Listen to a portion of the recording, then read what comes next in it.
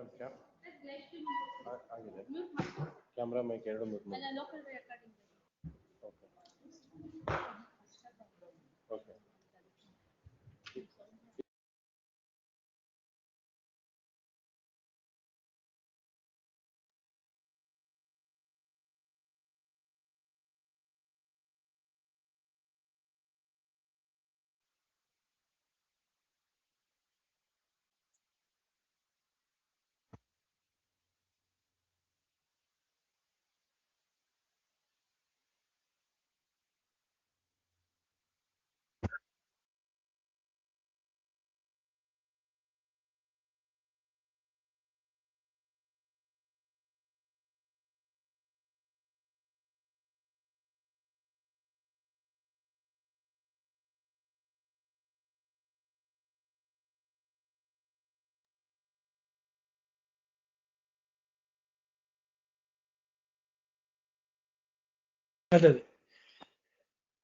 Court officer, madam, good morning.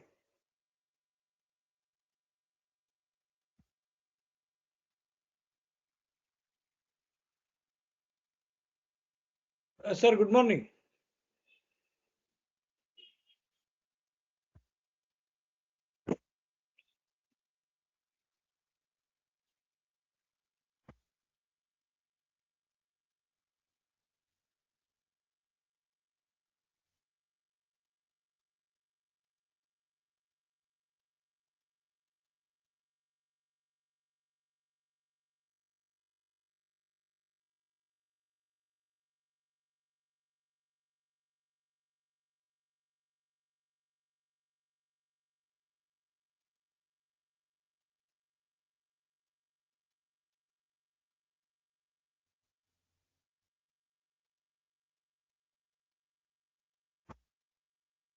Sir, court mute ಆಗಿದೆ ನೋಡಿ.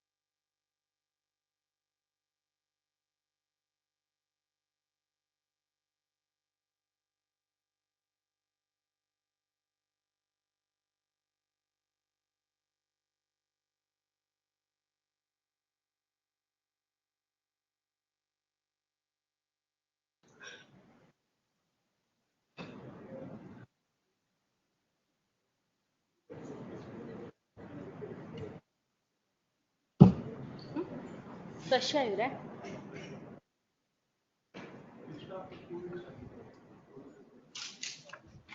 ನೋಡಿ ಸರ್ ಬರ್ತೀನಿ ಹೇಳ್ತೀನಿ ಅಲ್ಲಿ ಲಿಸ್ಟ್ ಆಫ್ಟರ್ 2 weeks ಅಂತ ಆಗುತ್ತಂತೆ ಲಿಸ್ಟ್ ಆಗಿದೆ as per senior team. Hello.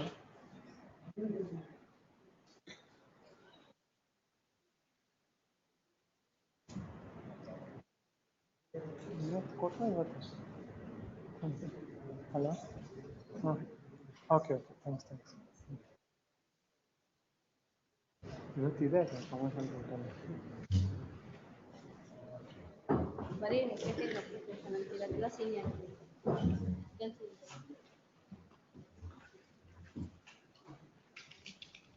If my lords find me, defendant in a commercial matter, my lords, defendant's application for production of additional document is allowed at the stage of arguments to cover up that allowing of that document, my lords, will cover up the issue number 4. My lords, today the matter is posted for cross-examination, my lords. When was the order passed? My lords, order was passed on 25th, but uploaded on 31st. Till then, we were not aware what were the reasons, everything. 31st itself. Nothing will happen. Tomorrow it will come. My lords, Yes. only reason is What today, will happen in one day if a Because cross-examination is if I do conducted? not cross-examine the witness today, my lords, my cross-examination will be taken as nil. Do it. And, my lords, then I will be accepting that. Don't tell the court that you file the matter. If the court insists, then tell the court. Every matter yesterday order passed, today have to be taken up. It is not possible for the court. Well, Every only- matter is of that nature. Indeed, my lords, but commercial court matter, my lords, on a day-to-day matter, day-to-day proceedings, it is being taken up. That's the only inconvenience, my lords. Tell the court that And- your matter is coming up. If the court takes up, it is for the court. Tomorrow, my lords. Yes. Seek apology, my lord. Fresh matter, my lord, came up before the court, on 31st 7th, my lord. I was held up in the parted matter, my lord. I could not do it when the matter was posted to September, my lord. It will be posted if the non-representation. Now the water has happened, my lord. You don't have to tell all that. The trial Give court, it, take up that matter day after tomorrow. Please, let No, this is so another, very unfair on the part of the advocates, not being represented. Again mentioning for that, I have to take up another day. Yes, Sorry, Your Worship, kindly, today matter is post-court judgment. It is the IA filed for additional evidence. when was the order passed? June, 25th June. And this matter is a old matter. It's not, it's a pending matter. So today's judgment, Mr. Lordship, will kindly consider at 2:30 minutes. No, why should we take up? Hello? 25th June matter, no stay. No statement. July, in the end of July is over, let the judgment be passed. 2-3 times. It is matter come up 2-3 times, my lords. Only I request Lordship on humanitarian grounds, my lords, just an attempt I will make. The respondents are served. Yes, my lord. Yes. When they were served, My lord, hand summons was issued on 22/6/2026. I'm sorry, 25/6/26. Even if the petition is a transfer brief, today I'm entering appearance. It's a transfer brief, my lord. Only today I'm entering appearance. Therefore, I'm making an attempt, maybe a week also. Yes, I will take my chance, my lords, at 2:30. yes, 2:30. That should be. Your Lordship may make a mention. Serial number 79 would it be? Yes. Memo only at 2:30 for no other purpose. Memos not to be mentioned, give it to the court officer. Once it was came before the court on that day, court is on leave. The matter is not posted for. That's why give the memo, I can read it.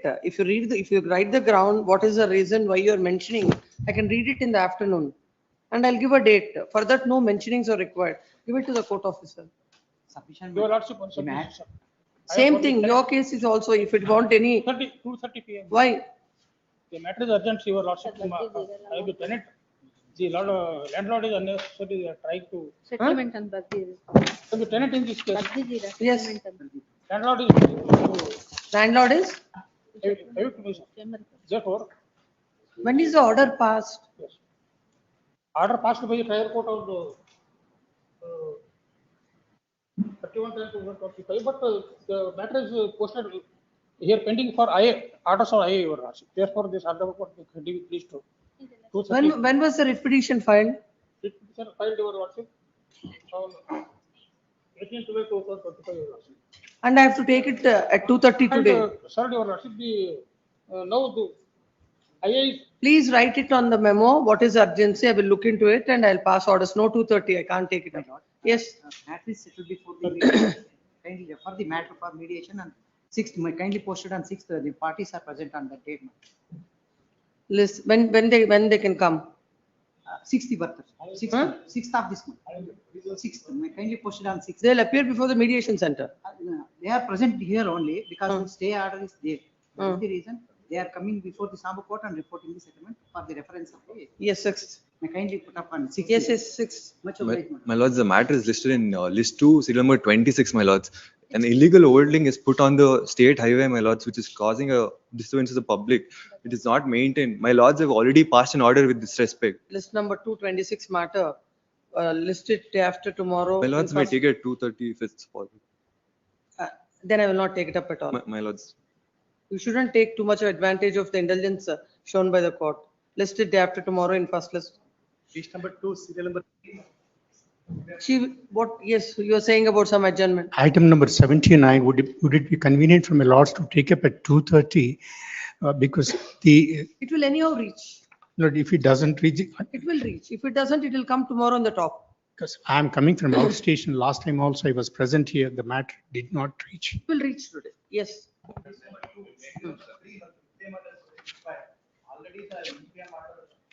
List number 2, serial number?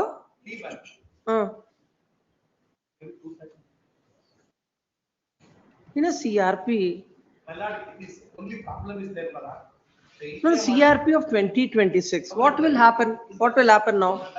Because the lower court, already the IA filed by the respondent under order 39/192, therefore disqualified this under the court. Without allowing the petitions, he was granted. That's why that's was set aside. But now it is going on the hearing on IA and 39/192. It is not permissible under the law. Hence the lower. List number 2, serial number 3 is a CRP. CRP. Arising out of which order?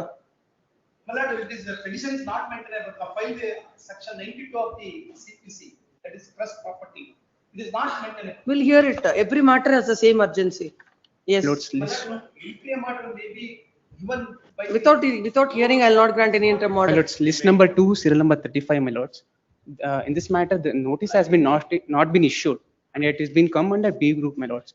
And on 21/7/2026, my lords, 30. list 2, serial number 35. My lords, notice has been not issued, and it has been posted under B group. And my lords, on 21/7, senior counsel has argued in part, and my lords only has directed to list this matter on list number 1, but it is coming on list number 2, my lords. List this matter on Thursday in list number 1. List number Sunday, officer list. I want 1 week time so that I can. That I will anyhow grant it after the matter is called. Is called the list. May I make one submission, my lords? Lords, I will not take up that matter. Lords, may I make, I will not take up that. No urgency. Lords, may I make one submission, my lords? Matter. Status matter, Lords, Chandranath Gowda for petitioner. My lord, I appear for the petitioner. I seek to withdraw the above petition. my Yes, lord. yes. My lords, so seal number 16, my lords. Please wait.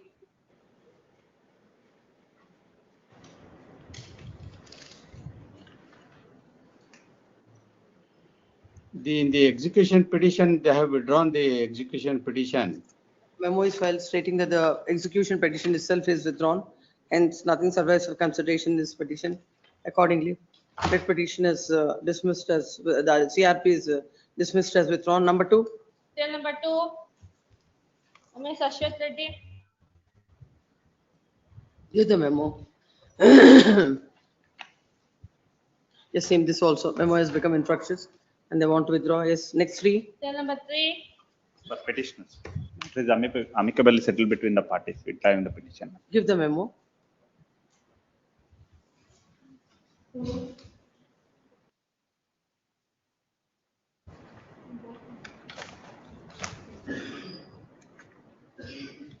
No, the suit itself is withdrawn in view of the settlement between the parties, hence nothing survives for consideration. Memo Okay. is taken on record and dismissed as withdrawn. Same in the other one also, 3 and 3.1. serial number 4,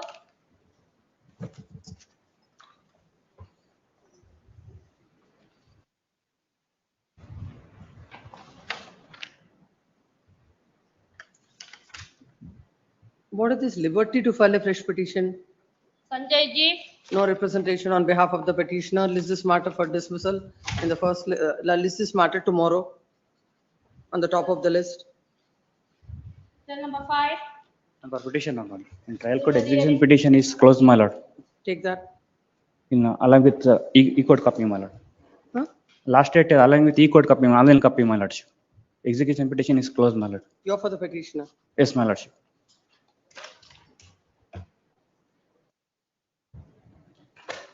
The present petition is filed. Questioning an order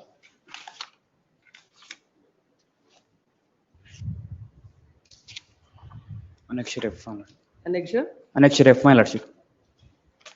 In delivery warrant dated 9/10/25, my lordship. In page number 53. issue delivery warrant. Yes, my lordship. Questioning an order dated, where do you get the date? 9/10/25, my lordship. 19/10/2025. In page number 53. Hereby, page number 53, my lordship.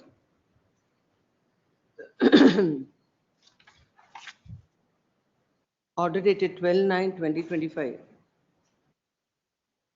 where the court has reissued the delivery warrant along with the direction to the PSI Panchanahalli to give police protection to the bailiff for executing the delivery warrant if steps taken by 9/10/2025. When counsel for the petitioner has placed before the court the e-court's online copy wherein it shows that by order dated 10/12/2025, Yes, my lord. the delivery warrant is executed on 11/11/2025. And the DHR and his counsel filed memo to close the execution petition as fully satisfied. In view of the memo, the execution petition is closed as fully satisfied.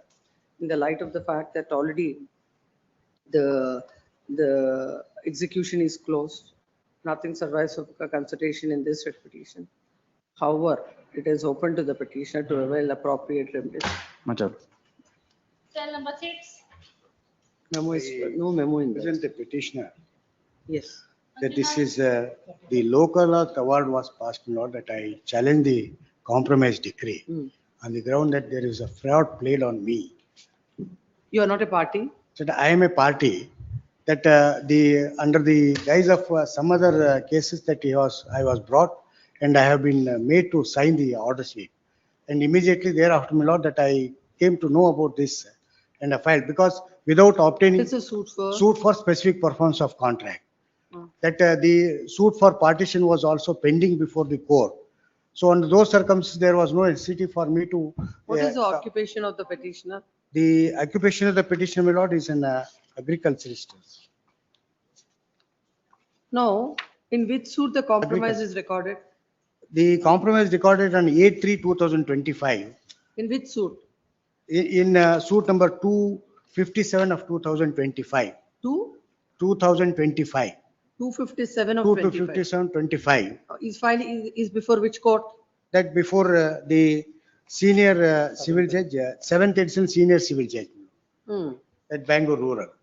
Then That- what about the other suit you are The referring other to? suit, my lord, it is pending before the other senior, 2nd edition senior civil judge, Bangalore Rural. That there was an interim order operating against me. So I what shall is not. that order? Please. What is that suit? That, OS number? that suit is for partition, my lord. It's 401 of 2020. Hmm.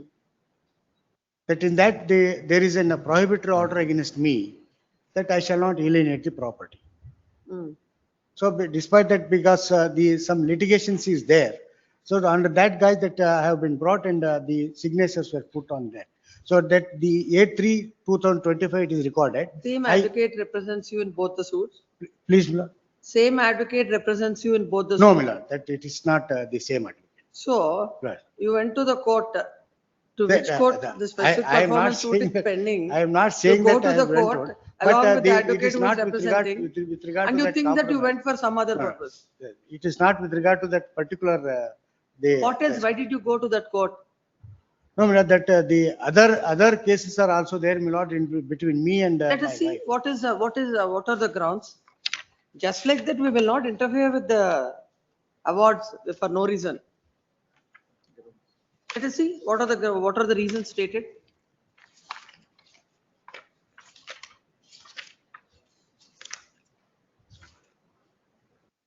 That page 12, my lord. Yes. Hmm. The fourth line, my lord, after that, the petition has not executed any sale agreement or sale deed in favor of respondent number 2 or any other person. Respondents 1 and 2 has a plan to fraudulently grab the property belonging to petitioner and created an agreement of sale as if executed in the year 2008, and by undue influence and fraud filed a suit for specific performance and made the petitioner believe that it is a suit to compromise the dispute between the Now, petitioner this statement and I am not able respondent. to understand. Please. You are made to believe that it is to compromise. How will it be compromised It is according to you? between the respondent number 2, Hmm. so and the petitioner. Who is Because respondent the number two? respondent number 2 is my wife, because there's some dispute is between me and my wife also there. Where is that compromise? The compromise, my lord, that it is at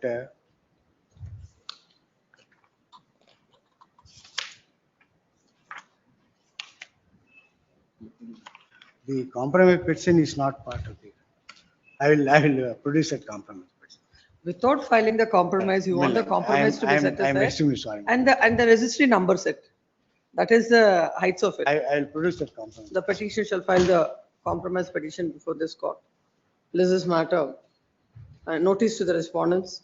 List this matter on 2nd of September. If the memo is filed by 1st of September, list the matter on 2nd. Oh, bless. Yes. Chair number 7, Swaroop S for petitioner. I'm only requesting for notice to be issued. I'm not seeking for any. Yes, notice. 8. One more request, my lord. Serial number 26 in second, they mentioned in the morning saying that it has to be taken up day after tomorrow. Your Honor said consented to be taken, that interim order may be extended. I'm the petitioner, that they were the respondents. That's- Yes. Wherever interim orders are there, they will do it. I'm grateful, sir. That she will give her that number. Yes, next. Chair number 9, 8, serial number 8. I'm appearing for petitioner in this case, my lord. Yes, I seek permission to appear through VC. yes, My lord, this writ petition arises from order dated 9/10/25 passed in a matrimonial case 1163 of 23, my lords. My lords, wherein IA number 2 was filed by the petitioner under section 24 of the Hindu Marriage Act for seeking for maintenance, it was rejected. yes. My Where lords, is the the order? sole ground Where is the at order? Anisha, No, from how can a writ petition be filed against this order?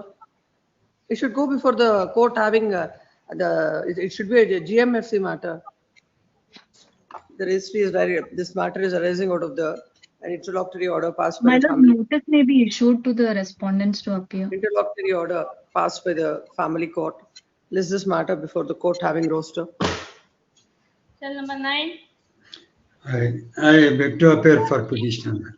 Yes. In this case, Taluka office surveyor appointed as a commissioner to effect the division, which is Yes. not permissible in law, your lords. Why? Because your lordship, deputy commissioner has to delegate the power to the Tahsildar or any subordinate. But in this case, your lordship, directly they have filed application. Only Taluka surveyor should be appointed as a commissioner to effect the division, who is not assessing authority, your lordship. Where are your objections? Objections I have not filed, your lordship. Without filing the objections, you can't come before the court. But your lordship, law is laid down, your lordship, Annex D. What were you doing when the law is laid down to bring it to the notice of the court? You keep quiet there and you come here. Why should we entertain this? Objections are for that purpose. Because I am sick, your lordship, I could not able to go before the court. I am aged about 80 years. You will not go. Your advocate will go. So that is the mistake.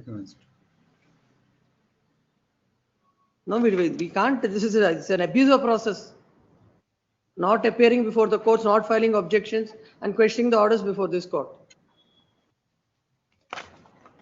Notice the respondents. Yes, next. Cell number 10. Interim No, order. interim order. Yes, I should dismiss it. I'm just issuing notice.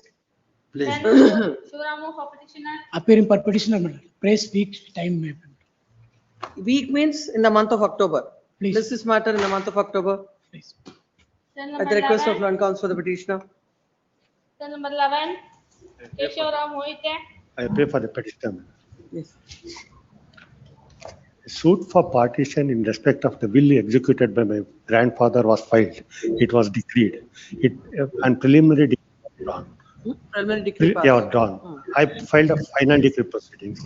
In the final decree proceedings, commissioner was appointed and he went to the spot. After he went to the spot, a application under Order 1 Rule 10(2) has been filed by the sixth respondent, stating that your lordship may kindly see the judgment of the trial court at page number 41, 27 of the judgment page. Page number 41. 41, judgment page 27. No, What? before going to the judgment, please come to the impugned order. Then we will go to the Your judgment. lordship may kindly see the impugned order. Page number. Yes. Page number 68, my lord. Yes. Come to the reasoning part. Reasoning part, yes, please. Petitioners have filed for drawing final decree proceedings based on the preliminary decree and so on. The court has appointed court commissioner and court commissioner has submitted the report to the court.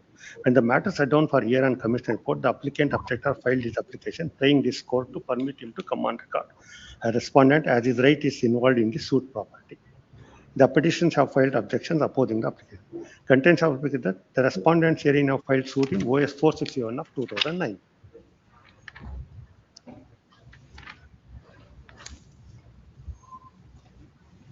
In respect of for declaration injunction is for decree scheduled property against Ashwath Nana, who is none other than father of the applicant. Against petition number 1 to hearing, and after contest, the suit was dismissed on 17/12/2020. Despite this suit regarding measurements, and the said judgment and decree is not challenged before any court. Therefore, his right is also involved in the scheduled property, and his presence is required to adjudicate the petition. The petitioners have no objection. The objections have not disputed the filing of the suit of OSS 461 of, and they have also not disputed the relationship.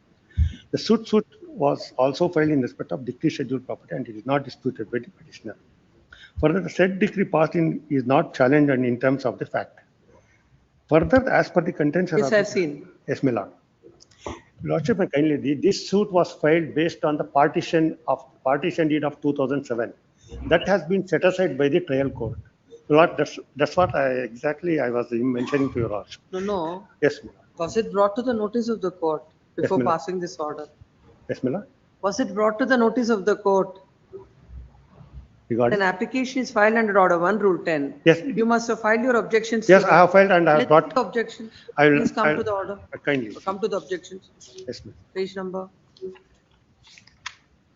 Statement of objections. Yes. Where is it? At page number 59, my lord.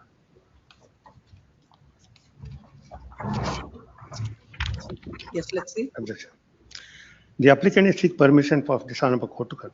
It is submitted a present final decree in respect of the decree passed by this honorable court for the division of the property as per the will executed by grandfather of the petitioner. It is submitted that the applicant is not at all a beneficiary under the will. As such, the reference of suit OS 61 will not inure to the benefit of the applicant. The judgment of OS 41 is no way comes in the way of fulfillment of the decree passed in OS 48 wherein the honorable court clearly set aside the partition. Where is the judgment and decree in that suit for declaration? Suit for OS 46. It was filed by not by us, my lord. No, The first that is petition. not by you. Yes, my lord. When an application is filed under Order 1, Rule 10, you must have brought it to the notice of the court by filing that judgment.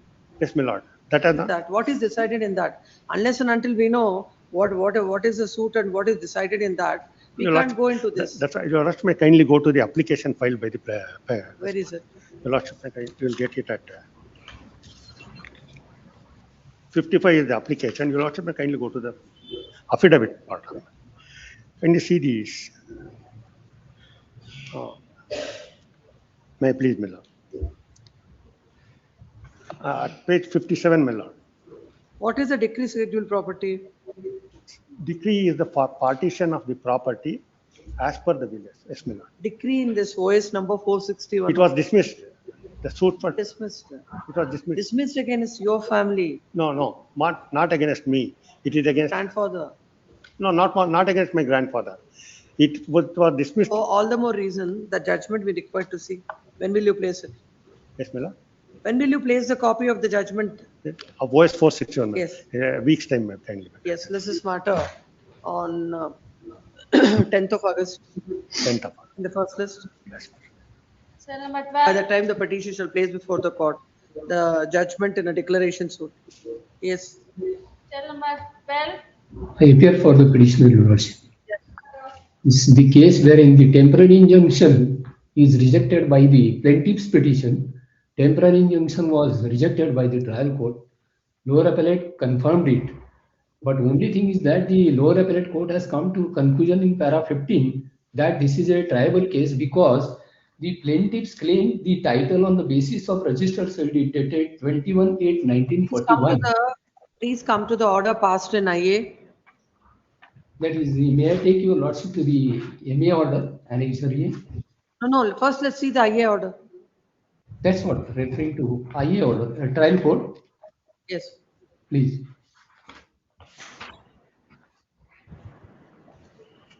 At page 43.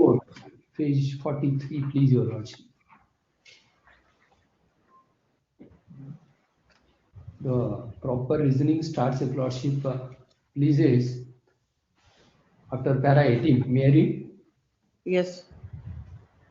In support of the case of the plaintiffs, they have produced certified copy of sale deed dated 21/8/1941, certified copy of mortgage deed 22/1/1945, certified copy of partition deed dated 9/3/50, certified copy of mortgage deed dated 30/1/1955, Xerox copy of partition deed dated 7/2/1972, newspapers, photos and complaint and postal acknowledgement, and also produced the partition deed dated 6/4/2021 executed between the defendants. On the other hand, defendants have produced copy of the registered partition deed dated 9/3/50, Qatar tax paid receipts, electricity bills and water bill, EC SAS tax paid receipts, copy of registered partition deed dated 6/4/2021, plain return statement, IA objection and order in OS. What is the injunction sought? Injunction not to construct in the suit property because we are the owners. They have not set up any independent title. They have set up a partition deed of the year 1950. They don't have any. They have any independent title. But my title is not denied. Therefore, the lower appellate court in para 15, if Lordship pleases, without taking much time, para 15, lower appellate court here about 4 to 5 lines above from the bottom.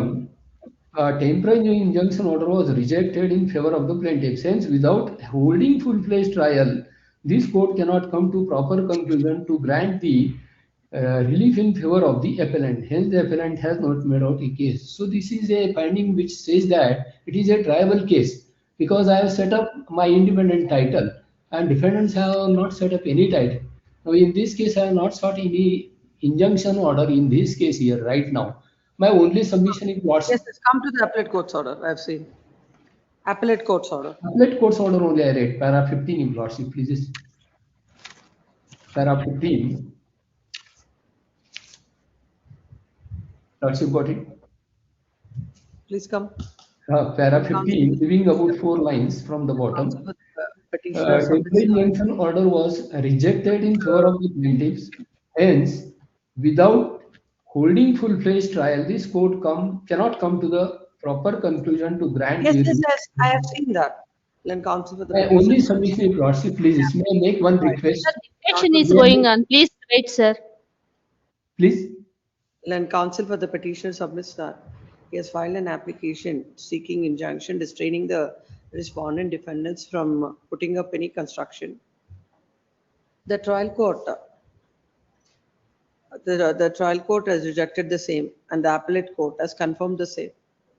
It is submitted that it is not the case of the petitioner that he is not in possession of that he is in possession of the property.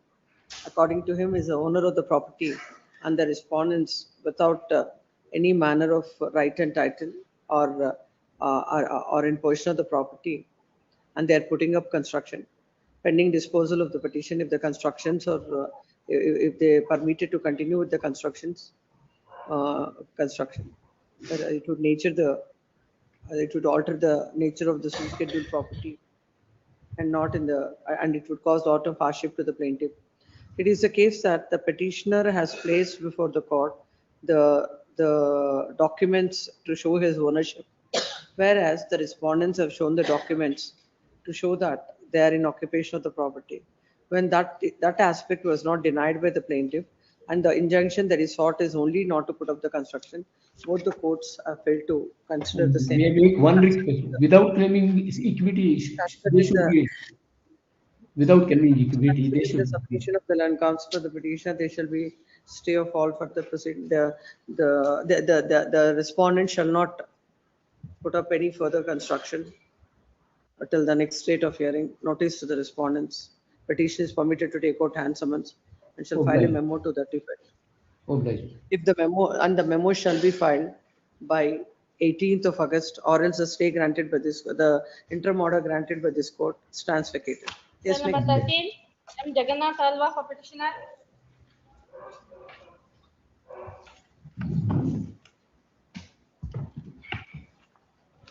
Yes, what is petitioners the had filed yes petition for grant of probate. Your Lordship will find it at annexure F, page 91. Yes. My Lord, earlier a suit for partition was filed in respect of the very same properties, which came to be decreed. This petitioner number 1 was a minor at the age of 6 years at the time of execution of the will. Then, my Lord, within 5 years, his father had died. Father had executed the will. Father died in within 5 years. By that time, he was 11 years. So he had no knowledge about all the execution of this will, my Lord. Then, my Lord, the suit came to be decreed. Then, in furtherance of that, final decree proceedings had been initiated. When was the will executed? My lord, will was executed in 1990. Your lordship will find it is a registered will, my lord. P&SC is filed? The will was executed. Your lordship will find it at Annexure D, page 72. Yes, 1990. 1990, it was executed in 1990. Father died in 1995. It was a registered will. He had no knowledge about this will because he was a minor as on that date, my lord. Then, my lord, after he came to the age, after he came to majority, then, my lord, through someone he came to know that there was a will. Then he got the will from the person with whom it was deposited.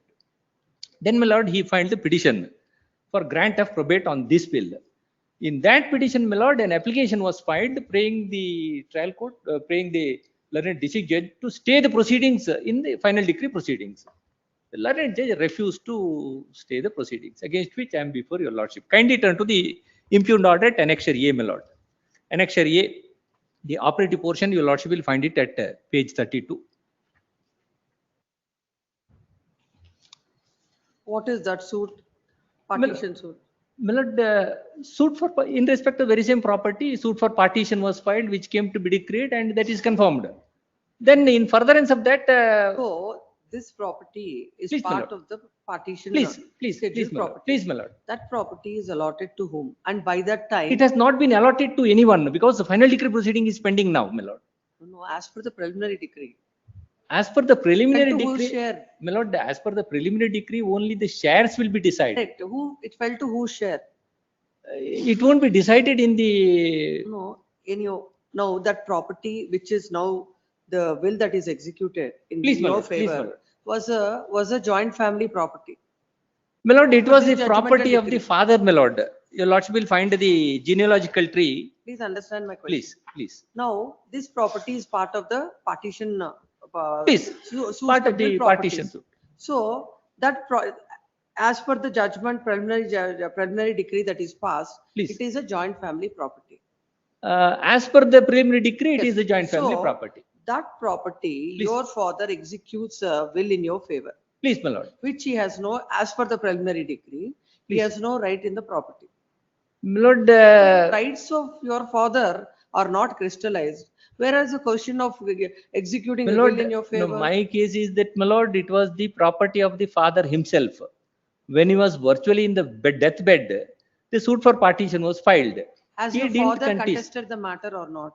My lord, the father didn't oppose the suit. He didn't agitate the suit. Suit came to be decreed.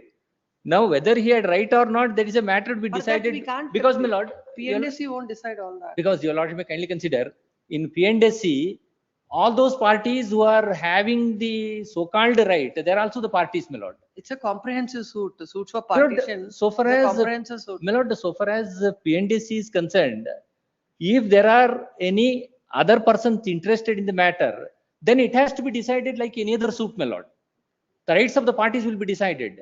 The genuineness of the will, as well as the rights of the parties, whether he had the right to execute the will or not, that will be decided in the P&SC itself. That is the scope of the. But unfortunately, in this case, Please, already with regard to this, Please, with regard to this property, Please. the rights of the parties already decided.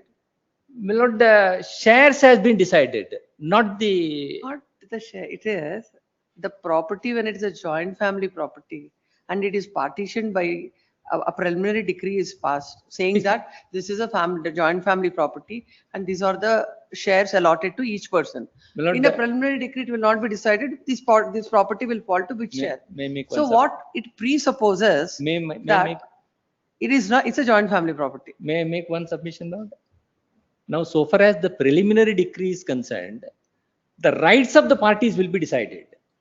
Which is the property that has to be decided in the final decree proceedings. So, pausing there. Once final decree is passed, my lord. That's what I'm saying. Pausing there. Rights of the property, as far as the nature of the property is concerned, it's already decided that it is a joint family property. And this particular property under the P&SC is part of that. So why should we stay the final decree proceedings in P&SC? Because otherwise, my lord, Notice, even if. Notice, I'm not convinced. Notice to the respondent. Cell number 14. Sunil S. Narayan. Petition. Seeking mandamus to early hearing of orders on IA number 3 and 4. When did you file the IA? IAs was filed on 28/4/25. What is that IA? One IA is for seeking annexure B. One is for order 21 rule 64 read with 141 permission to order for sale of the attached mobile properties, and second one is for the attachment of inventory. Where is the order sheet of the court? Annexure. Yes, Your Lordship. And last.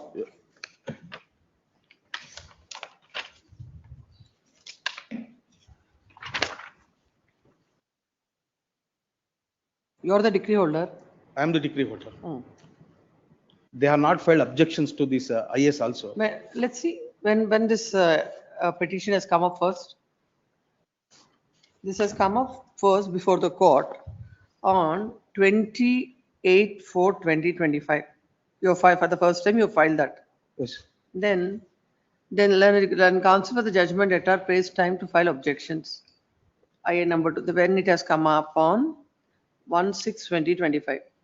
He filed objections to IA. No, I have filed objections to. He had also filed. IA number 3 by 29/7/2025.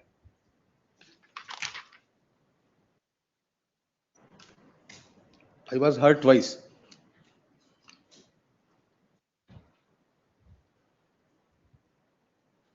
All the materials are iron, and this one I have stored in the godown. The present petition is filed second the following prayer. This court, counsel for the petition submit that there may be direction to the court to dispose of the pending IA number 3 and 4. IA number 3 and 4. 3 and 4 expeditiously. Next paragraph. This court has perused the order sheet. It appears that this IA is adjourned on several occasions by the trial court. In that view of the matter, there shall be the writ petition is disposed of, requesting the trial court to dispose of pending IA number 3 and 4 as expeditiously as possible. Cell number 15. Time fixed, 2 months. Within 2 months. I have material stored in the godown. It will be. Within a period of 2 months from the date of receipt of the copy of the order. Much obliged. Cell number 15, SV Bhatta. For the petition. The plaintiff's writ petition challenging the order passed on IA filed under Order 12 Rule 8 of CPC, allowing the application filed by the order. Your Lordship get the order at page number, starts at page number 130, my Lord, 129. The operative portion of the order may kindly be seen at page number 141. IA number 3 filed by the defendants 3, 4B, 4C, and so article is hereby allowed in part. Plaintiff is directed to file within 15 days from the date of this order a memo supporting the affidavit specifically stating document-wise whether the following documents are in his possession or power. Then documents list are. Any documents mentioned in item number 2 of the application only if the originals thereof are presently in his possession or power and are not part of the. What is the suit for? It's a suit filed the petitioners for letters of administration, which has been contested. That is the reason why it has been converted into a suit. It is a petition for letters of administration. Order 12 Rule 8 may kindly be seen. Order 12 Rule 8 is a notice to be given by the party, by one of the defendant, one of the party to the other party, asking him to produce the document and has to file an affidavit to the effect that that notice has been served on the counsel for the opposite party, and to that effect affidavit has to be filed in the court, and thereafter he is entitled to produce those documents as secondary evidence. That is the purport of Order 12 Rule 8. Here the court itself takes upon this application as if it is a notice given to the court and directs the plaintiff to file the affidavit. The affidavit is to be filed by the defendant. It is not by me. And the defendant who has to issue notice to me prior to filing this application. The CPC does not provide for filing application as such under Order 12 Rule 8. Order 12 Rule 8 presupposes a notice. That I understand. Yes. That is a procedural defect. Then what about what are these documents? And The how, document what how we- this order causes prejudice to you? That come to that. No, these documents, Milord, what he says, these documents are the documents of previous certain proceedings. Please Which come, are- please come to page 142. Please, my lord. The application, your lordship would get it at his application. I am looking at the operative portion of the order at 142. Yes, my lord.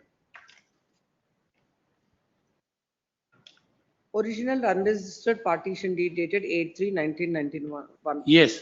Do you have, are you in possession of this document?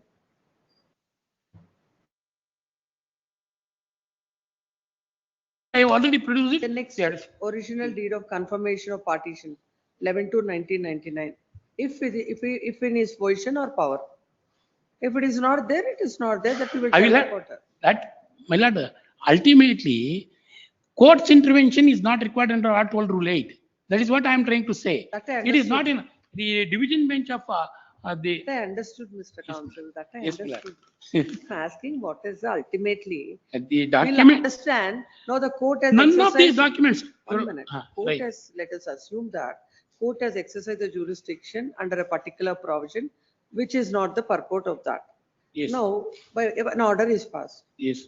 what is the prejudice cost to you is the first question. Now, these documents, my lord, it is a proceedings under section 276 of the Indian Succession Act for letters of administration.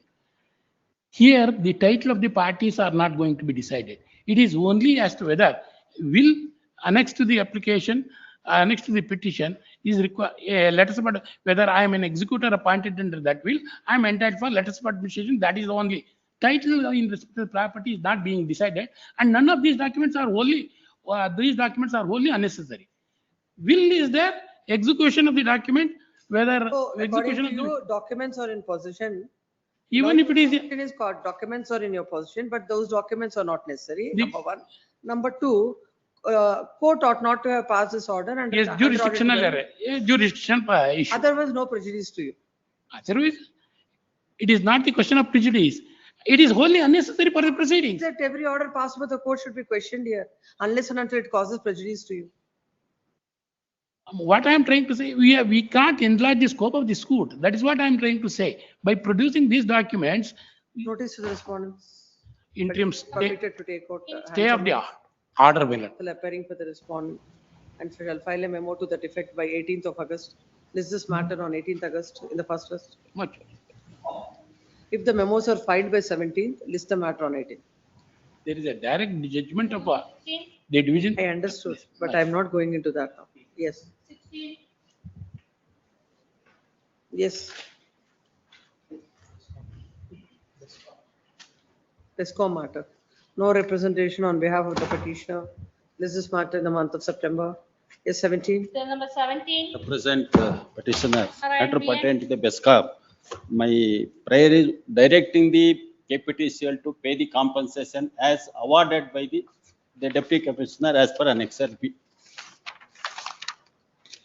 What is the mode of execution of this? My lord, the petitioner's land has been. No, I'm asking what is the mode of execution? There is no execution, my lord, when deputy commissioner pass an order directing the KPTCL to pay the compensation as awarded by the deputy commissioner. Now, we should. Mr. Devaraju. Devaraju is directed to take notice on behalf of the petitioner. Serve him. List I'll this serve matter tomorrow, Cell number 18. the first list. And registry is directed to print his name. Yes. Cell number 18. Manjunath KV. Unauthorized cultivation, my lord, unauthorized construction, my lord. The suit is filed which is not permissible, my lord. There's a demolition order by the BBMP. Is a suit for, Suit for bare injunction, my lord. you are the, I'm the complainant before the commissioner BBMP, my lord. yes, My lord, what happens, there is unauthorized construction, my lord. IA. IA for, my lord, impleading, my lord. That has been rejected. Twist. Yes, my lord. Yes, where is that order? My lord. Ink page 11, my lord.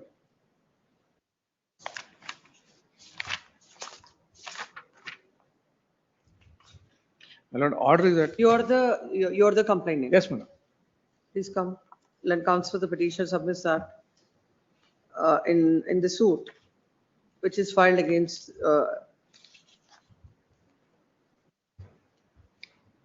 that is under the provisions of the act, it is filed. No, my lord. It's an independent suit. Yes, ma'am.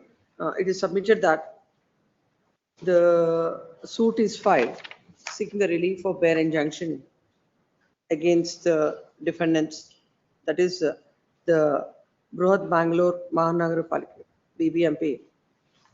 And in the suit, the petitioner has filed an application under Order 1 Rule 10 as basing on his application.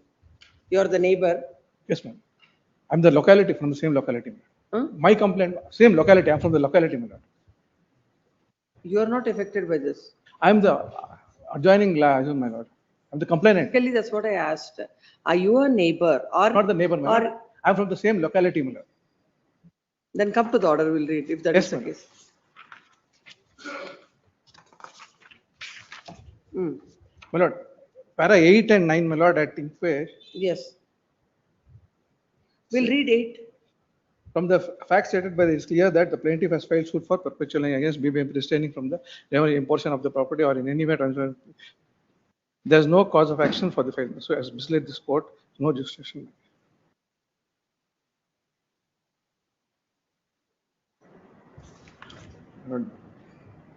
Ink page 18, ma'am. My lord. Ink page 18, last 4 lines, ma'am. When such is the case, I am to view that there is no necessity for the applicant to make a party in this case too. If the applicant is implementing, defendant permitting him to participate in, there is chances of passing a conflicting judgment. How, my lord?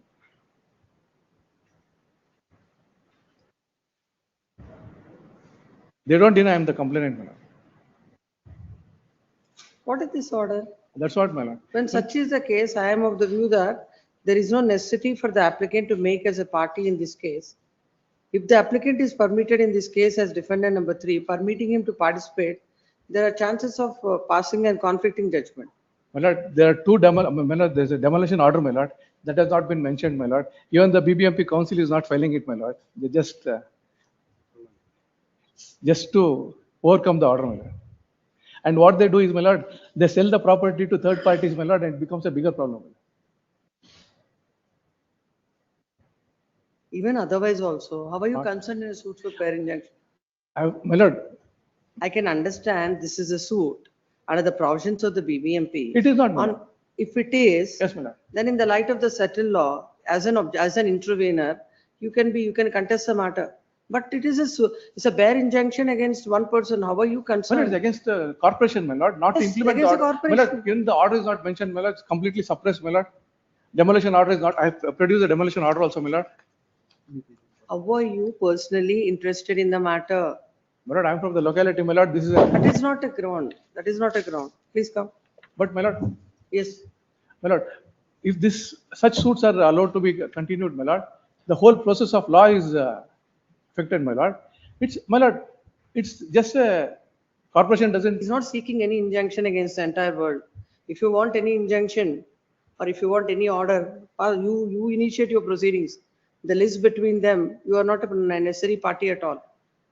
I thought you were basing on under the act, the questioning the matter is pending before the civil court. In that you are the person who has given a complaint is a necessary party. Not a necessary party, is an intervener. Civil court only, my lord. This is independent suit, not arising out of the proceedings of the BBMP. My lord, there's an order, my lord. Because of the order in this suit, my lord, injunction, no action is being taken for the last 3 years, my lord. You have your own remedies, not the suit, not intervening as the presented petition is filed. Present agreed with the orders passed in. High number 3, invoice number 25052 of 2024, dated 3rd June 2026, by the 74th Additional City Civil and Session Judge, Mayor Hall, Bangalore. The respondent herein, who is the plaintiff in the suit, has filed a suit for injunction against the BBMP. In the said suit, the petitioner files an application under Order 1 Rule 10, submitting that he has given a complaint to the BBMP against the illegal constructions made by the petitioner, made by the plaintiff. As such, he is a proper and necessary party to the proceedings. The court, by order impugned, had dismissed the said application, holding that, observing that the petitioner's presence is not required in the proceedings. Next para. The land counsel appearing for the petitioner submits that when basing on an application filed by the petitioner, basing on a complaint given by the petitioner, who is a resident of the locality, the BBMP has failed to take action. No, man, it has taken action. The BBMP has taken action. But and action basing means on order that, has been passed, but no, because of the suit, no action has been taken. BBMP has taken action, and thereafter, the plaintiff has filed the incident suit before the court. Hence, the petition is a proper and necessary party to the proceedings. The plaintiff has filed a suit against the party, and the court, without considering all this, has dismissed the suit. Next one. Having got the link answer the petitioner, there is a material on record. In the suit for aware injunction against the BBMP, the petitioner wants to implead himself. This is not continuation of the proceedings against the initiated by the BBMP. If the, as per the provisions of the Act, if the suit is filed before the court, then altogether that stands on a different footing, wherein this court, as well as the Honorable Apex Court, has held that he can be the limited scope of his impediment as an intervener, and he cannot set up an independent claim. However, in this case, it's a separate suit for injunction. Whatever the order that's passed by the court, that will not bind the plaintiff, petitioner, implead applicant. The BBMP, the grievance of the petitioner is only against the BBMP. Those the plaintiff is against only the BBMP, and in those circumstances, this petition is not a proper and necessary party to the suit, and the court has rightly considered and dismissed, and this court finds no reasons to interfere. Accordingly, dismissed. So number 19, the Gangadhara for petitioner. The petition is challenging the order of the trial court which annexed V. What is the suit for? Well, the suit filed by the respondent number 1 for cancellation of the sale deed for the period of 1945 and 1958 and subsequently another sale deed. Now the sought by the respondent for cancellation of sale deed, that is during 2020 million. Now I am the purchaser of the property and I am in possession enjoying the premises. What is the present IU? Well, the order of the respondent, sorry, trial court, annexure V, page 215, which filed by the petitioner for application for deletion of the first respondent name from the revenue entry. Though that is the respondent who is there, not a purchaser, which the respondent tried to made an entry in his name. That is challenged by the respondent before the trial court. Sorry, the challenge by the petitioner before the trial court. Come to the order. I'll understand it from the order. Please, madam. That is the sale deed. Come to the impugned order, page number. Please, madam. Annexure V, page 204. That relating to the IN number 13, which passed in page number 215, madam. 215. Filed by the petitioner as a defendant for deletion of the respondent name from the revenue entry. Application filed.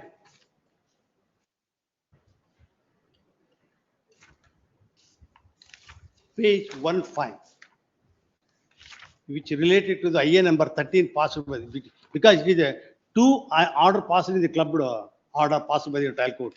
Our application will file an application in the suit of the respondent that his name should be deleted from the revenue record. Please, because I am the purchaser of the property, I am enjoying. As per that order of the revenue authority, my name is continued as a purchaser. Now what happens? The respondent is not the purchaser, he is not in possession. The suit filed by the respondent for the period of sale deed for the period of 1945 and 1948 and subsequently the 2012 and 13.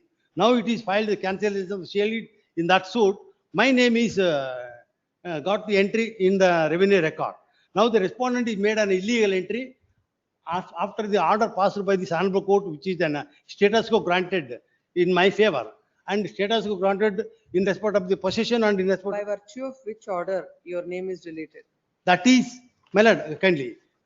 an order of the revenue authority in my favor to continuation of my name. Kindly maybe come to the page. No, you're saying that your name is deleted now.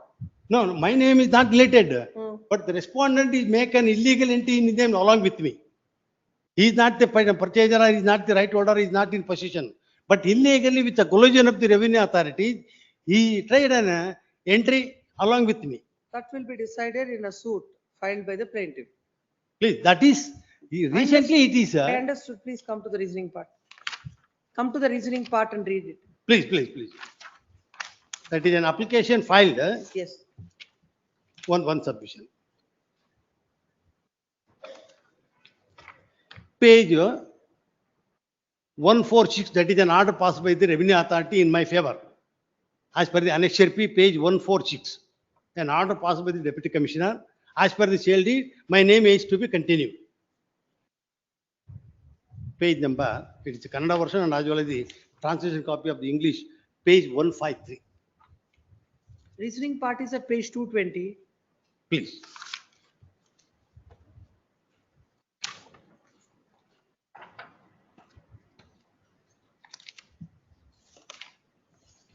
Please, minute. Married, page number 221 or 220. Page number 220, I am reading, para 9 minute.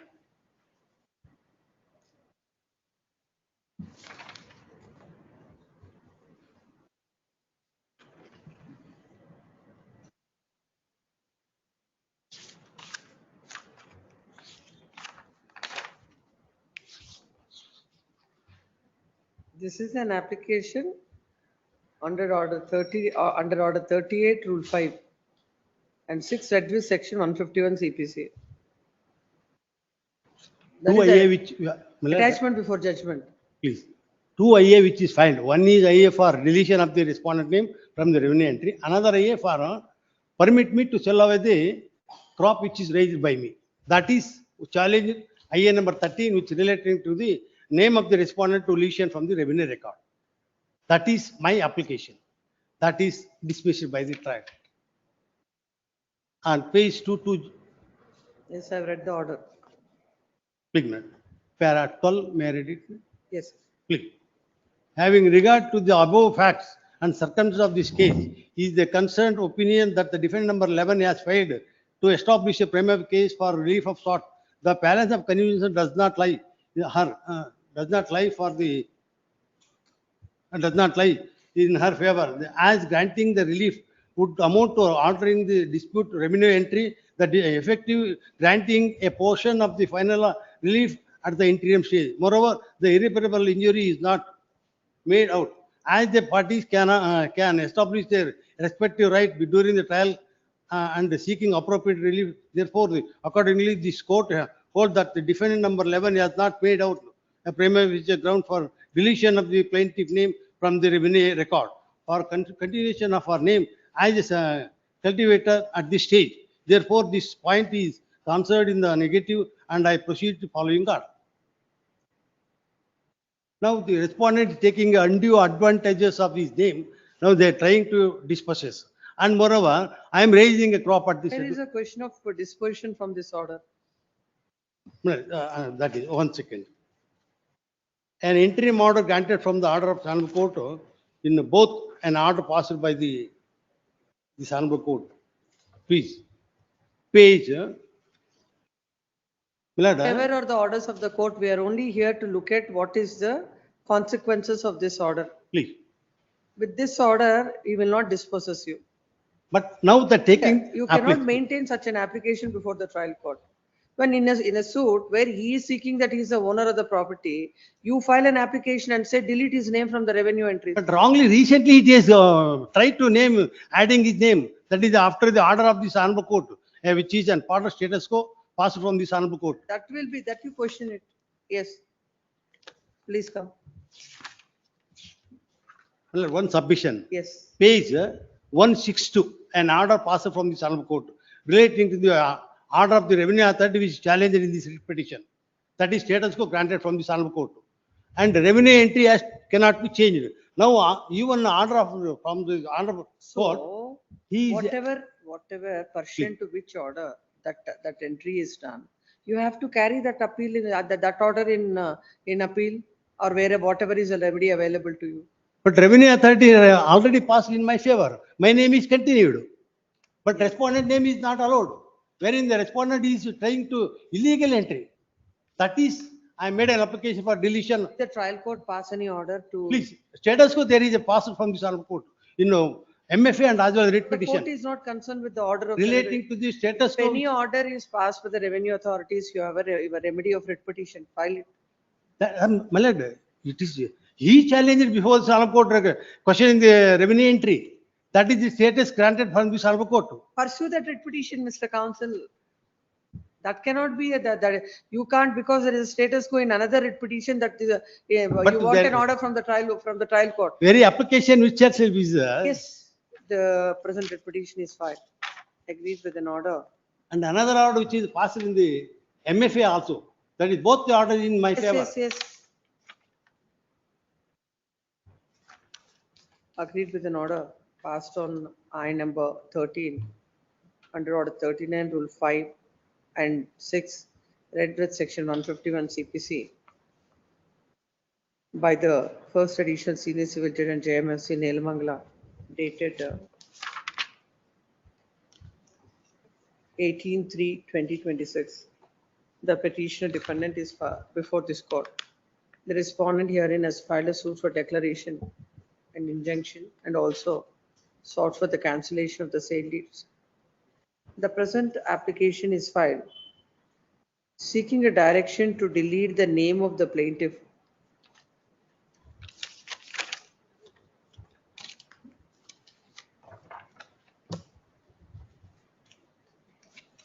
Plaintiff.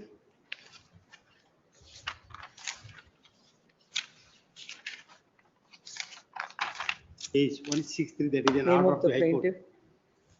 Sri Shankaraya from the revenue records pertaining to the land bearing survey number 44/1 and 44/2 in respect of the suit schedule property, specifically from column number 12(2) of the Pahani entries, and to continue and reflect the name of defendant number 11 that came to be dismissed by order impute. While dismissing the application, the court has observed that the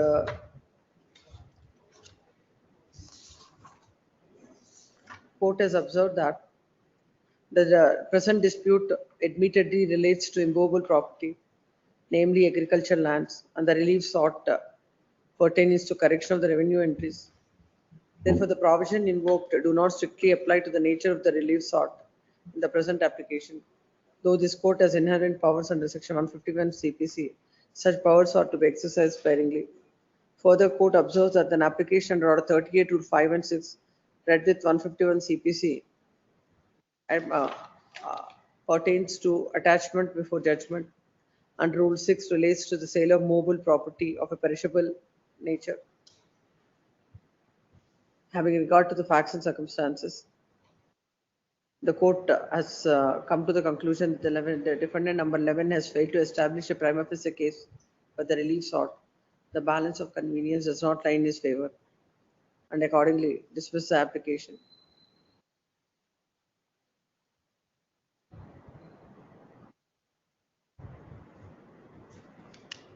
Very order of the Assembly Court is violated by you.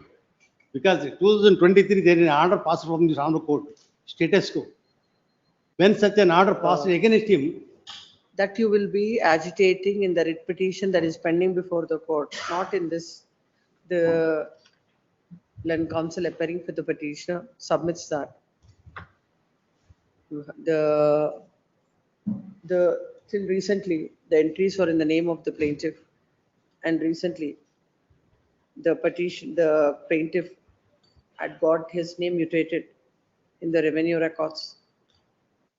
It is submitted that in respect of that, a writ petition is filed before the court, and it is submitted that when a status quo order is passed by this court, during the subsistence of the said status quo orders, this change of revenue entries had taken place, whereby the name of the plaintiff was also incorporated.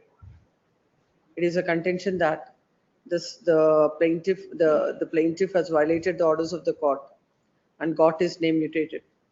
That is causing a lot of hardship to the defendant. The court had, the wrong provision, quoting a wrong provision of law cannot be a ground for the court to dismiss the application. As under 151, court has got the inherent powers to pass orders. It submitted that. All these aspects were not considered by the court and the order is pure liable to be set aside. Next part. Having heard the counsel for the petitioner, there is a material on record. Suit is for declaration, injunction, and also to cancel the sale deeds. As petitions by the petitioner with regard to after the status quo order is passed by a coordinate bench in a petition, the present there are change of entries in the revenue records. That would be decided by the court in the pending writ petition. As far as the present application is concerned, the court has rightly observed that considering the nature of the dispute between the parties, passing an order directing as filed by the petitioner to delete the name of the plaintiff from the revenue records amounts to prejudging the issue, and that cannot be done. In the considered opinion of the court, the trial court has rightly considered and passed orders, and this court finds no reasons to interfere. Dismiss. Serial number 20. And it is made clear In the that MFA this also court there is has an- not passed any or has not expressed anything on the merits of the matter, and the trial court shall proceed in accordance with law. 20 Nagaraj S for petitioner. This is the defendant's writ petition minutes. So the order under challenge is Annexure E minutes passed on an application under Order 3 Rule 1 CPC minutes. Appointment of the general power of attorney for the purpose of giving the evidence minutes. But as far as it is specified minutes in the power of attorney, that minutes, the suit is for declaration and permanent injunction, and also sought for the documents executed in favor of the defendants are not binding upon them. Under such circumstances, minutes, the power of attorney holder who is a stranger, minutes, no way connected to the plaintiff, has been appointed for the purpose of giving the evidence, and the Honorable Trial Court was pleased to allow that application. Minutes. That application is under challenge. Minutes. Notice to the respondent. That's they are proceeding with the Let evidence. them proceed, nothing will happen. Yes, notice to the respondents. The petitioner should take out hand summons. And minutes. And if the memo is filed by 24th of August, list the matter on 25th. And minutes, one more submission. Minutes. Notice may kindly be ordered only to the respondent number 1, minutes, who is the plaintiff. The others are the defendants. Give the memo. I'll Who are file the it. other respondents? So the respondents, other respondents are the defendants, minutes. They are not charged. What is I'll the file it. number I'm asking? Respondent number, look at it. Respondents number, only to the respondent number 1, minutes. So respondent number 2, 7 may be dispensed with. Memo is 5 second dispensation of notice to respondents 2 to 7. Dispense with at the risk of appellant. Petitioner shall take out hand summons on respondent number 1. Counsel appearing for the respondent number 1. Yes. Yes. Number 21. H.K. Muniswamy Gowda. Appear for the plaintiff, my lord. This is a suit for specific performance of an agreement dated 23/3/2006. And my application for amendment has come to be dismissed before the learned trial court. Let's see the affidavit filed in support of the IA. Lordship, if I may give a brief list of dates, because the suit was already decreed once. It has been remanded back. We'll see. I'll understand from your IA. Come to the IA. Please. Page number 55 onwards.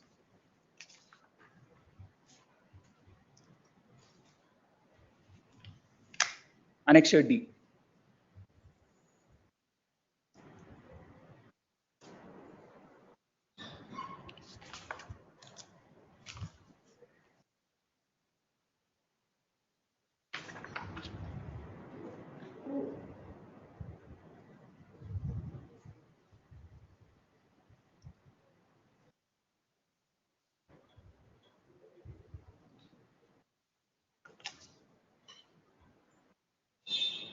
Suit is of the year 2006. Suit is of the year. When was it decreed? It was decreed in the year 2010.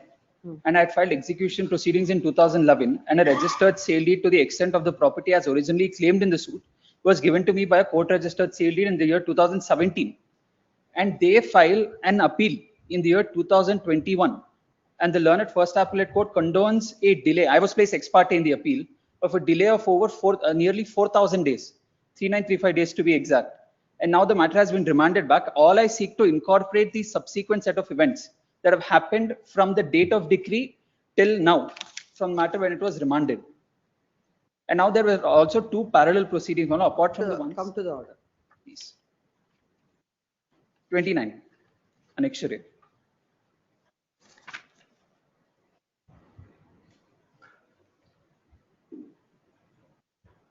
No, it says, and replace suit schedule property. It's not replaced. The extent or degree has been changed subsequently from the decreeing of the suit. Because originally, if I may, I'll give you lots of a brief list of events. The propositors of the family was one. Oh, I have seen the amendment that you're seeking. In that, you are not seeking for any change of the suit schedule property. We're not seeking, we're just incorporating these events because they were parallel partition proceedings from the brother of the individual who had Come originally again to sold. that, to the IA.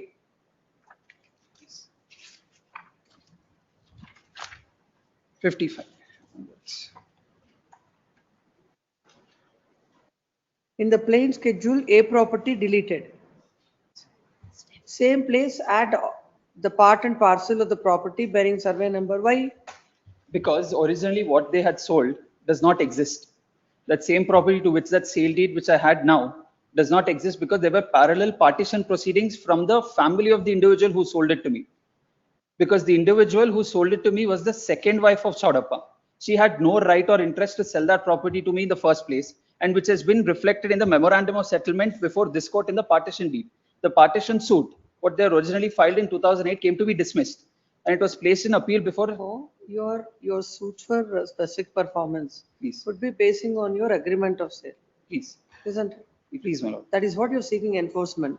How can you change the property? But the extent of that property, because they had misrepresented to us at that point in time, it came to light of us during all of these That partition can't be proceedings. changed. The remaining other admissions you want it to be placed on record, there is no issue with that. Please. Then how can you change the nature of say that some other property, whatever is the agreement of sale is concerned, that can only be, that should be your prayer, seeking specific performance of that. Please. And subsequent events there to have to be incorporated because they've changed the nature of proceedings in terms of what all subsequent events that have happened. Because delay was condoned for over nearly 4,000 days. I was not made party to it, I was placed ex parte. And these are changes that have to be This is the incorporated. respondents. Lordship, next date is on 6th. I have evidence to be placed before. My evidence is on 6th. Lordship, I'll take out hand Was the summons. matter remanded? The matter was remanded.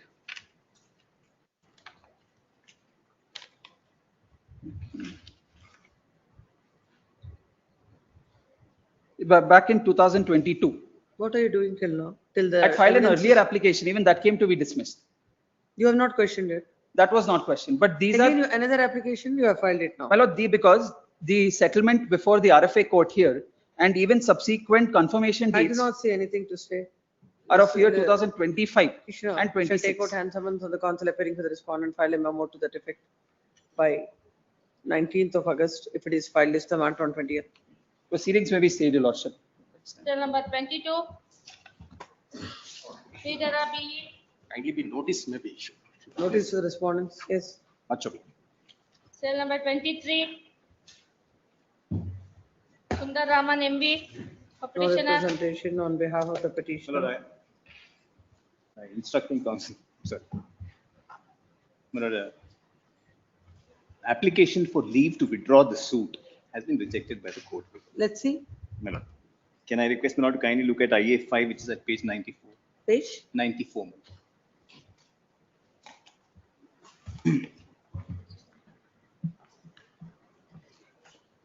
90. 94. Hmm. 94.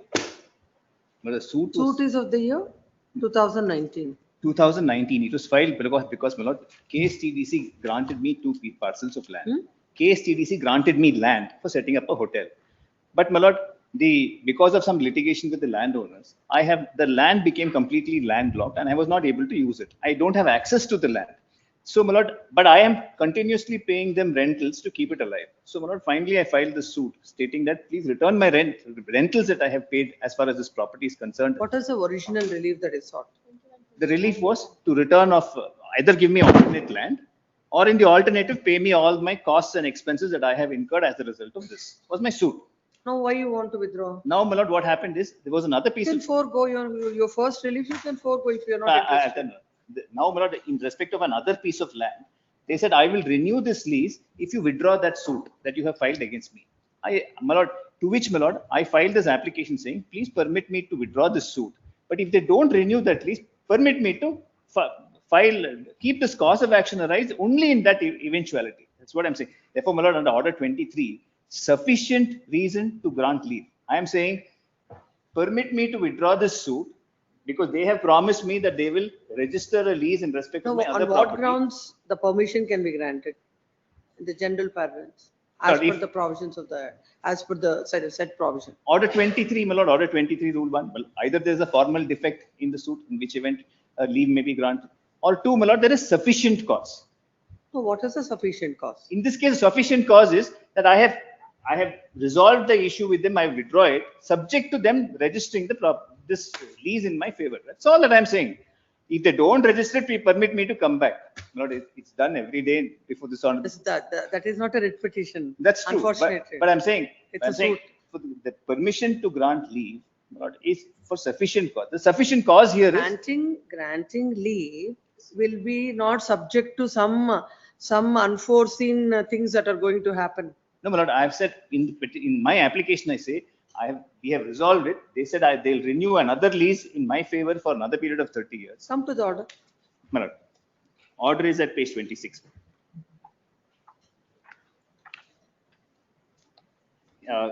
Can I request my lord to kindly read? Come to Kindly go to para page 6. 29, my lord, paragraph 6. Can I read this, my lord? The plaintiffs have filed the present suit to direct the defendant to grant lease of such similar land of value, size, location as a suit Schedule A property for a term of 60 years and other consequential reliefs. The plaintiffs have produced a copy of the lease deed dated so and so. Now, I'll skip these. Can I go over to the next page, my lord? In pursuance, my third line, my lord. In pursuance of the proceedings dated 29/9/23, the government of Karnataka has extended the lease for a period of 30 years in respect of property bearing 161. That's a different property, not the suit schedule property. In the said proceeding, government has imposed a condition that the suit filed by the plaintiff in so and so has to be withdrawn. Therefore, the plaintiffs have filed the present application to withdraw the suit with liberty to file a fresh suit on the same subject matter and cause of action. In that regard, the plaintiffs have stated that if the defendant did not come forward to register the lease in favor of the plaintiffs, they have to initiate a fresh proceeding against the defendant. The plaintiffs have produced a lease deed dated 1/4/2025. The apprehension of the plaintiff that the government may not execute registered So lease. this is the reason in the lease which you are relying upon. There's an arbitration clause. That is the reason. Because now can you see in that lease, if there is an arbitration clause, that pertains to that lease.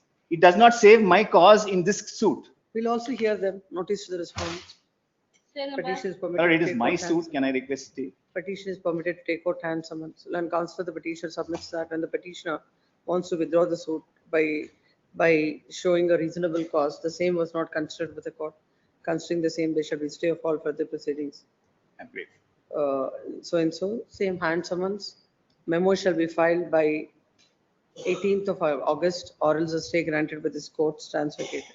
Channel number and 24, not counsel appearing also, no? Yes, great. Ravindranath K. Lord, Lord, it's a divergent finding, Lord. 39/112 application has been filed by the Lord respondent herein. Lord, he has filed a suit for Lord only bare injunctions. Lord, only on the basis of that, Lord, subsequently, Lord, only 222/23 has got MR. So on that basis, Lord, he has filed a suit against defendant for Lord for injunction, not to disturb the Lord his peaceful position. He said, but he's in Come to the order. order, Lord. The first trial court order, Lord, that page number. Both are concurrent, will go to the appellate court's order. No, it's a divergent. Huh? Divergent. Yes, yes. Lord, kindly come to Lord the para 30, page 32, Lord, reasoning by the trial. 32. 32, in page number 32. Lord, internal page number 5, Lord. Para 10, Lord. The reason given by the Lord. One page order. 32. Huh? One page order. No, this is a trial court order, Lord. That's what I'm saying. Trial court order, one page order. Same, Lord, even first appellate court Let's also, see. Lord, says. Paragraph 10. Lord, paragraph. The plaintiff in support of the application has. Put is for bare injunction. Bare injunction. because, my lord, he says only in. Let's read it, Yes, let's please. read it. The plaintiff in support of his application has produced the several documents. To prove his ownership, the plaintiff has produced the RTC pertaining to the suit property and also produced the MR H 24 but 22-23. On pursuit of those documents, prima facie, it appears the plaintiff claiming ownership and possession over the social property based on MR 3 of 1991. The plaintiff also Who is the produced. plaintiff? Lord, plaintiff is the Lord, he says he is the owner of the property. Kindly come to the Lord page, because in the RTC, Lord, two names are reflecting. Not only the, Lord, the first appellate court order, Lord, page number 25, para 11, Lord. Because two names are reflecting the RTC, but one person's filed a suit. For a moment, Lord, page number, in page number 11, 25, Lord, internal page 11, para, Lord, 18, last line, Lord. Lord, on 2021, 24, 25, the name of plaintiff and Venkatama is appearing. That is a first appellate court reasoning. Lord, without. It is dismissed by the trial court. Come Yes. to the appellate court's order. Appellate court must reverse that order. Lord. Let's He see says, Lord, on the basis of this, Lord, the first appellate court. Let's read it, Mr. Please come to Thompson, Lord, then page. you can make your submissions. Please, Lord, 25, page number 25, Lord. In page number 25, para, Lord, internal page 11, para 18, Lord, last line, Lord, the trial court say, first appellate court says, Lord, the last line, Lord, in the plaintiff and, Lord, your lordship got, Lord, 21, 22 and 24, 25, the plaintiff and Venkatama is appearing in the RTC. But one person has filed a suit. I'm saying we'll continue reading this order, Mr. Counsel, then you can make your submission. Which kindly paragraph is relevant? 18 and 19 is implemented for the first appellate court. Come to paragraph 18. Lord, page number 24. Yes. From the pursuit of the record appears that the appellant has produced the copy of the MR 3 of 1991, according to the which, after the death of Bogaya, the Tashildar has ordered to be muted Kata in the name of the Venkatama and Ganganamaya. That is the first, the only plaintiff. Who is the plaintiff or appellant herein with respect of the properties bearing survey number 118 so and so, Lord. The above said mutations clearly goes to show that after considering the application, the Tashildar has ordered for mutation. Further, it is relevant to note that the record of rights pertaining to suit properties, survey number 50/1 for the year 1960-70 or 70 stands in the name of Bogaya, and column number 9 and 12 are also reflecting the name of Bogaya. Further, the RTC pertaining to the year 1976 to 90, the name of Bogaya is appearing in column number 12, and in RTC pertaining to the year 1991 and 2002 and 2021 to 24 and 25, the name of the plaintiff and Venkatama is appearing. The above said record, the rights clearly establish the position of the plaintiff over the social property.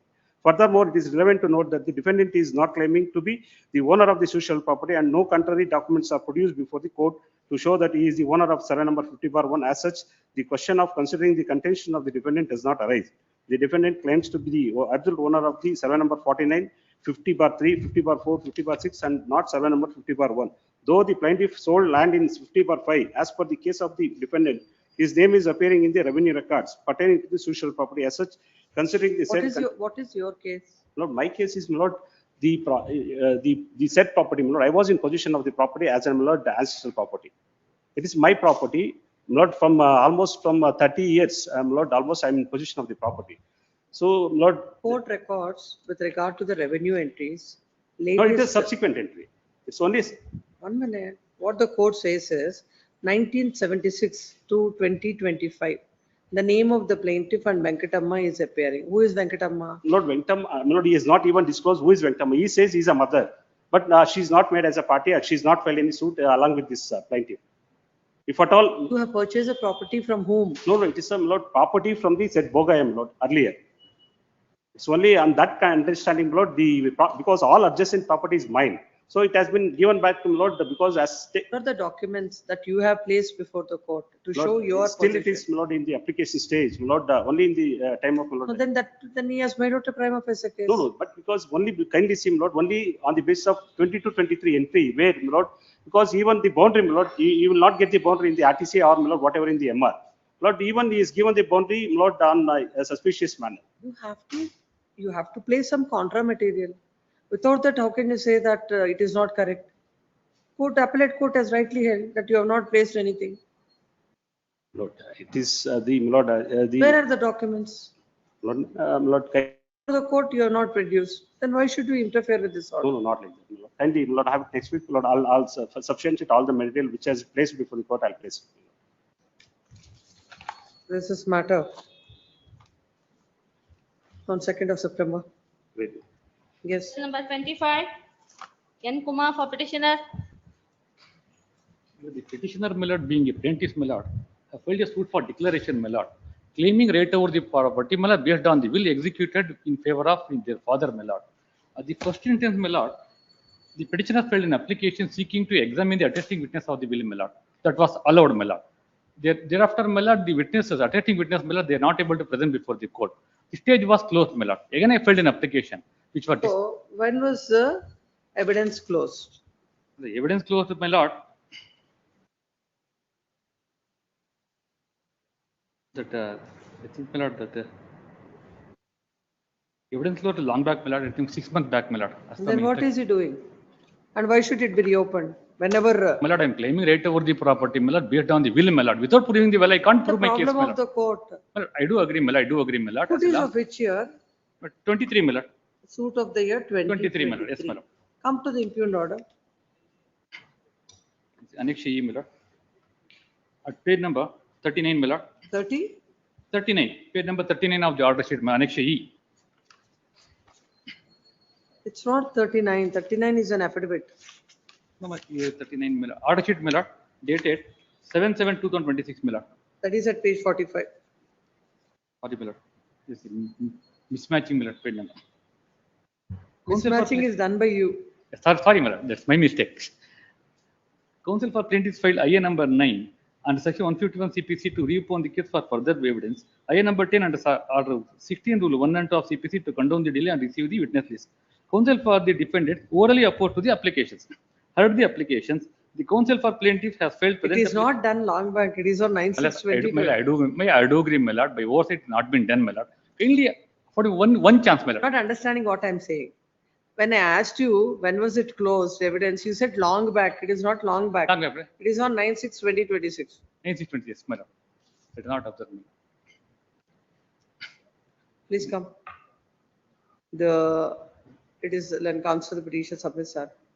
He wanted to examine the attesting witness to the will, basing on which he is seeking a declaration of his title to the property. As they could not present the witness for examination, the evidence of the plaintiff is closed on 9/6/2026, and immediately they have filed an application to reopen the case that was dismissed by the court. Unless the witness is examined, it would not be able to prove the will, and it would cause a lot of hardship to the plaintiff.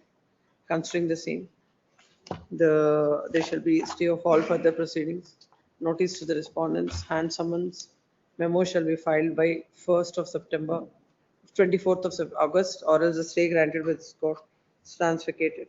Yes. Cell number 26. For petitioner, my lord, filed defendant's petitioner, my lord, I had filed two applications, IA number 4 and IA number 5. Both the applications came to be dismissed, my What lord. is IA number 4? IA number 4 was filed under Order 3, Rule 2 CPC to produce this specific power of attorney, my lord. Earlier, the defendant had produced a Then power of IA attorney. number? Another IA number 5 was filed under section 151 CPC to seeking permission to file return statement, my lord. The delay of 120 days in filing return Is statement. it a commercial suit or a regular suit? Regular suit, my lord.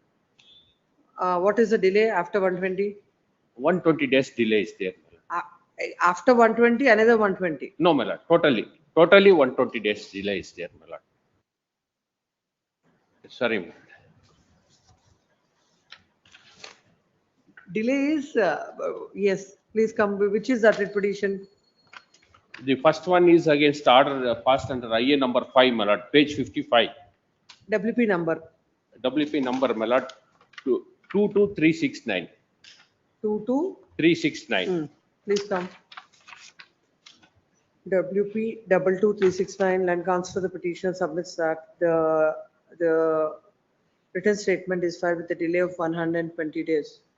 And the court has failed to take it on record. It is submitted that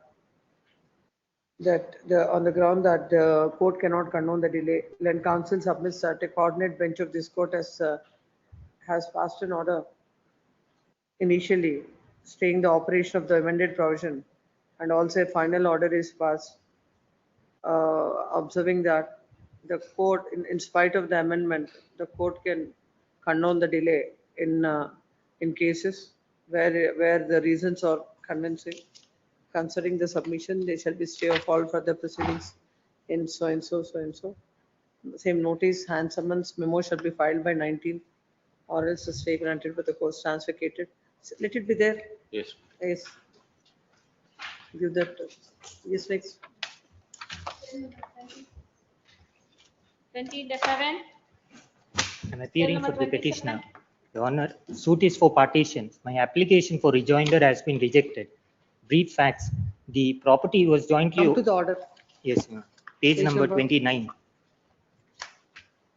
The operative portion is at page number 35.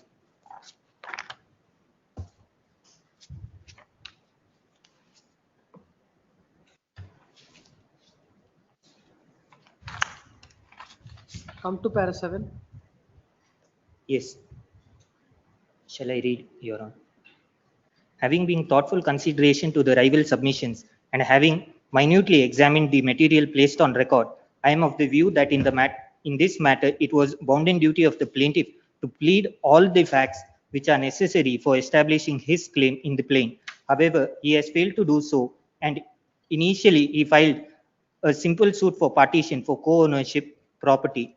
After the filing of the written statement by defendant number 1, the plaintiff intends to file No, a how can by way of a rejoinder, how will you seek how will you amend the prayer? What had happened is I had filed an application for amendment. It was allowed, and it got remanded stating that the other side was not heard. Again, it was allowed, and the High Court, while passing. As of now, this prayer of relief of declaration is Yes. already on record. It was set aside by this Honorable High Court, saying that the remedy is to file rejoinder. That order is at page number 82.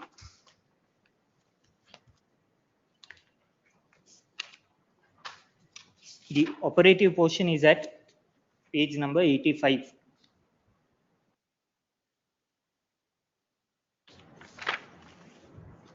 I would like to read paragraph number 3. Yes. The first respondent suit is for partition. After the petitioner appeared before the court and filed a written statement, the first respondent filed an application under Order 6 Rule 17 to amend the plain. If the nature of the amendment sought by the first respondent is seen, it looks like meeting the averments of the written statement. Though the first respondent has sought an additional relief of declaration that the settlement deed dated 5/1/1984 is null and void, it is needless to say that the first respondent seeks that additional relief after the petitioner made a disclosure of the settlement deed in the written statement.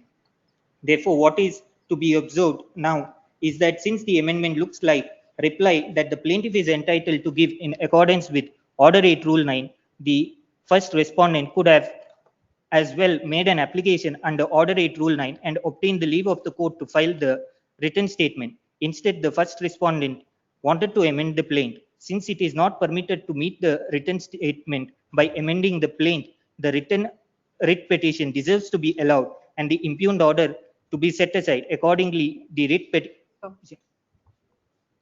Then counsel for the petitioner submits that. Earlier, he has filed an application seeking amendment of the pleadings by inserting a prayer that came to be dismissed, and he has come before the court, and a coordinate bench of this court has observed that he can file an application. So I can file a rejoinder and also seek the relief of declaration. And now when he has approached the court by way of this application, by filing the instant application, the same came to be dismissed without considering the earlier order passed for the court. Considering the same, the dispense notice to 4 to 11. considering the same, they shall be stay of all further proceeding pursuant to so and so. The memo is filed seeking dispensation of notice to 4 to 11 respondents. to 11 dispensed with. Shall take out notice on counsel appearing for the respondents 1 to 4 and shall file a memo to that effect by 18th of August, or else the stay granted the discourse stands vacated.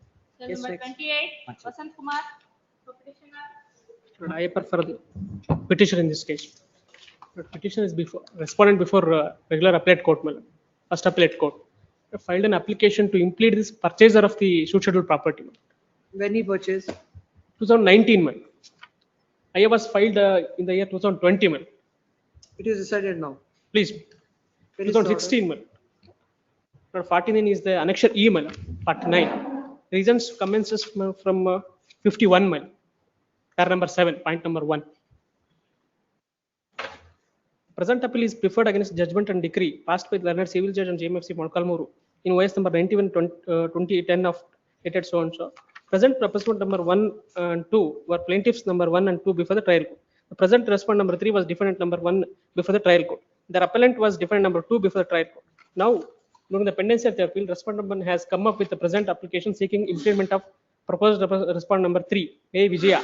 As Ramareddy is already on record as respondent number 3, the application ought to have filed to get aforesaid Vijay as a proposed respondent number 4 instead of proposed respondent number 4. However, as the same cannot be ground for dismissal of application. This court proceeds to consider the application on its merits. It's pertinent to note that during the pendency of this application, the original applicant, that is respondent number 1, Anjaneyulu, was reported to be dead, and his legal heirs by names Lakshmi, Ramareddy, Lata, Geeta were brought on record as respondent number 1A to 1D. Now, the petitioner submits that during the pendency of the appeal, when the proposed applicant has purchased the respondents have sold the property in favor of the proposed applicant, then application is filed under order 1 rule 10(2), that with 161 151 CPC. The court only on the ground that section 52 of the Transfer of Property Act applies, as he is a pendently purchaser, has dismissed the application. It is submitted that it would unnecessarily lead to multiplicity of proceedings, and the court has failed to consider that is the proper and necessary party. Consider the same, they shall be stayed. Notice to the respondents. Hand summons 17. Yes, next. Notice to R2 and R2 and R3 are the respondents sailing with us, Malad. Only R1 and R2 is R4. Notice to R1 and R2 and R3 is dispensed, may be dispensed. Notice only to R1 and R4 may be issued. R1 to R4 notice, R2 and R3 3 dispense. Dispense. Please. Memo is filed. Yes, next. Claim number 29, VC Sudeep. Yes, appealing for the petition, my lord. In the execution petition, my lord, an application came to be filed, my lord, for issuance of arrest warrant under order 21 rule 37. Objection. The order. Order is one line order, my lord, page 32. Judgment debtor not present, paid decretal amount, issue arrest warrant if PF paid. Before that, what happened? My lord, page 31, my lord. Kindly take page 31. My lord, last line, my lord, for hearing on IA2, colon 56. My lord, on 56, the PO was 23/1/2026. Counsel for the decree holder present. No representation from judgment debtor. 12/2/2026. Decree holder and judgment debtor are present. My lord, 23/4/26. Then again 25/2/2026. Land counsel for the decree holder present. No representation for the judgment debtor.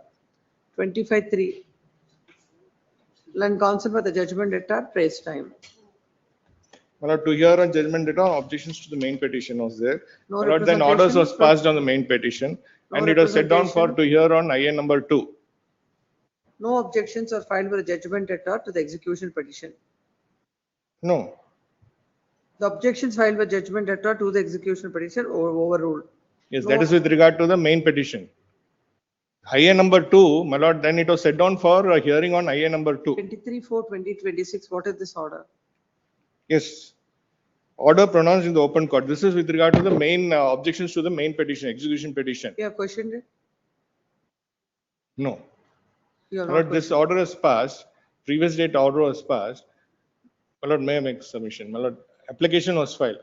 My lord, it's a suit for eviction and arrears of rent. My lord, the decree judgment debtor did not know that the proceedings was pending. Delivery warrant was issued. They have taken possession. Only then he came, realized that there was an execution petition. We entered appearance on, my lord, though the execution In the petition. dates. Yes. My lord, then an application came to be filed. 23/4/2026 order is not questioned, where all your objections are overruled. My objection to the main petition is overruled. That you have not questioned. No, my lord, I'm in the process of questioning it. You should No, question because once the reason, my once the lord, execution is no, closed. reason is, my lord, we have paid the amount. whatever is the reason, when there is an order staring at you, are you not supposed to question it? 23/4/2026 is the order, That's where all your objections are overruled. What does it mean then? No, my lord, when application is filed for hearing on IA number 2, my lord, so far as issuance of arrest warrant, there are certain particular guidelines That which are has to there. be followed. That are there. Then what? My lord, it was posted for hearing on IA number 2. IA number 2 on 5, No, my I lord, just next wanted to- day, I just the wanted PO was the- transferred. I just wanted one clarification. Yes, ma'am. Execution is filed. Yes. For the main execution petition, you have filed your objections, why it can't be executed. The court has overruled all your objections and passed an order. Yes. My lord, suit is not contested. I agree, my lord. I understand what Everything, your for lordship is everything, you coming. can't I have have not your filed, own, I have not filed, I have not challenged it. I am in the process of challenging it, my lord, main order. My lord, so far as this application is concerned, that was pending, my lord. It was posted for the stage of hearing. My lord, that then the PO was transferred. The new presiding officer came into, he didn't see the previous thing at the stage, and he has passed an order saying that he has not paid the decretal amount, issue arrest warrant. My lord, when the application is pending, my lord, What there are- application is pending? IA number 2 for issuance of arrest warrant. And that application, I have filed my objections. And that was posted for hearing. So when that application for issuance of arrest warrant is pending for hearing, my lord, the court without hearing and passing a detailed order, When was the judgment and decree passed? judgment and decree passed, my lord,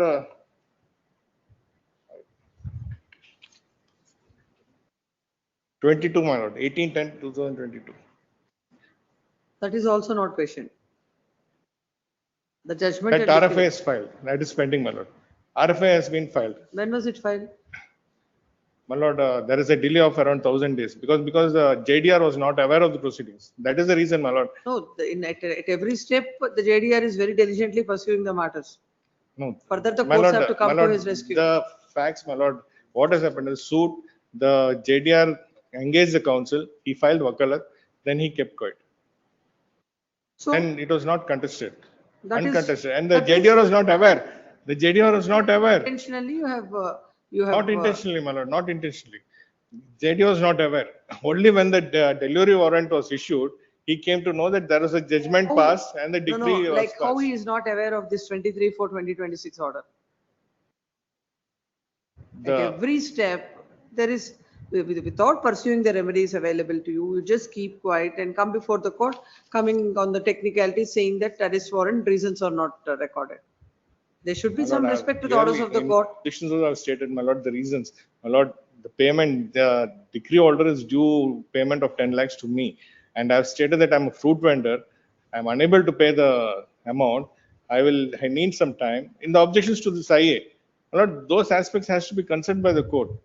My lord, there are certain section 51 and the court, Supreme Court and high courts have held Judgment that. debtor understands the procedure as far as it is convenient and it is for his benefit. He is to fail to understand the procedure which he has to follow and My which is lord, not to his benefit. My lord, the suit which is uncontested, execution petitions, I file my objections to This the main petition. 23/4 order, 23/4/2026 order, not questioning this order itself, speaks volumes about the manner in which and the conduct of the judgment debtor.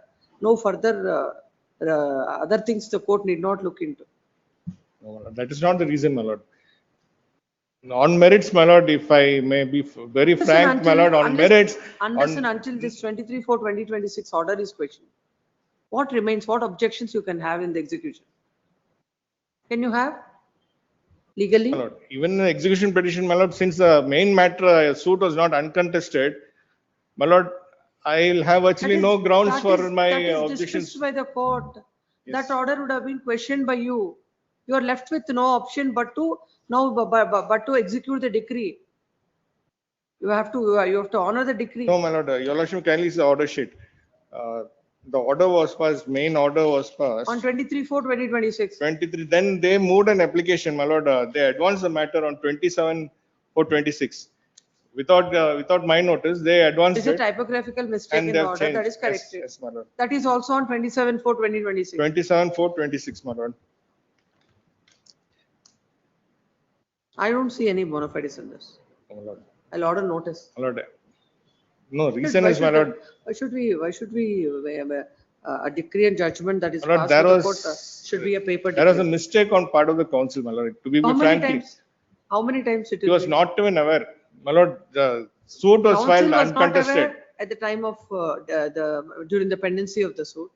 Council is not aware even in the execution proceedings. No, execution when petition, you're my lord, already on a objections weak, was filed to the main footing. petition, my lord. Only this 27/4/2026 order, my lord, that has to be challenged. What is the decree? Decree is for eviction and arrears of rent. What is the area? What are the areas? Arrears, my lord, including interest, now they're claiming 18 lakhs, my lord. Some amount you pay, otherwise I'll not stay this. Lord, he's No. before this court. Ask also, my you, yeah, let him pay some amount, only on that condition I will stay the execution, this operation of this order. Call at 2:30. Or you ask your client and tell the court officer will call the matter. Yes. Cell number 30, Rashmi Deshpande for petitioner. Appear for the petitioner's counsel. Yes. Defendants 1 to 9, who were respondents 1 to 9. Respondents 1 to 9, no, they were employees of the appellant company. What is the suit for? But petitioner company, but suit, my lord, is to prevent infringement of, my lord, they were employees of mine who have taken away a whole lot of data. So to prevent infringement of my copyright in those matters is the gist of the suit. What is this company and what is the nature of The nature of the company, my lord, the company is engaged in the business of, my lord, Exploring Infinities Yes. Private Limited. it's essentially, my lord, education-based company where online, my lord, they prepare course materials to help students with online process of studying, etc. But we have our own methods of doing things. And it's they've been fairly successful in what they do. Defendants 1 to 9 were my employees. Now, my lord, between November of last year and February and April of this year, my lord, the 9 of them left the employment of our company. But we did not think anything was amiss until, my lord, suddenly we started realizing that, my lord, they had copied en masse the entirety of our database. I'll point. So then what is the suit filed for? Suit is to prevent them from infringing my copyright in those. What is the IA? There were a couple of IAs. In fact, the court below has granted me an order not to infringe. But, my lord, I am on before this honorable court against, my lord, I had sought a relief in the nature of ante and pillar, because to say that please appoint a local commissioner to go identify, look, and record whatever is the existing data that has been copied and in their possession. Come to the impugned order. My lord? Impugned order. Impugned order. My lord, impugned order, my lord, is at page 35. Kindly go to page 37.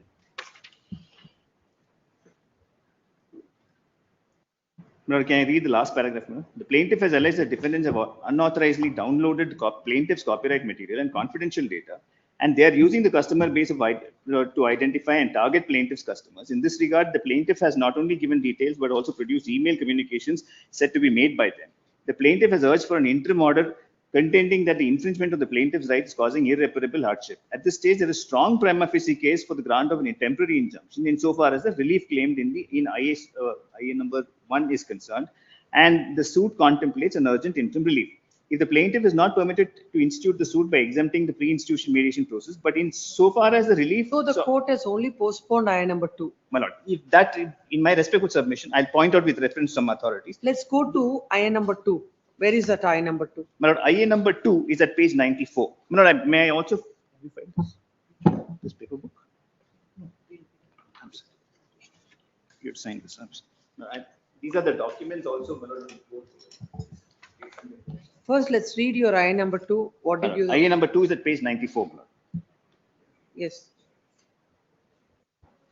The counsel for the plaintiff most humbly prays that this honorable court may be pleased to grant an ad interim temporary injunction, restrain defendants, and allow the present applicants and appoint a local commissioner to visit the premises of D10 at the address of Bright Champs Tech Private Limited, first floor so and so, to execute the commission with the directions in the interest of justice and equity. Now, I point out to my lord in my affidavit, a rather slightly longish affidavit, in which, my lord, I point out that, my lord, they have taken away this material, and, my lord, at this point of time, if a local commissioner is not appointed, my lord, we will not be able to trace it at all.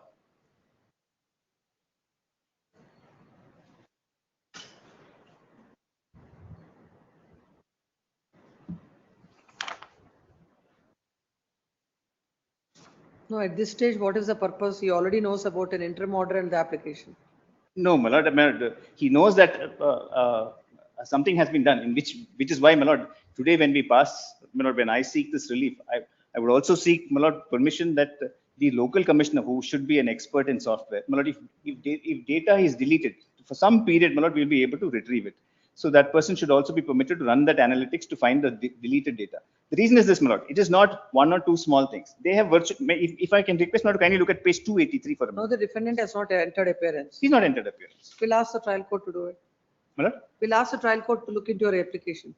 Well, the court has ordered notice on my application. That's what I say, the court has to decide it. I'll decide it within 3 days from the date of receipt of the copy of the order. Very good. Please come.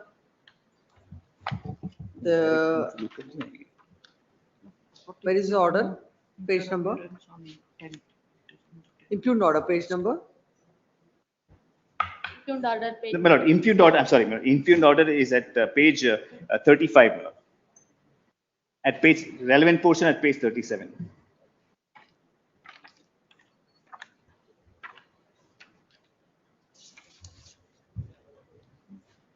The petitioner is agreed with the orders, agreed with the order of the court dated 16/7/2026, wherein the court, while granting an order on I number 1, has only issued suit summons on I number 2. It is a submission of the counsel appearing for the petitioner that the court, by way of I number 1, considering the prima facie case, balance of convenience and irreparable loss, has felt that has even dispensed with the pre-institution mediation process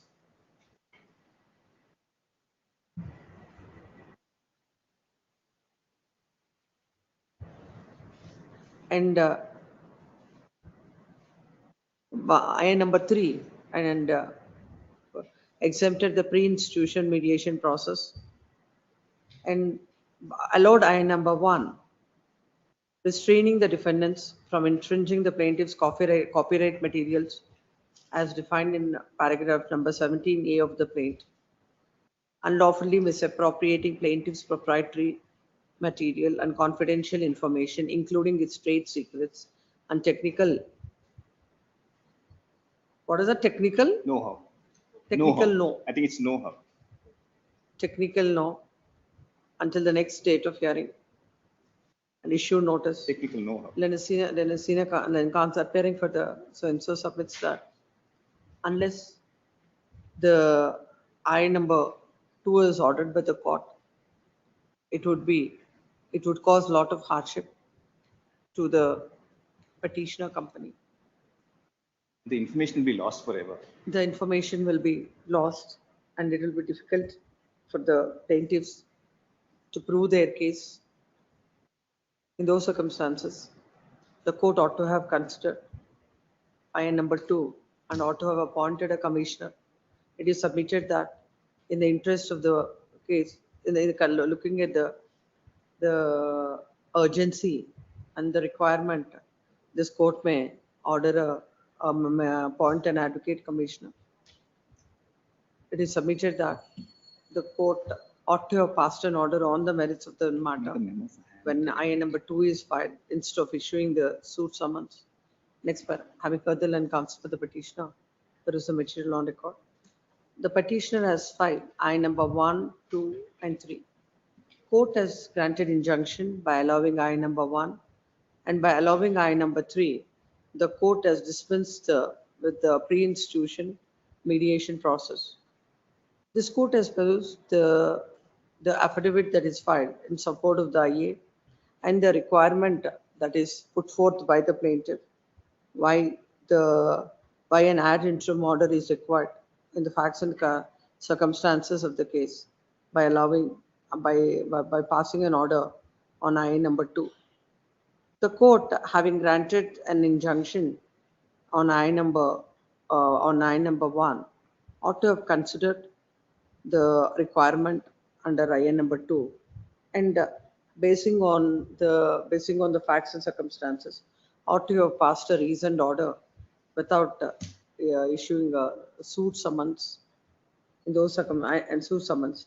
And at the same time, this court is not inclined to appoint an advocate commissioner, as that has to be done by the court after considering the facts of the case and the requirement of passing such an order on I number 2. In those circumstances, this court is passing the following order. The writ petition is disposed of, directing the court to consider IA number 2 in accordance with law and pass an order on the merits of the matter, notwithstanding the fact that the suit summons were not served on the respondents within 2 days from the date of receipt of the copy of the order. Cell number Can 31. I request hand delivery of the order? Hand delivery. Yes, please, sir. Cell number 31, Jyoti SK.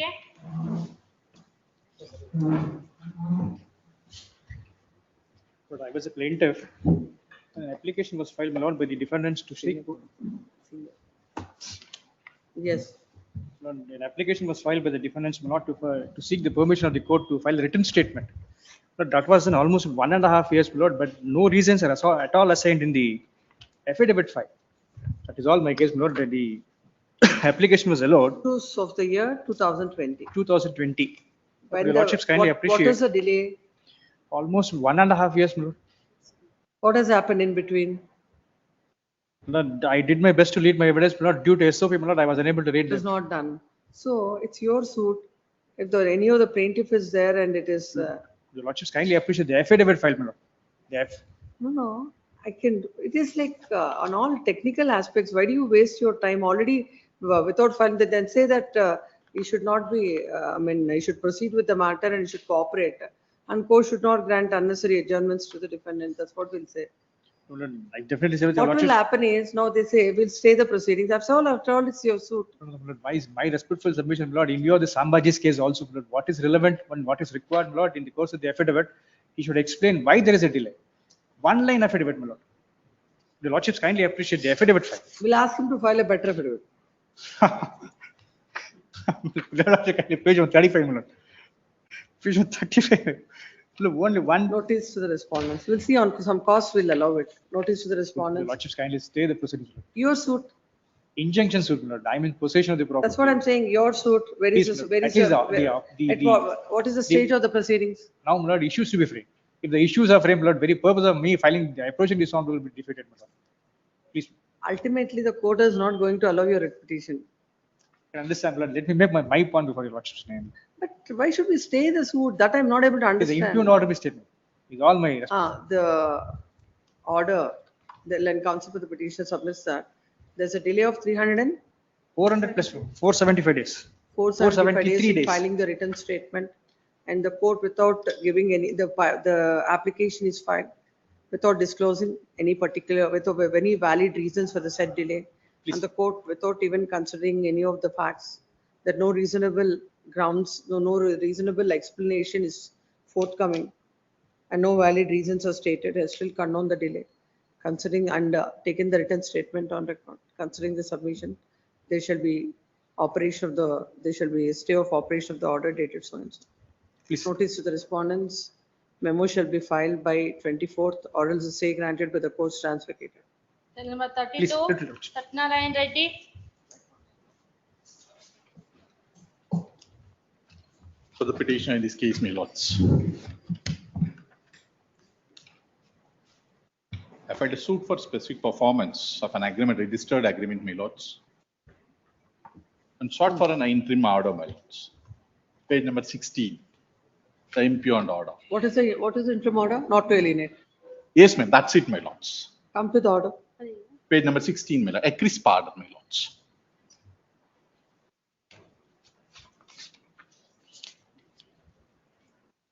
Immediate notice is issued. Yes, my lords. Please come. My lords, here is my lord, there is a threat because my lord's entire sale consideration has been paid in. I will ask the court to decide it within a week. Yes, No ma'am. interim orders from this court. Agreed with the order dated so and so, dated 23/6/2026, whereby the court has issued emergent notice on I number 1, which is a file seeking an injunction restraining the defendants from alienating the property.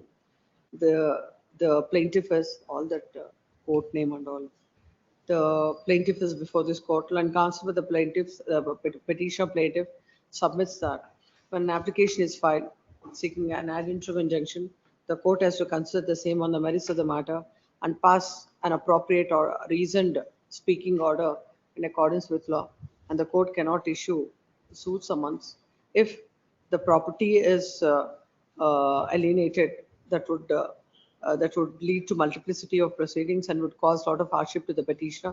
And all these aspects were not considered by the court. He relied on a judgment of the coordinate bench of this court in so and so, same.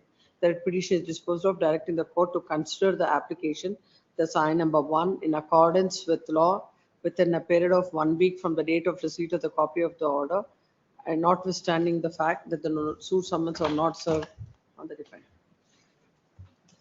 Same name. Cell number 33. Grateful, my lords. Again, Krishna Swami. Yes. My lord, I made an application under order 1 rule 10. Court allowed it. Plaintiff was directed to amend the plaint. He refused to amend the plaint. He did not come. I was present before the court. Court passed an order at page 76 as Order 1 amendment. rule 10 is filed by you or by him? Suit is filed by him. No. Order 1 rule 10. Order 1 rule 10 was filed by me. And I requested the court, at least office may be directed to amend it or I may be permitted to amend it. The court has passed an order as per page 76. As amendment not carried out, How can he refuse to carry amendment? my lord, the plaintiff has refused, though there is a direction by the court to carry out the amendment, they have not done. Now the case is posted for orders. Page 76. What is this order on IA number 4 is your amendment petition? 4 is amendment, that was But, allowed. how can the court say has no effect? It has no effect, it says. In fact, having passed an order, that it cannot nullify. Then counsel for the petitioner submits that they have filed an application under order 1 rule 10 to impede themselves in the pending suit, which is filed. Suit For recalling the order passed. Suit is for declaration. Suit is for declaration. You are questioning this 34/2026 order. Yes, ma'am. It is submitted that once an application order 1 rule 10 is allowed, it's for the plaintiff to carry out the amendments. Just because he has failed to carry the amendment, the court passes an order saying that orders have in I number 4 of 26 has no effect, which made the petitioner to come before the court considering the submission, stay of all further proceedings, notice, hand summons, same by 18th or else the stay granted by this court stands vacated. Next. What happened in that? 29 crossover. 2 lakhs, my lord. Huh? 2 lakhs sellable. Arrears of rent, my lord, is 1,88,000. 30,000 additional mean profit the court has ordered. Arrears of rent is Please come. 1,86,000. Learned counsel for the petitioner submits that the court had issued arrest warrant as a judgment debtor not present and paid the decretal amount. It is submitted that the court before issue, just because the judgment debtor is not present, that itself is not a ground for the court to issue the warrant. It is submitted that the court has failed to follow the procedure contemplated under the CPC. Considering the submission, this court, it is submitted that it's a suit for eviction and arrears of rent, recovery of arrears of rent, and the arrears of rent is an amount of rupees 1 lakh. My lord, 1,88,800. 88,800. And Now mean profits, my lord, the 30,000. EP is filed for an amount of rupees 18 lakhs. concerning the submission of the land council for the petitioner, there shall be stay of all further proceeding pursuant to the order dated 9/7/2026 on the condition that the petitioner shall deposit an amount of rupees 2 lakhs within a period of 4 weeks, and the respondents are at liberty to withdraw the same. The same hand summons. Memo shall be filed by 18th of August, or else the stay granted by the court stands vacant. Cell number 34, Adi Narayanappa for petitioner. Petition, Lord. Yes. Plaintiff's petition against the suo motu order passed by the trial court under section 10 of CPC. I had filed the suit for bare injunction in respect of the suit schedule property. Kindly turn to the plaintiff at page 94, annexure H, my lord. What is the suit number? My suit is OS number 12 of 2025. It was filed during vacation. At that time, it was numbered as OS number 293/2024. Yours for Subsequently, permanent injunction. my suit is for bare injunction in respect of the suit schedule property. Hmm. The respondent herein had filed suit in OS number 2166/2021 seeking the relief of declaration of my sale deed as null and void and not binding. When did you purchase? I had purchased in 2010 on 17/4/2010. My predecessors had purchased in 1956. Who is the defendant in your suit?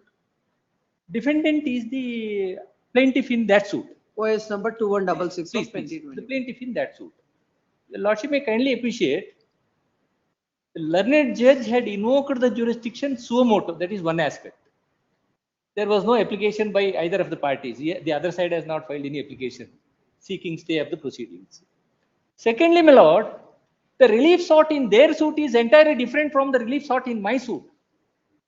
I have sought for the relief No, of... he is saying that he is the owner of the property and the sale deed, your sale deed has to be set aside. He is challenged. He has challenged. On the strength of your sale deed, Please, my you lord. say that I am the owner of the property, there shall be injunction. Please, my lord.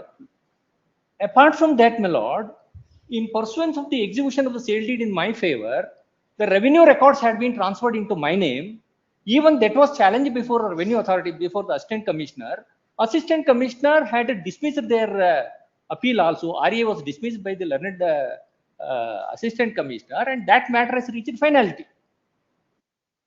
So far as the revenue records are concerned, they are in my favor in furtherance of the sale deed executed in my favor by my vendors. My vendors are not the parties before the trial court in the other suit.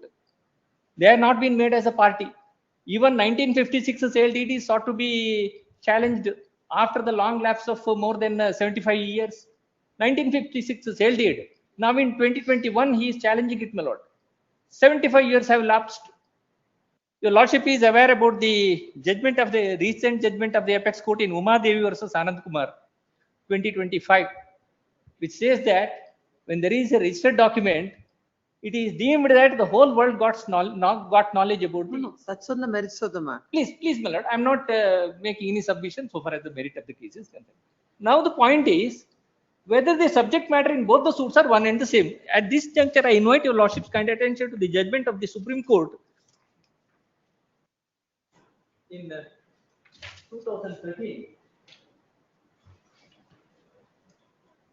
Between the same parties, one is Between the same parties, that is not Suit for sufficient, suit but for the declaration, subject suit matter for should be the injunction. same, because there the relief sought by them is different. Here the relief sought by me is different. No, for example, your suit for My suit for bare injunction based on possession. Your suit for injunction will be declared, will be decreed. Please, my lord. Then its suit for declaration and injunction will be decreed. If their suit is decreed, my lord, if their suit is decreed, then there may be cloud in my title. I may have to seek necessary remedy, or ultimately I may lose the possession. That's a different thing. They have to seek the possession because their suit is for bare declaration. They have not sought for an injunction. Order 2, Rule 2 is on their way. They are not seeking any relief of possession. No, according to you, your suit for injunction and their suit for declaration can be independently Please, decided. It can be independently decided. It can Let's be come to the independently order. decided. Let's come to the order. First come to the order, then we'll go to the judgment. Please, please. Your lordship will find it at page 42. 40? 42, annexure A 42. Yes. The operative portion, your lordship will find it at page 45. And So 2021 is a prior suit. please, my lord. You Their are a suit is party, earlier you are suit. being a party to the said proceedings. I am You a will party file to the a- said proceedings. You will file a separate suit for injunction. Please, my lord. I have not made any counterclaim there. I could have made an application for account. I could have claimed, made a counterclaim also under Order 8, Rule 6A. That has not been done. On the other hand, I have filed an independent suit. So far as their suit is concerned, there is no interim order. So far as my suit is concerned, the trial court had granted interim order in my favor. Injunction was granted in my favor. Now, by virtue of this order, my lord, even that has also gone. Let's see that. I'm permitted to read, my lord. Yes. This is a suit filed by the plaintiff for perpetual injunction to restrain the defendants and his representative from interfering with the peaceful possession of the plaintiff over the suit property. During the due of this suit, learned counsel for the defendant submitted that already another suit bearing OS number 2166/2021 is pending before the Honorable Third Additional Senior Civil Judge, Bengaluru, Rural District, between the same parties pertains to the same suit property. Hence, the learned counsel for the defendant submitted that this suit is not maintainable in view of due OS number 2166/2021 before the Honorable so and so. The Lords may kindly note, no application is filed. Learned counsel for plaintiff acknowledged regarding pending of OS number 2166/2020. It is a factual aspect. Whereas he contended that there is no prohibitory order against the plaintiff of this case in OS number 2166/2021. As such, this suit is maintainable. The certified copy of the plaintiff in OS number 2166/2021 is on record. The defendant of this case has filed said suit against the plaintiff of this case for the relief of declaration to declare the sale deed dated 19/5/2010 as null and void for permanent injunction to restrain plaintiff in this case from disturbing the peaceful possession of the defendant of this case suit property. Further, it is noticed that the suit property is also same in both the suits. Mere due of another suit between the parties cannot be. Yes, I have seen this. I've seen the order. My lord, I've seen the order. please, my lord. Therefore, now my submission is, in their suit, they no doubt they have challenged my sale deed. They have challenged my title deed. That is there. But that itself is not sufficient to hold that this suit is not maintainable. Section 10.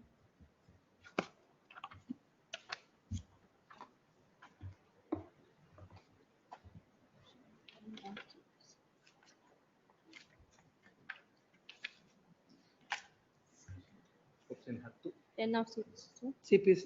CPC. May I pass on, my lord? I think she has it. You that? Get some normal books where you can find the. Yes. May I read, my lord? Yes.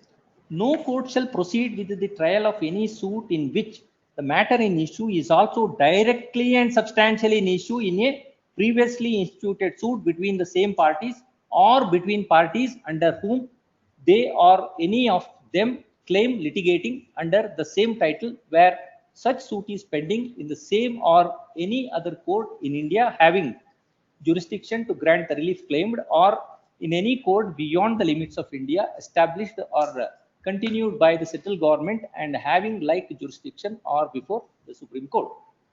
The pendency of a suit in a foreign court. Yes.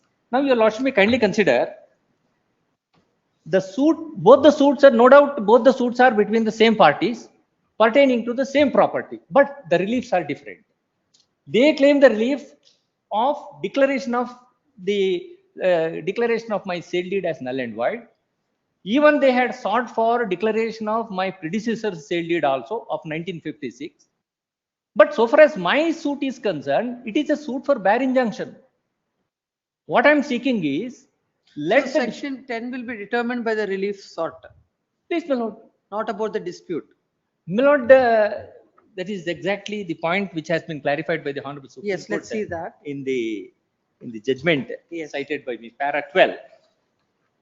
And here, in fact, the Honorable Supreme Court, para 12, at page 964, my lords.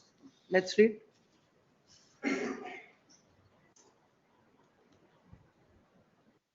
As observed earlier, for application section 10 of C, the matter in issue in both the suits have to be directly and substantially in issue in the previous suit. But the question is what the matter in issue exactly means. As in the present case, many of the matters in issue are common, including the issue as to whether the plaintiffs are entitled to recovery of possession of the supremacies. But for application section 10 of CPC, the entire subject matter of the two suits must be the same. This provision will not apply where few of the matters in issue are common and will apply only when the entire subject matter in controversy is the same. So the entire Where are you reading this? My lord, para 12, my lord, para 12, page 964, my lord. Yes. Right, in the right side it is The 965. entire subject matter of the Please. suit must be the same. Please, my lord, the entire subject matter of the two suits must be the same.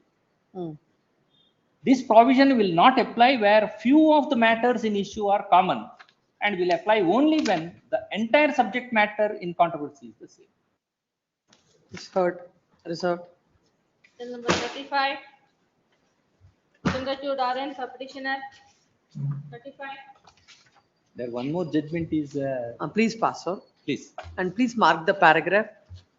Please mark the paragraph and please give it to the court officer. Yes.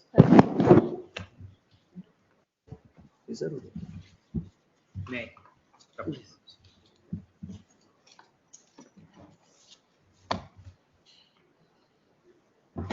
Lords, I have challenged the notice at annexure K, Lords. Come to the prayer. Lords, the prayer is to quash annexure K, Lords, where I am running a resort. Lords, now, Lords, the respondents issue a notice saying that, Lords, the construction. Name of the councils.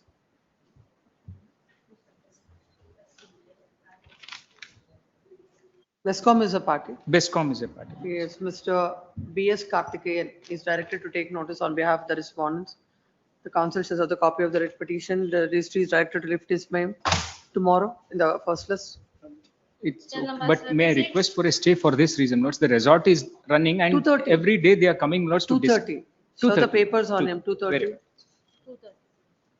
And I tell shall him- serve and come back, Lords. Tell him that I want him to get instructions by 2:30. I shall do. Or else orders will be passed on the merits of it. Your Lordships has given notice to Mr. Karthikeyan, B.S. Karthikeyan. Karthikeyan. I'll do it. Till number 36. Sabal Sultana for petitioner. May it please, my lords. I beg to appear for the petitioner.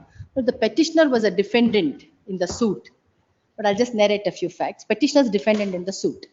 The suit is for declaration that some portion of the property is the property of the plaintiff. Now, defendant came on record and said that this portion is in the larger notified Waqf property. Therefore, it is a Waqf property and not your property, is our defense. The learned judge made issues on whether to be proved. One of the issue is whether the court has jurisdiction.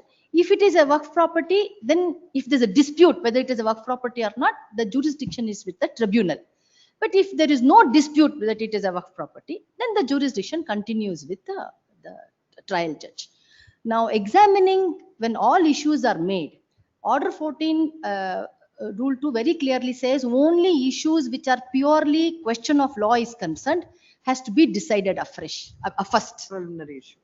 As preliminary issue.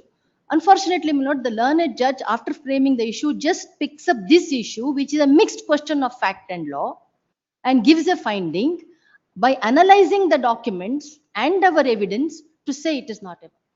Let's see that. Lord, that's my grievance. Lordships will see from the impugned order, my lord, starts at page 14, Annexure A. The petitioner before my lords is defendant number 3, the board. Then, my lord, all our submissions are recorded. Reasoning starts, my lord, points. But I would like to show you, lordships. But you had no objection to decide it as a preliminary issue. No, we have an objection, my lord. It is a mixed question. Nobody has made an application. You please decide it. Kindly see para 3. After completion of pleadings of both the parties, this court has framed issues wherein this issue treated as issue number, wherein this court Way back on 39/2012, itself this issue was treated as a preliminary issue. it was treated as, no, it was only treated as an issue. I have produced the issues. Kindly see the issues which are filed at page So he's 28. talking about as a suit of 19. He refers to 39/2012. If you look at para number Yes, my three, lord, there appears to be some mistake. Your lord, I also missed it. It appears to be 2000, the Let's see the issues issues. were framed on 39/2022. Although by, I think looks like a typographical error instead of 22. Where is that? Where are But the issues, your lordships, will see page 28. Sorry, my lord. Yes, page 28. Yes, page 28. There is no something like a preliminary issue quoted. All issues are numbered one against the other. So we did not know. Nobody wanted it to be decided. No, exactly. Kindly see, even the learned judge says, after completion of pleadings, both the parties so and so, wherein this court treated issue number 6. My lord, such is not permissible is my first humble submission. Learned senior counsel representing the learned counsel for the petitioner submits that the issue with regard to the jurisdiction, as it is dealing with both the question, it's not a question of alone law, but the court has to look into several evidence, look into several documents, as it's a question of fact and law that cannot be decided as a preliminary issue. However, the court, without any application, without on its own, has taken it as a preliminary issue and passed an order whereby the court has held that it has got its jurisdiction. That it has got jurisdiction. Has held that the court has got jurisdiction. As it is not a work property. And it is a court has also given a finding that it is not a work property. Considering the submission, there shall be stay of all further proceedings pursuant to so and so. Notice to the. Lord, I'm relying on a decision also if my lord stands. The notice to the hand summons on the counsel appearing for the respondent. The memo shall be filed by 18th of August. If the memo is not filed by that time, the stay granted by this court stands vacated. Number 37, Harish Kumar. Yes. Here for the petition. My lord, the application filed under Order 14, Rule 5 for framing additional issues have been rejected. What is the suit for? Suit for declaration in possession. What were the earlier issues? Let's see. My page number 32, Annexure C. My lord, whether the plaintiff proves that the unregistered partition deed dated 5/6/2002 is fraudulently created by the first defendant and the same is not binding on the plaintiff. Whether the defendant number 1 and 2 prove that the first defendant purchased the suit schedule property from the plaintiff for a valuable sale consideration as contended by them. Then whether defendant number 1 and 2 further prove that instead of obtaining registered sale deed from the plaintiff, they obtained the unregistered partition deed. Please come to the IA. Please, page number. The next page, my lord, is the additional issues which we thought to be. Page number 34. My lord, whether the defendant number 1 and 2 prove that proceedings conducted before the various revenue authorities initiated on account of the petition of so and so in respect of the suit schedule property in performance of the acts done by the father of the defendant number 1 in respect of the aforesaid proceedings and the suit schedule property as narrated in the paras 27 of the written state. Then whether the This doesn't look like an issue at all. no, the next one. It looks like a defense. The next one, my lord. Whether the defendant 1 and 2 prove that the plaintiff gave the possession of the suit schedule property to his brother Hanmantappa as averred in the para 27 of the written statement. Then, my lord, it is with regard to. Wanted these many issues to be framed. 12 issues. Yes, my lord. No, the defense is in such a. Come to the order of the court. Please. How the court has dealt with it. The court has said that 1 and 2, 2 and 3 has been framed and it includes all this. Page number 44. Para 9 mil. Yes. On the other hand, the defendants have filed their objection by objecting the application. But in this case, on perusal of the entire pleadings and documents produced by both the parties, Please take out notice, when, once we hear him, we'll see which issue, if at all arises for consideration after hearing. please. And someone's, if Matter the is memo is posted filed. for, matter is posted for cross-examination. No, I'll give a short date, let it Please. go on. The petition is permitted to take out hand summons on the council appearing with respondents and shall file a memo to that effect by 13th of August. If it is filed, list the matter on 14th August. Much. Then number 38. Madhusudan MN. Yes. Appearing for the petitioner in this case, my lord. My lord, this is the MC suit, my lord. MC suit, my lord. Suit for divorce, my lord. Wife has filed the divorce suit, my lord. Wife has filed the divorce suit, my lord. My lord, application as filed by the second wife, my lord, in this, for impleading, my lord. The marriage of the first wife is at 2001, my lord. 16/8/2001. Suit is for divorce. Suit is By for the- divorce. By the first wife, my lord. By what the second- petitioner, by the what- petitioner. Then what second wife wants? The second wife has taken already, she has taken the divorce, my lord. In the year 2025, my lord. Then she has No, implemented. you're telling it the other way. No. Petitioner is the wife, my lord. Now, in this petition, petitioner is the wife, Who is the plaintiff in the suit? Is the first wife. first wife.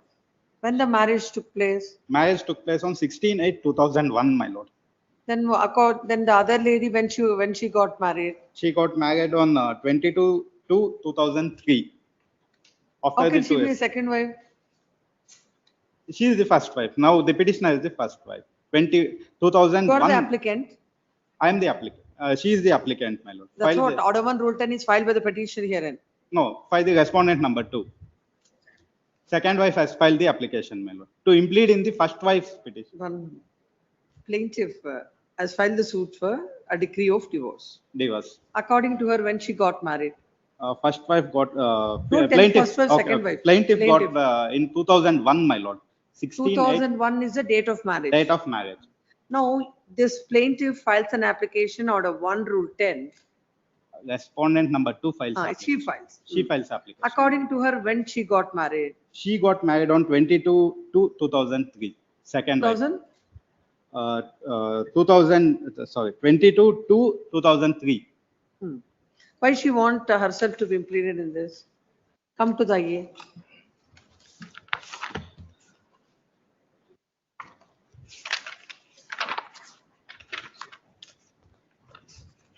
My lord, Annexure C, my lord, 34, my lord. Application.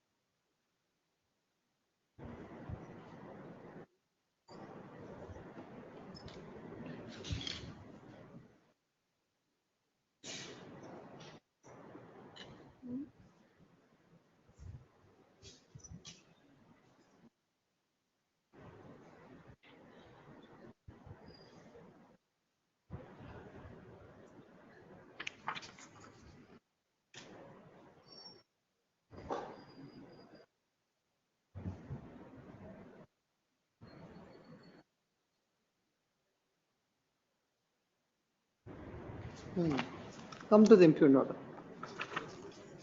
Impugned order for Annexure E 44, my lord. Court allows the application. Yes, in the facts and circumstances, she is necessary. My lord, In the facts and circumstances, it is necessary. my lord, in divorce, Filed a suit, she filed a suit for. she has already taken the Filed, yes. And she married in the year 2000. three, my lord. The court held that it is a valid marriage and the divorce was granted. Divorce was granted, my lord. But in that divorce also, she mentions about this marriage also, my lord. She also produces the marriage So certificate. all the more reason let her be there and both of you sort out the disputes before the court. Please come. Agreed with the order. Passed in I number 3 in MC number 402 of 2020. No, but family court matter, why is it coming before this My court? lord, how is it maintainable? It's not maintainable, my lord. In family court matters, she can't implead. That is the point, my lord. First of all, you cannot come before the court if it is a interlocutory order of the family court. Why they are listing like this?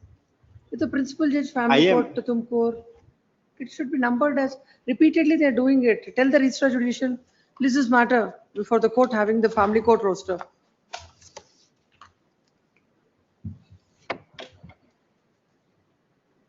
Yes. Sir.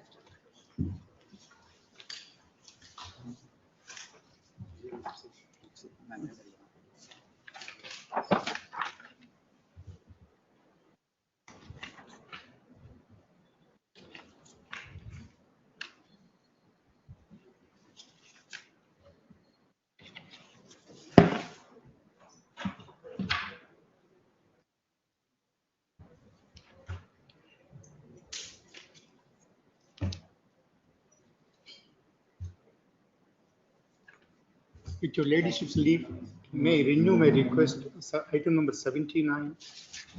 So please.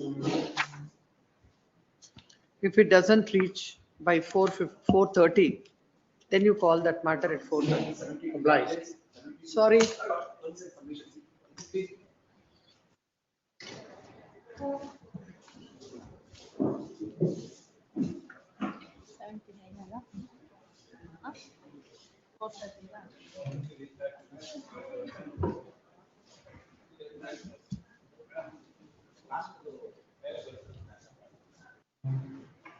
Sir, list wait, madam.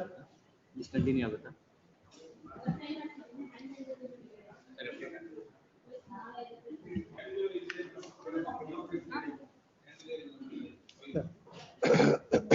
Sir 67 ಏನೋ adjustment ತಗೊಂಡಿದ್ದಾರೆ ನೋಡಿ sir ಬಗ್ಗೆ.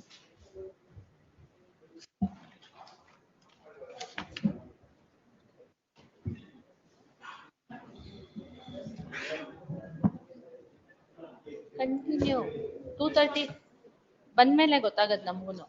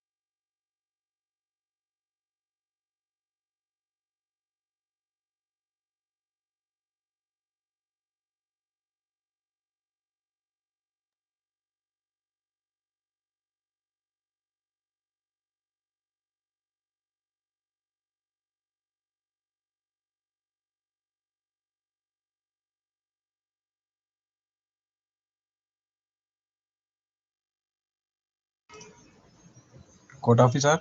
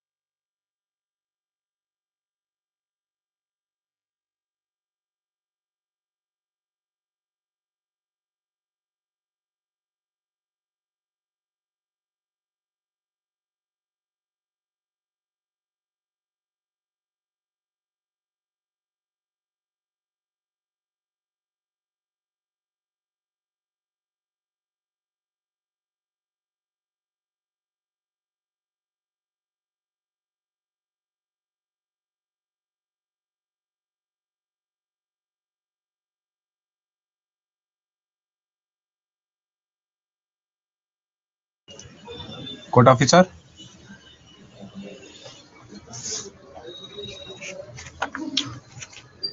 Really?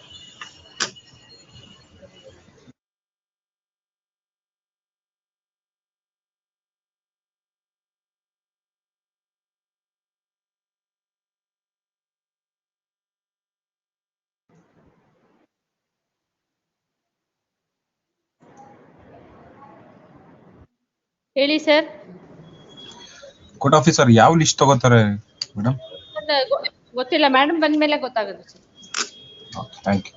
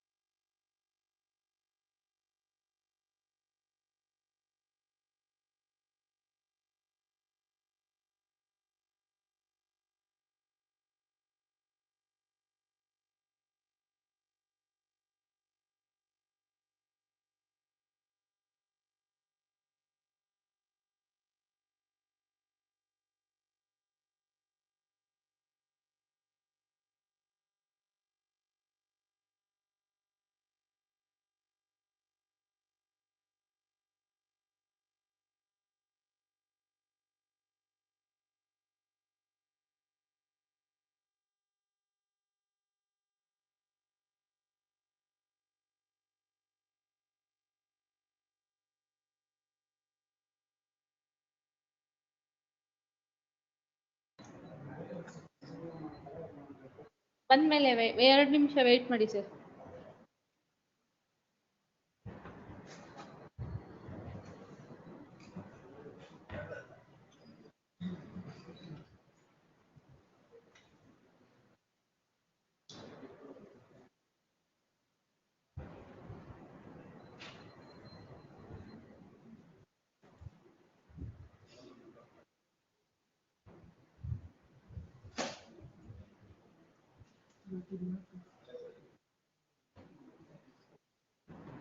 ಅವರು BESCOM serve ಮಾಡಿದ್ರೆ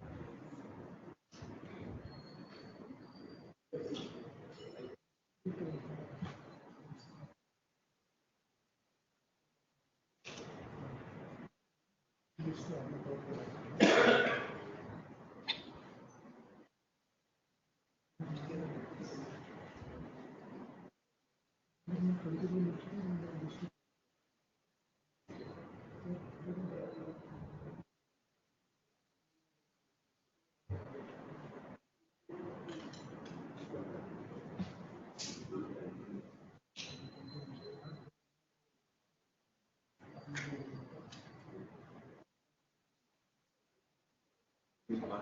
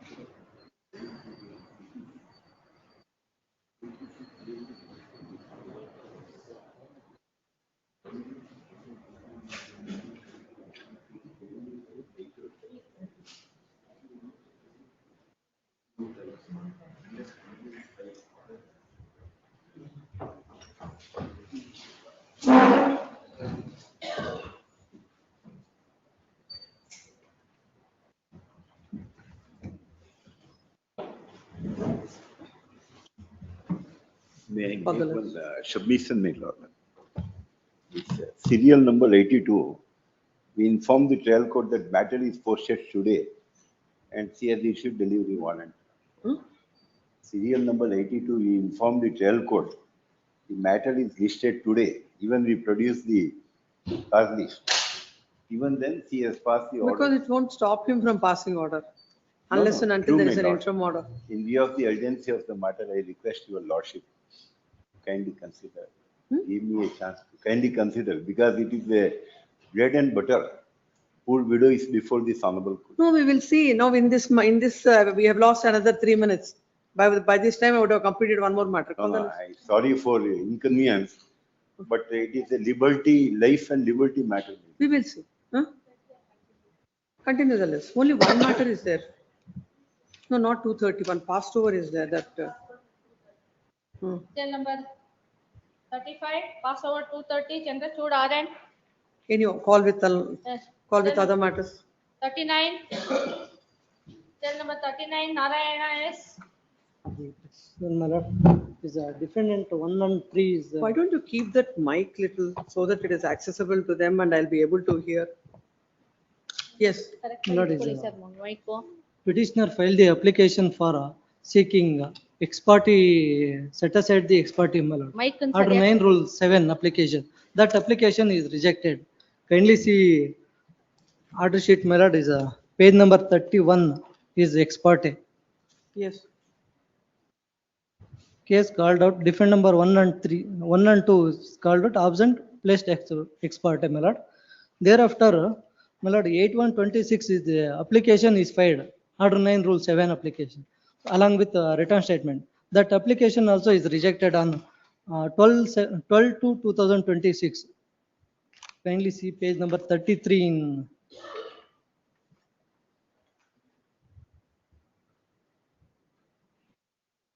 Written Only statement find- is not filed within 30 days. please, my lord. Hmm.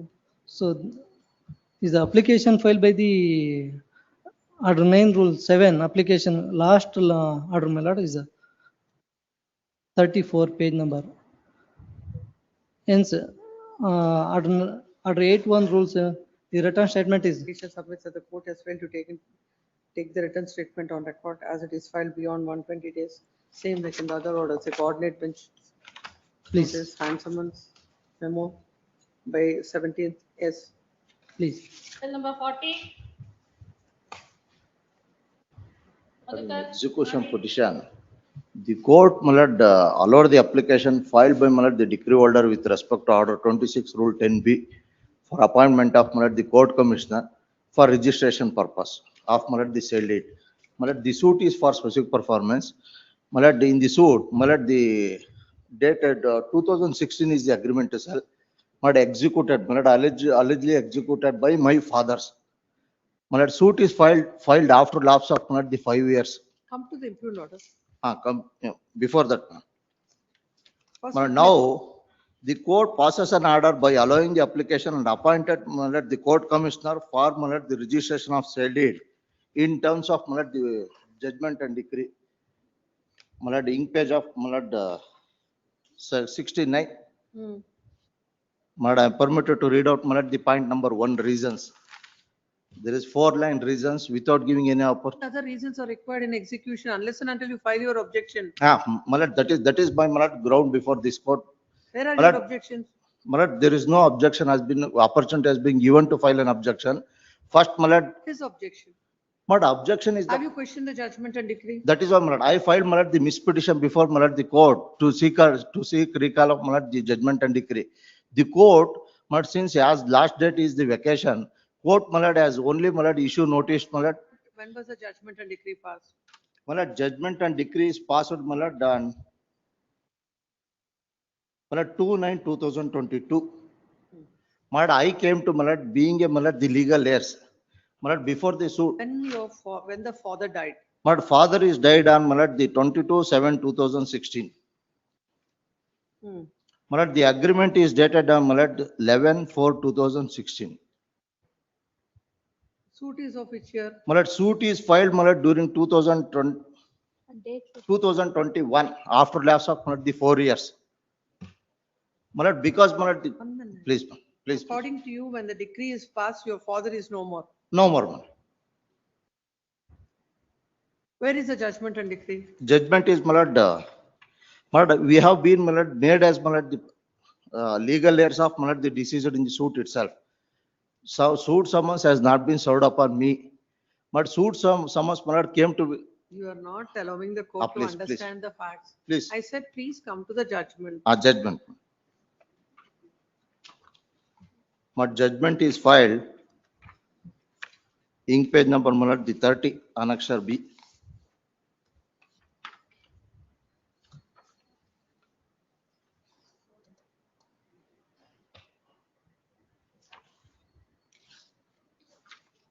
Reason is ink page number 36.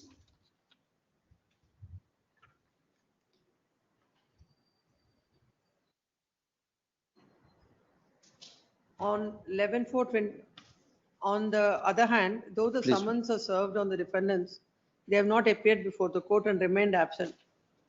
Hence, No. this court has placed the defendants ex parte as per the order sheet dated 6/11/2021. No summons has been served. I have obtained the certified copy of the return made by the court itself.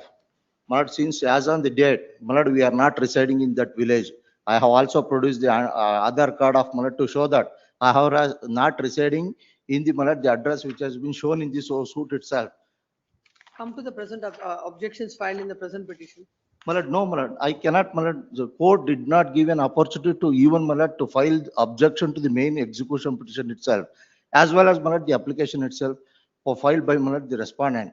But under order 21 rule 13, my lord, it is a mandatory provision, my lord, the court, my lord, before, my lord, the appointing, Order sheet. please. My lord, two time, but ink page number 72. My lord, on 19th August 2025, my lord, I appeared, my lord, personally. When did you appear? My lord, August 19, 2025. My lord, one of the JDR has represented the case. Another two, my lord, the JDR, my lord, we filed, my lord, the memo of undertaking that we will file wakalat. Then, my lord, it is court has posted, my lord, only on 15 October 2025 for objection to the main petition. My next, my lord, is PO is on leave. But on the very same day, my lord, on 21/1/2026, he filed an application. But on that time, my lord, A reading of this order sheet. please, ma'am. You cannot, your submission, that court has not given you any. No, no, my lord, I am. Cannot be accepted. But my Because submission, When you enough time. my lord, enough time is only one. No, it is coming up from, the matter is coming up from, you saw 15th October 2025. Please, ma'am, on the very same day, ma'am, No, please, ma'am. 1, 2, 3 occasions the matter has come. On 9/3/2026 for objections by the JDR number and 2 and 3 by 6/4/2026. That is the fourth occasion. Fifth for objections. Sixth. how But many for times the objection, matter- he is on the application. He is on the application filed by, my lord, the respondent. For objection to the JDR number, because earlier he filed an application. Court should give you a special permission to file objections to the main petition. But Or I don't, file on your own. When you have appeared, you will file your objection. my lord, now, my lord, I do admit, my lord. My lord, objection were not filed as, my lord, though, my lord, the court has given me, my lord, the time to file objection to the main as well as the application itself. My lord, now, my lord, the court, my lord, though, my lord, under order 21 rule 34, my lord, here, my lord, the court allowed for appointing, my lord, the court commissioner itself, as well as, my lord, a power has been given to the court commissioner to register the sale deed before, my lord, accepting the draft of the sale deed itself. Because under order 21 rule 34, my lord, it is the mandatory provision of the, my lord, the, Say all this without filing objections before the court. You just sleep out the matter and come to the court saying that this is not in accordance with this and that. but in in this petition also, my lord, I filed application for stay on the very same ground that, my lord, the summons has not been served. Kind of persuasion, no order will come, no order, court will grant any order. But otherwise, my lord, the entire, my lord, the filing of this Then petition will become. I'll grant you stay of these proceedings on costs. What are the costs? I leave it. You will not allow. My lord, I this kind of leave it to diligence. lordship, my lord. He's a poor person. Yeah. My lord, at least, my lord, Yes, how 5,000. much? 5,000. 5,000 is not an amount at all. For his decree to be, for the sale deed to be registered now. It is unfair. These kind of cases should be dismissed on the face of it. My lord, now, my lord, the Supreme Court, my lord, says, my lord, under order 21 Supreme rule. Court also says that the party should be vigilant and court should not come to the rescue of a litigant who is not vigilant. So we should hear your submission along with that. The I number filed with the petitioner is before this court. Agreed with the order passed by the court.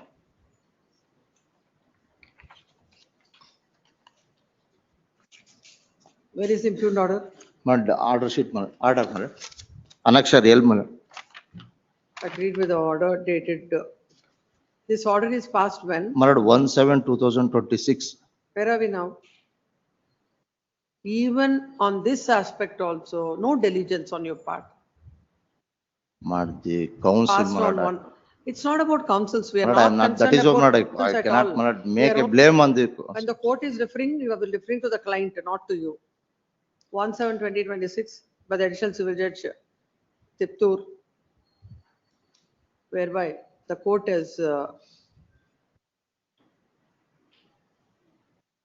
directed the Advocate Commissioner to take all necessary steps for registration of the sale deed before the jurisdiction sub-registrar. The petitioner is before this court. It is a submission of the land counsel of the petitioner that without serving, the suit summons were not served. An ex parte judgment and decree is passed against that he filed a miscellaneous petition. It is also submitted that court has not given any opportunity to file the objections and has straightaway passed the order. Petitioner points out about the infirmities with the order, how without filing a draft sale deed, how the court has passed an order directing the commissioner to execute to register the document. This court has perused the order of the court and also the conduct of the how the petitioner is not vigilant at every stage, but only the fact that the summons are not served on the defendant, and it's a matter to be, according to him, that his miscellaneous is pending. This court is inclined to grant interim order on condition. The order dated 1/7/2026. There shall be stay of all further proceedings pursuant to the order dated 1/7/2026 on the condition that the petitioner shall pay an amount of ₹10,000 to the respondent. Notice hands. Hand summons. My lord, Memo shall be filed by 18th of August or else a stay granted by this court stands vacated. Yes. Serial number 41. because son, my lord, if he execute, my lord, virtually my petition, hand delivery. And when will it happen? After 5 o'clock, after 6 o'clock, 5 o'clock, they will not be Please, ready for you please. registering their department. Please go on. Yes. Serial number 41. I beg Mohan, to appear with your ladyship's permission on behalf of the petitioner. This is Yes. a electricity writ petition, my lords, which your ladyship had occasion to examine recently, challenging the deviation settlement mechanism of the Central Same order? Commission. The same order. Same order like in the other Serial number one. 18 in Yes. list 2 today, my lord, it is there. Serial number? Yes. 18 in list 18.1. 2 today. It's also the same matter. I think that Same. is the batch of petitions which this may have to be connected. The lead petition is 18 point. Counsel for the petitioner submits that in the connected matters. Already this court has passed an order. I think yesterday Mega has shown same order and list along with the same batch. Ask her. Yes. Notice maybe have to be ordered for the respondent. Yes, may have to be same order. Whatever Same it is there. Yes, next. Serial number Too 42. grateful. I appear for the petitioners in this 15 matter, AM. my lords. Hmm. My lords, Yes. the petitioners are the plaintiff before the trial court. It is a defamation suit, my lord, suit for damages and permanent injunction. My lord, this is a repetition challenging the order passed by the trial court, wherein the court has declined to grant as a ex parte interim injunction. And Where is further the order? issued- My lords, Annexure G, my lords. My lord, may I make one submission, my lords? This is in respect of IA number 3, my lord. But likewise, we have filed 2 more writ petitions, my lord, in respect of IA number 1 and 2, my lord, which have not come before this honorable court yet. Therefore, the matter may kindly be connected and heard together, my lords. I shall provide your lordship with the case details of the other 2 writ petitions, my lords. Yes, list along with so and so. Take those numbers also, day after tomorrow, Please, my lords. provided office objections are complied with. Number. WP, Connected number. WP number 23027. Repeat, of madam. 26. First WP number 23027 of 2026. 23. 23027. The Serial other number one, 40. There is no facility like typing it on the dashboard or something on the. You should at least ask us or your colleague to give the numbers.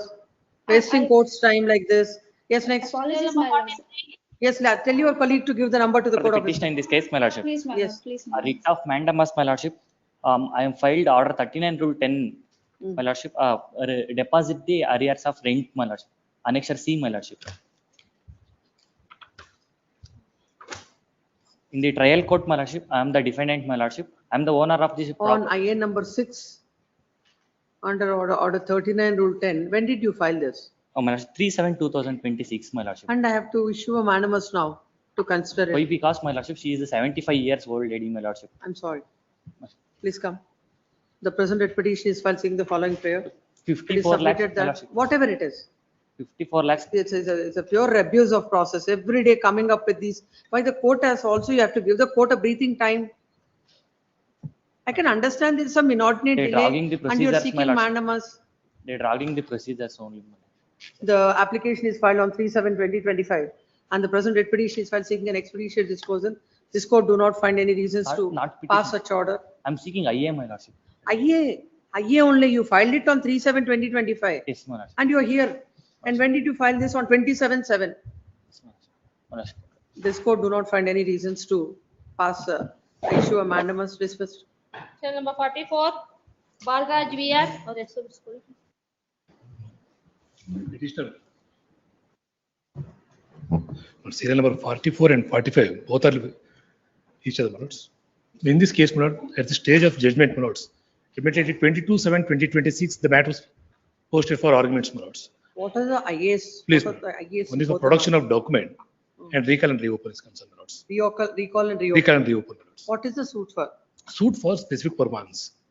Hmm. Filed When by is- the When respondent is it filed? in the year 2016, my lords. Hmm. When the evidence is closed? 2026, my lords, in the month of March 2026. When did you file this application? But 3/7/2026. What is the stage then posted for arguments? At the stage of arguments, my lord, we start for time in the morning session. There was no opportunity to the defendant to address the arguments are made. And the next day, my lords, 22/3/2026, the matter was posted for judgment. And the next day, we have filed three applications, recall and reopen, and also. Why should the court consider when the matter is posted for judgment? My lord, okay. Where is the question of filing the My application? lord, the matter was placed ex parte before the trial court. We have filed impeding application, sorry, objector application being the execution petition, my lords. So what has happened? The suit for specific performance based on the alleged agreement to sell dated 26/11/2014, my lords. Much prior to that, my lords, we are the objector before the trial court. Hmm. The ex parte judgment was passed. The respondent number 2 to 7, my lords, hearing have executed an alleged agreement of sale in favor of the respondent number 1. So before that, my lord, they have executed an alleged agreement. So in- what are you doing from this March 2026 till the matter is posted for judgment? But we came on record while filing the application for objector, my lords. When? In the 2026 itself, my lords. When? 2026 in the month. There must be. Now, a my month. lord, the first matter is concerned the execution petition, the first matter. There are two petitions, my lord. Yes. One is for 1 acre and another one is for 3 acres for properties concerned. So in respect of the first writ petition is concerned, my lords, we have filed objector application. That during the course of objector application, the objector examined as CW1 and produced one document is concerned. The agreement of sale dated 5/9/2007. Much prior to the agreement to sale dated 26/11/2014. That was the agreement of sale executed by the respondent number 2 to 7 in favor of respondent number 1. That is the agreement of dated 5/9/2007.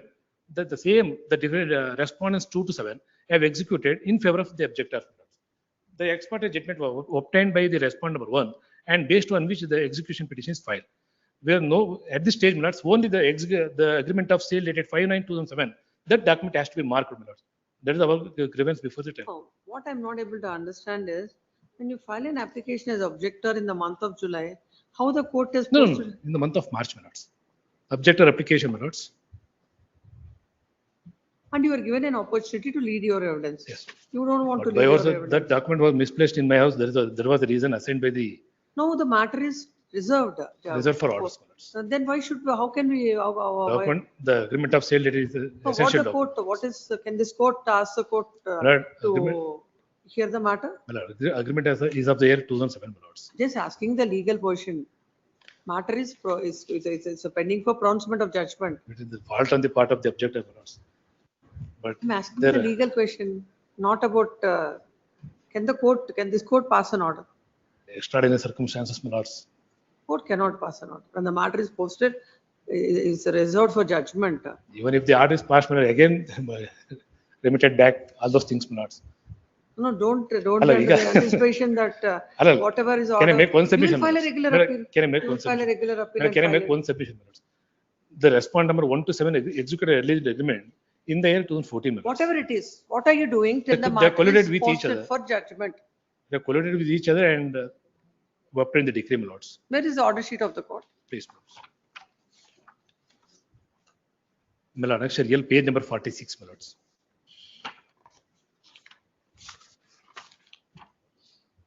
Forty-six is the order. Please, my lords. I'm saying the proceeding sheet of the court. 46, my lords.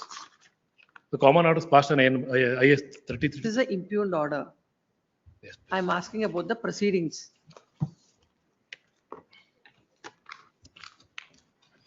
Just please. Take that court officer.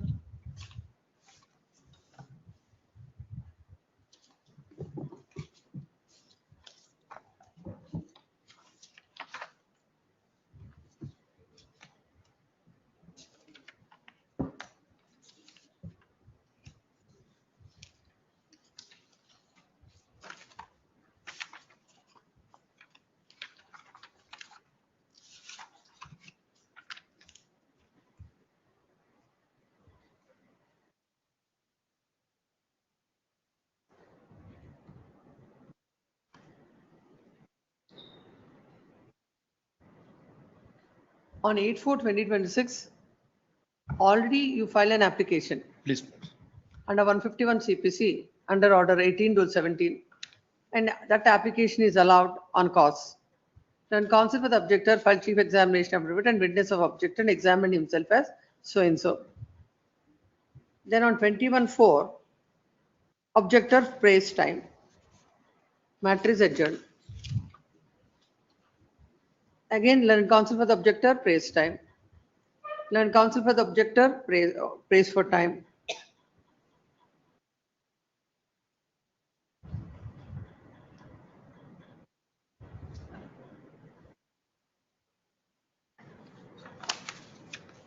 Objector absent. No representation for objector.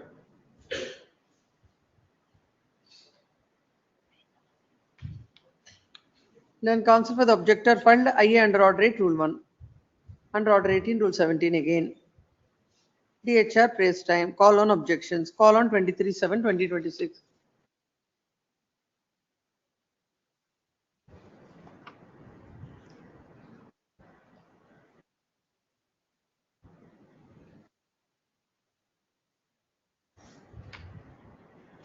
This order is on 37. 37/2026, my lords. 37 for posted for orders. Fixing the date for orders on 30/7/2026, my lords.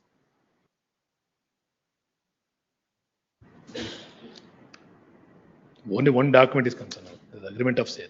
Earlier also. Except No, that, my lords, you I have have- not produced You any already opened so many times. time bound, my lords. I have not produced any of the documents, my lords, except that, my lords. Agreed with them.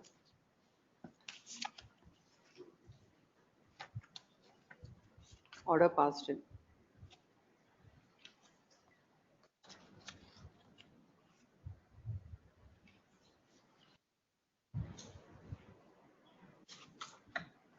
This next writ petition also, common order in WP number 23286 of 2026 and WP number 23293 of 2026.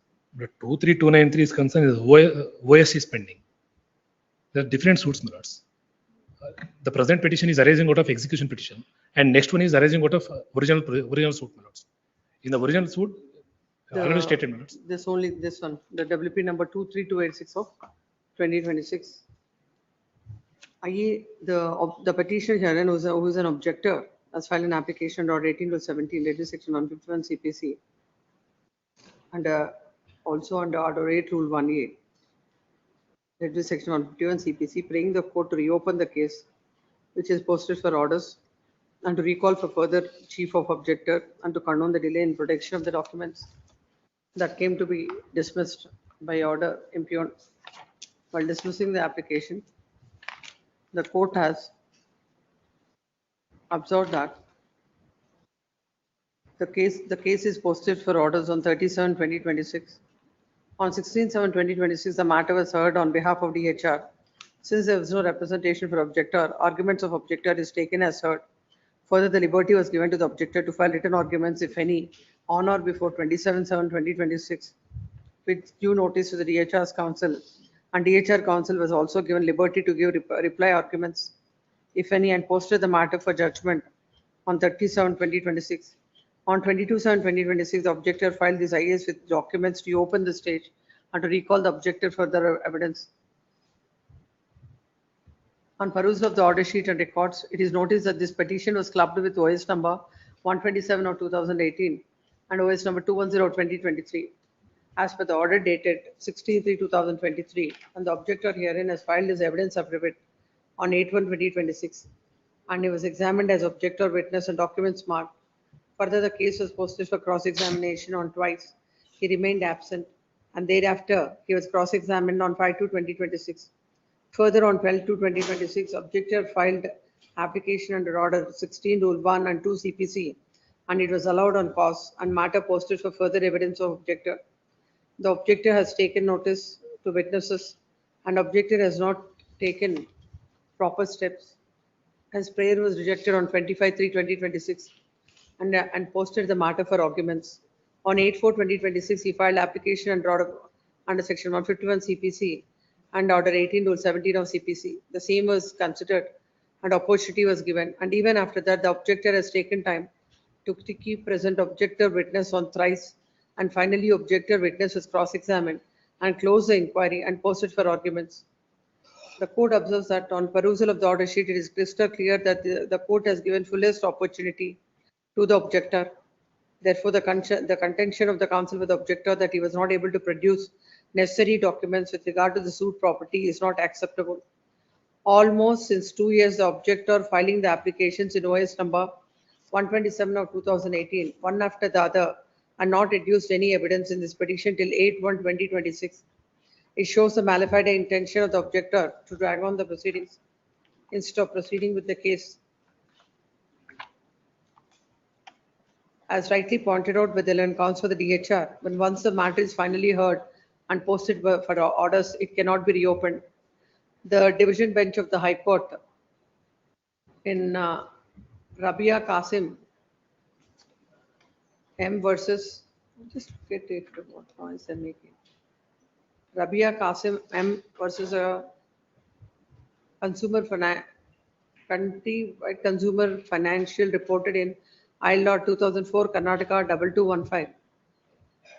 Relying upon the apex court's judgment in Arjun Singh's case, held that once the matter has been finally heard and posted for judgment, nothing is required to be done by the court except to pronounce the judgment. And basing on that, the court has dismissed the application filed by the petitioner. The learned counsel appearing for the petitioner submits that by way of if the case is reopened, they want to place one document and want to proceed with the matter. If this opportunity is not given, it could cause a lot of hardship to the petitioner, and these aspects were not considered by the court. Next para. Having heard the learned counsel, the petitioner perused the material on record. The observation of the court, which are extracted in the preceding paragraphs, clearly shows that there are clear latches on the part of the petitioner pursuing with the matter, and he has been filing applications after the applications, and he is not cooperating with the court to dispose of the matter. The court has rightly held that when the matter is posted for judgment, at this stage there cannot be any other. The court cannot consider any other application, even on that ground, and as well as the manner in which the petitioner has been protracting the proceedings. The trial court was right in dismissing the applications, and this court finds no reasons to interfere. Give the next part. What about this? Same similar set of facts, Millets. When the matter was posted for judgment, the present 3 applications filed by the same parties. That's what, Sa- yes, same. same, just change the numbers. Suit is posted for judgment and the trial court has dismissed the applications. This court finds no reasons to interfere. Dismiss. 46. Adav Balaji Kashyap for Plaintiff's petitioner. petition, my lord. Plaintiff's petition. Suit for partition, my lord. At the stage of final arguments, my lord, defendant number 1 files an amendment application trying to bring on record a registered will that comes to be marked, my lord, on 4/3/2026. Thereafter, Registered will executed by whom? by, my lord, my father of plaintiff and defendant number 1, When the father died, my lord, 2003, he has executed a will in favor of defendant number. 1, Suit is of which year? 2012. You may not, I'll just state the entire facts of what has happened. They mark it, my lord, on 4/3/2026. I conduct cross-examination, my lord, of the defendant number 1. You had no objection for that. Not I objected, but the learned trial judge rejected my objection and thereafter cross-examination was conducted. During the pendency of that, my lord, I filed an RTA application to understand the validity of the said registered will. I get a response from the sub-registrar, The registered document. please, my lord. I get a response from the sub-registrar stating no such will exists. Thereafter, my lord, I filed recall application for learned trial just to mark my evidence to bring on this said document on record. Learned trial judge rejects it. My lord, that is challenged before your lordships. Impugned order, my lord, your lordship get a page number 34. Reasons, my lord, para 9 onwards, my lord, your lordship get a page number 36. On perusal of the order sheet, your lordship gets, my lord. On perusal of the order sheet of the suit, it clearly reveals the plaintiff was examined at PW1 on dated 12/7/2016 and got marked exhibit P1 to 16, including further evidence as PW2, which commencing from 12/7/2016 to 13/3/2018, and also posted for cross-examination on 23/8/2016 to 28/9/2016. It's nearly 2 years, and perusal of the order sheet PW1 has taken sufficient opportunity to lead evidences 2016 to 2018. Moreover, the plaintiff filed 2 times recall and reopen applications. No, what is the present application for recall? To mark, my lord, the RTI replies, which is dated 2020. Where is your IA? My IA, your lordship will get at page number 157, my lord, annexure capital D. Sorry, my lord. Annexure, I apologize, my lord. It is 180, annexure capital L, 180 is my application. I seek recall, my lord. Your lordship sees, my lord, my reasons at para 5 at 182, please, my lord. 180? 182, para 5. I submit, your lordship gets. The defendant number 1 examined himself as defendant witness number 2, and thereafter defendant witness 15, being an attesting witness to alleged will, was examined after defendant number 1 secured his presence by taking hand summons. Thereafter, on 26/2026, defendant number 2 and defendant number 15, defendant witness number 15 were cross-examined by learned counsel, during the course of which several material aspects were taken. Let counsel the petitioner submits an application is filed under order 18 rule 17 CPC.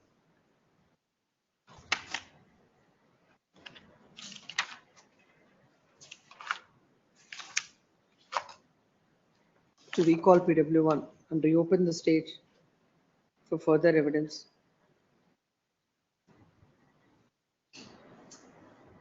It is a case of you are the plaintiff. Please, my lord. It The is. case of the plaintiff that in a suit of 2012, the will, the alleged will executed by the father of the plaintiff and defendant was marked as a document on 4/3/2026. When the petitioner has verified about the said genuineness of the said will and about the registration of the same and the Right to Information Act, he came to know that no such will exist with the registrar. Hence, he wanted the court to reopen the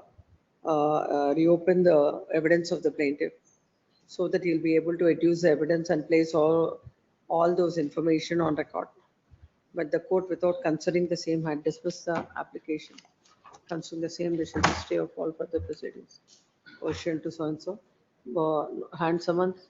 Lord, by insofar 19th. as R2 to R, the rest of it, your lordship may dispense with, because they are not R2 to not R63. A memo is filed seeking I shall distribution file of, memo. notice to R2 to R63. 63. Notice to R1, memo shall be filed by 18th or else the stay granted by this court stands vacated. May I request not, the matters listed tomorrow will not before learned trial judge. May I request matter be uploaded, not the order. I will not seek hand summons because already 3 p.m. We'll see. Oblige, please. Yes. Cell number 47, Yes. Ashok Patil. May I please? Yes. Lord, the father of the respondents filed OS number 1593/1997. Your Lordships find the plaintiff at Annexure B, page 52. At page 61, your Lordships find the schedule to the plaintiff.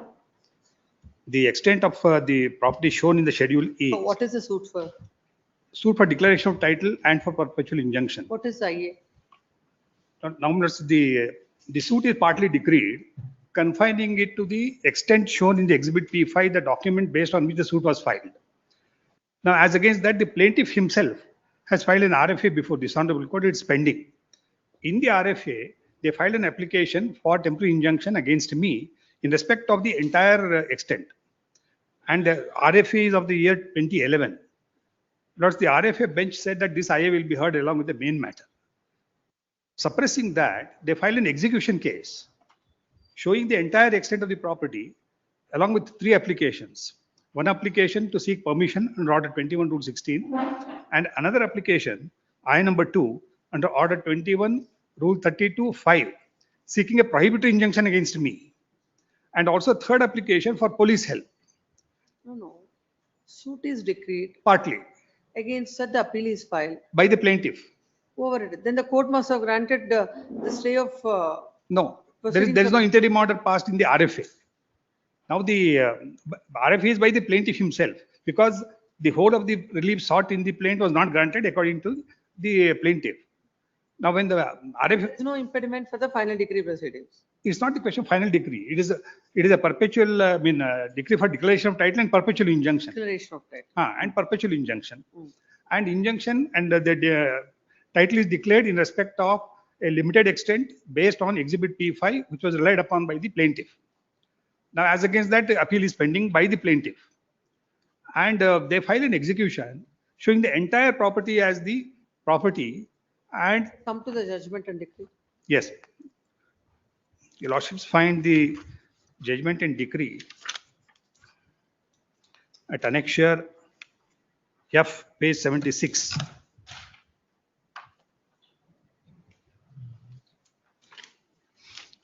The operative portion. Your defendant number? I actually, initially I represented all the defendants in the suit and contested it. Now only 3 of the defendants are made as the judgment debtors in the present execution. And we have filed common objections saying that this execution is not maintainable because their IA for TI is pending before the High Court. May I request Lordships to kindly see the operative portion of the judgment and decree at page 55, I think. Page 125. The suit of the plaintiff is partly decreed against defendants 3 to 8 only. It is ordered and declared that the plaintiff is the owner in possession of the property to the extent of the existing mangrove tiled house and the open space existing and comprising within the boundaries mentioned in the document of title, that is Exhibit P5. Now, And the now please come to the suit schedule. Yes. Plain schedule, your Lordships find at page 60, 61.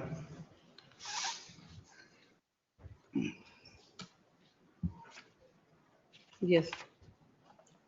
All that piece and parcel of the land, vacant land used for cattle tethering, garden, etc. Kaneshwar number 48, Kulimau village, Bangalore South Taluk, and now included in the jurisdiction of the corporation, east to west 95 feet and north to south 54 feet. I have produced Exhibit P5, the document which was relied upon in the suit.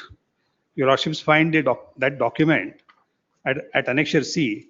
Of course, it is in Kannada, my lords. I have just, at page 67 is the typed copy. The extent of the property covered by Exhibit P5 is 25 feet, page 67.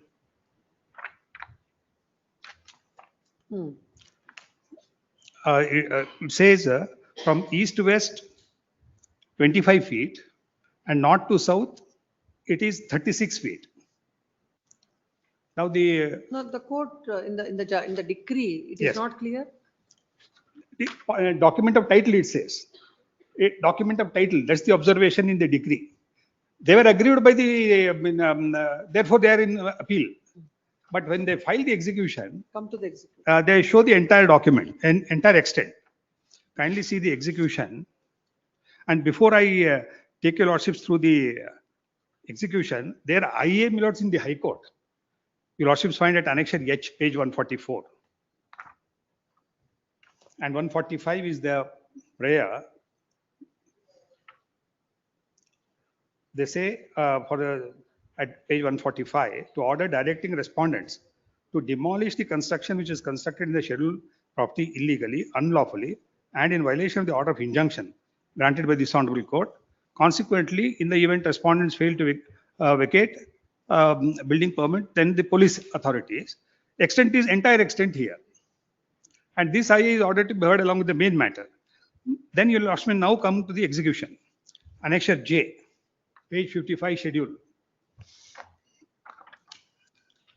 The entire extent as in the plaint. And what is now come to the order? Then I need to show to your lordships their IA, which they have filed along in the execution.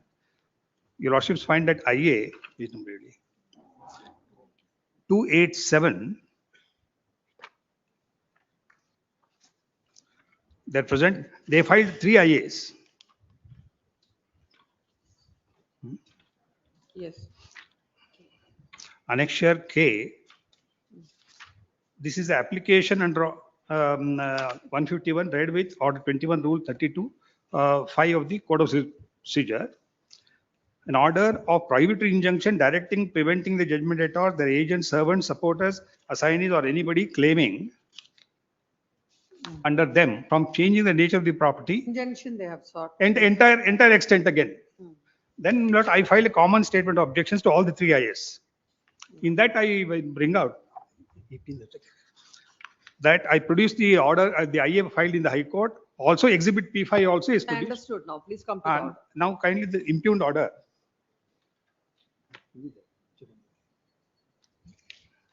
Lordships find the impugned order, particularly this IA, at page 44, paragraph 14 onwards. The records show that the suit filed by the late Narayan Reddy, father so and so, is decreed against them. They have challenged the judgment and decree passed in OS number so and so. There is a reference to that before the Honorable High Court in RFA number so and so, and the same is pending. But there is no stay. Now the stay means they did not seek any stay, but the learned judge has mistook as if it is my RFA. The court considers Yes. decreed in part whereby the court held that Narayan Reddy was absolute owner of the property to an extent of existing Mangalore tiled roofed house. Correct. That is the what is covered in Exhibit P5. Let's read it. No difficulty. It is an admitted fact that suit in OS number so and so has been decreed in part, whereby this court held Narayan Reddy was absolute owner of the suitable property to an extent of existing Mangalore house and the open space comprising within the boundaries shown in the title date of 1947. That's Exhibit P5. Further, the court has held that the portion where the building is already in existence and in occupation of judgment debtor 3 to 8 does not include the portion, that is the defendants, for which the suit has been decreed. It is further decreed that the defendant number 3 to 8, the areas are restrained by way of perpetual injunction from interfering with the original decree holder's peaceful possession and enjoyment in respect of the Mangalore tiled roof house and open space. As noted above, the said declaration has been granted as per Exhibit P5, not the boundaries are extracted. Then boundaries, not the measurements are also given. Petitioner submits that the suit filed, the petitioner is a judgment debtor. The respondent is a decree holder. He has filed a suit seeking a suit for declaration and injunction. They filed by the other side, yes. Declaration and injunction that came to be decreed in part as far as per the terms of Exhibit P5. As per Exhibit P5. Against that, an appeal is filed and the same is pending consideration. By the plaintiff, Lord. That I understand. An appeal is filed and the same is pending consideration. In the pending appeal, they have filed an application for injunction that was not granted by the court, observing that that will be decided along with the main appeal. Now, it is the grievance of the petitioner that when the suit itself is decreed partly in respect of so and so, the execution is filed in respect of the entire suit scheduled property, and the court, without considering the objections that are filed by the petitioner, has passed the order. Considering the same, there shall be stay of all further proceedings pursuant to the order dated so and so. Notice to the respondents, hand summons, memo shall be filed by 17th, or else the stay granted by this court stands vacated. Number 48. May I please, may I be permitted to appear virtually? Because I had a surgery, I couldn't appear physically. So Yes. May I be permitted to appear virtually? I may be Lord, this is a counter. The very writ petition is not maintainable by virtue of section 12 and 18 of the Commercial Codes Act. You may be permitted to file counter. No, have you filed, is there any caveat in this? Yes, my lord. We have filed caveat that has not been put up on 23rd July. We have filed it. May I start, my lord, if my learned friend can permit me, I can start. No, my they say that they have filed wakalat in this matter. I mean, caveat they have filed. My lord, we have served the copy. The copy has already been served. my lords. It's served. It's served. Yes, sir. It is served. It is Copy served. is served. That is the reason for which we are filing counter That's also. what I am asking. Why? Because the list doesn't reflect it. This does, but we noticed and we have come. Yes. May I? My lord, may I request your lordship, it is my friend's privilege to start the argument. Just two sections in the Commercial Codes Act. This is a matter arising out of commercial court proceedings. The law is commercial courts proceedings should go on very fast. It should not be slowed down. That is the reason for which two sections are made. May I request your lordship to No, come. first of all, what is the impugned order? Impugned order is they made an application under section 151 of CPC to quash the proceedings as if it is order 7 rule 11. The courts rejected that. Their only contention was the pleadings we have alleged coercion. You have pleaded coercion not in accordance with order 6 rule 4 requirements. You have not given the particulars. Consequently, this should be rejected. The court said three things. Number one, they have taken any number of adjournments. They are trying to prolong the matter. They had given an undertaking before the High Court that they would cooperate for quick disposal. They are not doing is one reason. Second reason is, apart from the coercion, unlawfulness, want of jurisdiction, so many others matters are pleaded. I am bound to determine all that. How can a petition be dismissed? I'll just hear him and then, yes, Mr. Counsel. Yes, my lord. My lord, Counter this it is, Yes. my lord, this is a petition, my lord, wherein, my lord, an execution, like in this case, an execution came to be challenged after 2 years of passing the judgment and decree. No, what is the suit for? My lord, we filed there was a payment which I have given payment to the respondent herein in 2016 of about 7.5 million. Thereafter, a host of proceedings in term, section 9 was filed wherein ad interim injunction was granted. In that section 9, my lord, the compromise was entered under the supervision of the court and a decree was passed in that terms of the matter. In 2023, on 23 to 2023, the compromise decree was passed. Pursuant thereto, my lords, for 2 years, he made a payment of about 22.5 crores out of 56 crores, which he had to pay. My obligation was to withdraw the cases in NCLT, in Consumer Forum, and in the criminal courts. Everything was withdrawn. The section 9 was, the compromise was complied by my side. He was also complying initially. Now, to wriggle out of the payment, after 2 years, he files an application saying that your compromise is not maintainable because it is a result of coercion and fraud. The coercion and fraud, my lord, which happened before the compromise. There is no new fact which has happened after the compromise is entered. There is no pleading to that effect. Now, second other grounds which my learned friend is saying is with respect to FEMA and other issues. Those were the grounds which were filed pursuant to the section 9 application. They, after looking into all those grounds, the compromise was entered into. So by rehashing the same, he files another application after 2 years, my lord. How can that be maintainable?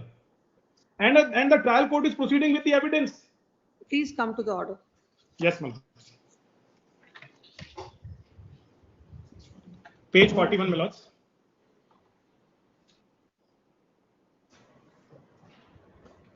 And the issue your lordship will find it. One second. 48. Page 48.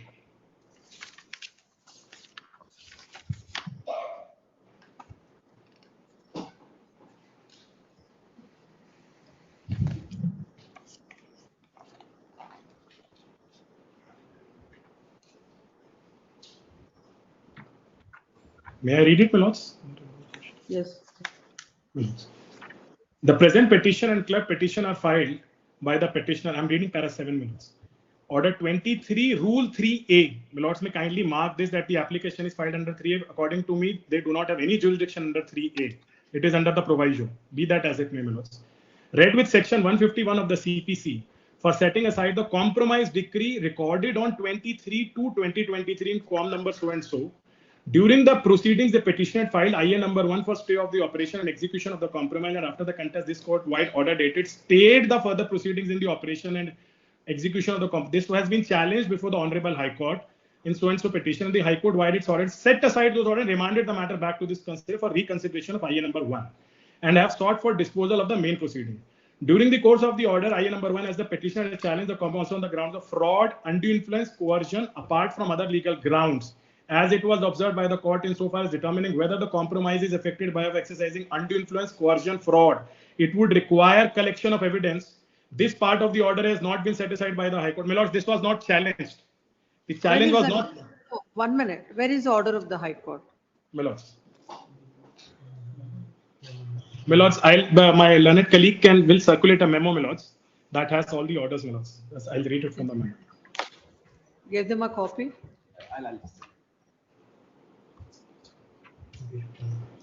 It's very interim order for final order. Yes. Where is the order? 110, 110, 110. 110, my lords. And then the final order. Then I'll show you the final. This is the.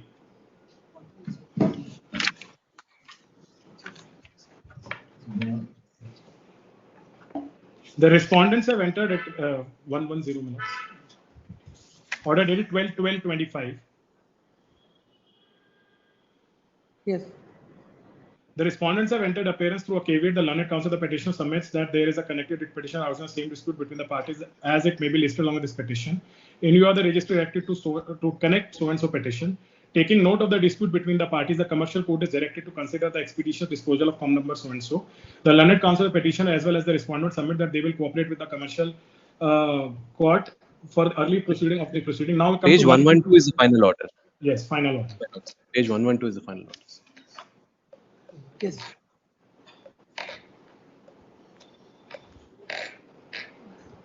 Can come to page 124 is the finding. Para 9. A perusal of the impugned order passed by the commercial court will indicate neither valid nor sufficient reason have been assigned by the commercial court before passing an unconditional order of stay of the compromise or decree without imposing any terms or condition upon the respondents who were undisputedly parties to the said compromise. In this context, it's pertinent to note that except stating the purpose of effective adjudication of the allegations made by the respondent, no other valid or cogent reason is signed by the commercial court as to why the order of stay was being granted in favor of the respondents against the petitioner, that too without imposing any condition putting respondent on terms. And the only reason contained by the import will clearly indicate that the same is cryptic, laconic, unreasoned, and non-speaking order without assigning sufficient reasons for grant of stay and without properly considering or appreciating the rival, thereby resulting in erroneous conclusion.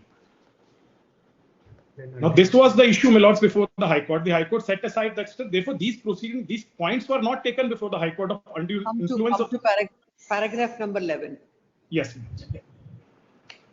Insofar as the impugned orders passed by the commercial court allowing IA number 3 for amendment of the miscellaneous petitions are concerned, a perusal of the impugned will indicate the commercial court has correctly and properly considered and appreciated a proposed amendment and applied well principles of law governing the amendment of pleadings and arrived at a just and proper conclusion that the proposed amendment, which is necessary for the adjudication of issues, is controversy between the parties, merely seeks to elaborate and amplify the existing pleadings and same do not in any way change or alter the nature of the character. If the amendment is allowed, they would have an opportunity to controvert the amended pleadings by filing an amendment. In my considered opinion, the impugned order passed and filed by the respondent under Order 6, Rule 70 is in conformity with the principles of law governing the amendment of pleadings, judgment of apex courts, and so on. And my lord, they filed an amendment to. My lord, the irony in this case is first 16 they take the money, 23 the decree is passed. 25 he files an application seeking 23 itself he files an objection to my execution. In the objection to the execution, he doesn't take any ground. In 20. No, in this writ petition, there are two IAs. Yes, my lord. One is on amendment, other is on the stay. Correct, As far ma'am. as the stay petition is concerned, the court has set aside the order. As far as amendment is concerned, that order is affirmed. Correct, my lord. With That is respect to what the I wanted to application. know what it is. Yes. Now, please Yes, come to February 29. To the impugned order, my lords. Yes. Yes. During the proceeding, the petitioner had filed I number 1 for the stay of the operational execution of the contest-wide order dated 14/8/25 state the further proceedings. This has been challenged before the Honorable High Court, and the Honorable High Court, wide its order dated 11/26, has set aside the orders of the court dated 14/8/25 and remanded the matter back to this court for reconsideration of fine. Thereafter, the petitioners have not pressed upon IA number 1 and have sought disposal of the main proceedings. During the course of the order, on IA number 1, as the petitioner challenged the compromise also on the grounds of fraud, undue influence, and coercion apart from the other legal grounds. It was observed by the court insofar as it will whether the compromise affected by way of exercising undue influence, coercion, fraud. It would require collection of evidence. This part of the order has not been set aside by the High Court. Pursuant to such observation, the matter has been taken to the trial. In the course of that trial, the petitioner has chosen to lead documentary evidence with respect to the legal grounds, has also led evidence to the aspect of fraud, undue influence, and coercion being exercised upon him to enter into the compromise in the Com AA proceedings. On the evidence led by the petitioner, the respondent has thoroughly cross-examined the petition at length, spreading over many hearing dates. Thereafter, the respondent submitted that he would lead evidence, also filed an application seeking permission to lead evidence through video conference as the respondent is based at USC. Considering the relevant rules framed for the video conferencing by the Honorable High Court and also considering the reasons assigned in the said application, wide order dated 2/7/26, this court permitted respondent to lead evidence through video conferencing. Thereafter, the case was posted to 16/26 for leading the evidence. At the outset, it is necessary, my lord's appearance in the case. Thereafter, from so and so date, availing nearly 5 adjournments to the respondent filed objections to the main petition, order is IA number 1. Now, my lords, we can come to straight away to para 10. Now, my lords, my point from the impugned order is that with respect to the undue influence, coercion, and fraud, there is no finding returned by the trial court, even in this impugned order. Now, the finding that is returned by the trial court is that there are other grounds that it is in violation of FEMA. This was his clear objections in section 9 when the compromise itself was entered into. Now, I'll read, my lords, now para 10. Though a detailed application is presented before the court invoking the exercise the inherent powers under section 151 CPC, the sum and substance of the grounds of the application is that the required particulars as contemplated under Order 6, Rule 4 of the CPC has not been provided, and therefore respondents are seeking to this court to exercise the inherent powers. A bare reading of the above provision. Now, my lords, this judgment I have relied of the Supreme Court, which says you must precisely specify the grounds, the particulars. It can't be vague. And if we go through their application, my lord, it doesn't say anything at all except using these words. Now, para 15, my lords, at page 19 of the impugned order, page 59 of the petition. The petitioners are seeking to set aside the compromise entered between the parties and recorded in Com A number so and so. The petitioners are not seeking setting aside of the compromise only on the ground of fraud, coercion, undue influence, and threats were exercised on the petitioner to arrive at the said compromise apart from the grounds of fraud, coercion, undue influence. The petitioners are also seeking setting aside of the compromise on various other legal grounds, such as compromises recorded in section 9 petition itself is not maintainable. Now, after 2 years, my lords, he raises this ground that my section 9 was not maintainable. There was no arbitration clause. Res judicata, my lord, it creates estoppel. There is a settlement. Court parties have signed in front of the court. No coercion was reported. There was no mandatory arbitration clause for resolution on the ground of compromises opposed to the RBI guidelines and provisions of FEMA. That the compromise has been arrived respect of a debt which is hopelessly time barred, and further that section 9 court had no jurisdiction authority to accept such compromise. Therefore, the petitioners are now seeking setting aside only on the ground of fraud, misinterpretation, or undue, but have also raised the substantial grounds. Yes, I've seen the order. Yes. Now, my lords. Oh, all right. You can make your submissions. I've seen the order. Yes, my lord. So my submission, my lord, is this: that after 2 years, can such an application be entertained once the compromise decree has been entered into, especially on the grounds which have already been raised. First, that whether there is a section 9 remedy available or not, whether there is an arbitration clause or not, all this was considered and a settlement compromise was entered into in front of the court. Parties have signed to it. He has complied partly with that. Now, when he had to pay the balance amount, he wriggles out of it and he raises these frivolous grounds. And No, that is on the merits of the matter.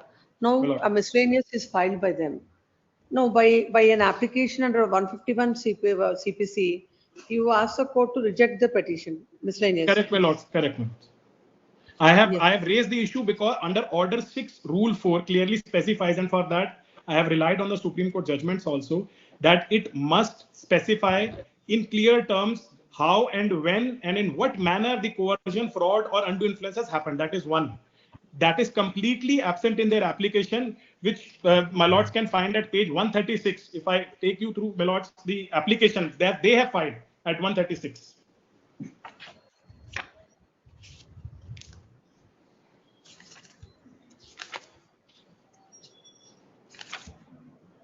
Yes. Now, this is the replica of their section 9 objections, which is now being filed, rehashed in the form of this application. Now we come to para 9, para 8. That is at page 139.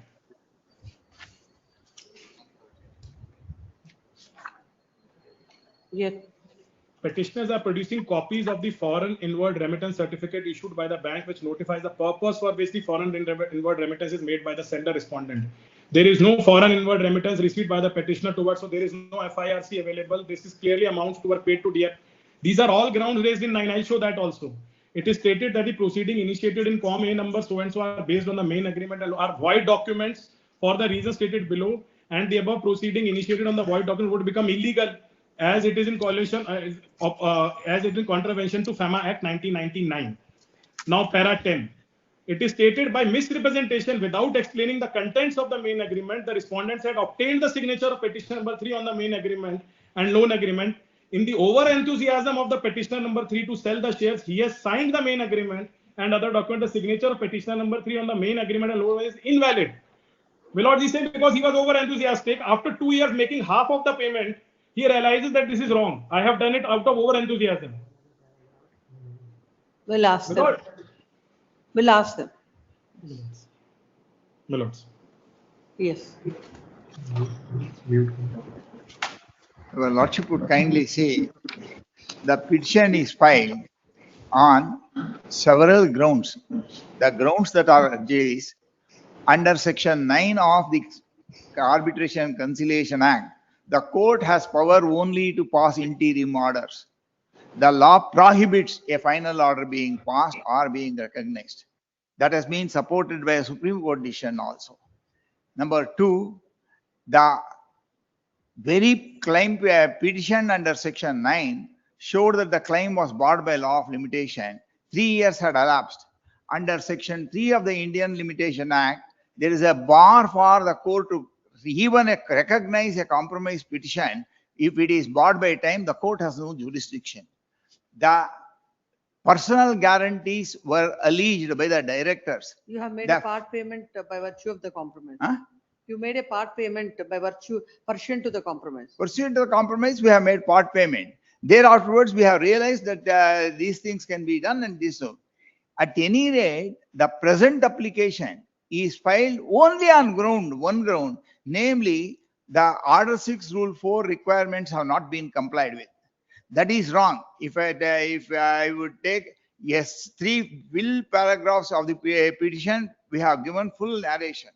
Let us assume it to be true for the purposes of argument. The law mandates, there is a Supreme Court decision whenever a judgment, whenever a petition under Order 23 Rule 3A is made, the court is bound to look into whether it is lawful or not, etc. Whether it is lawful, explanation to Order 23 Rule 3 says, for the purposes of this section, whether it is lawful or not is to be looked into under the terms of Indian Contract Act. There is a specific explanation given. If that explanation is taken, the court is bound to look into section 23, 22, 23, 24, 25 and all that. Which of them make the contracts void? I have categorically stated in my petition, it is void because of this reason, this reason, this reason. FEMA rules are violated, FEMA regulations are violated, etc. What section 65 of the Indian Contract Act provides is, if I have given some money in pursuance of a contract which is unlawful, I am entitled to recover it. In this case, I am yet to recover the money which has been paid by mistake by virtue of this particular compromise. We have to file a suit. We are waiting for the final results of this case. Now, the one and the only reason for which he asked that this matter has to be terminated is for the reason that Order 6 Rule 4 requirements are not given. Now, two things would arise for your lordship's consideration. Firstly, whether it does not satisfy Order 6 Rule 4 requirements. More than that, assuming that it satisfies the requirements of Order 6 Rule 4, can this petition be dismissed? There are various other contentions which has to be seen by the court. The court is bound to see whether it is bad for, it is in violation of compromise, is in violation of FEMA, whether compromise is in violation of regulations, whether the compromise is void, whether the court had no jurisdiction to pass the order. The matter has been filed before a commercial court. It is not a commercial dispute at all within the meaning of Commercial Courts Act. All these things are to be looked into. In this connection, before I do, may I take your lordship through two sections of Commercial Courts Act. Section 8. Yes. Notwithstanding anything in any other law for the time being in force.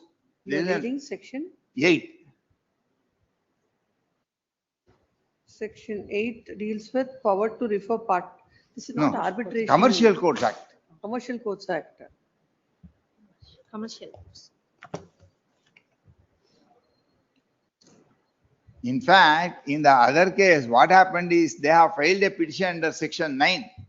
Let's read this. I will come to that. Yes.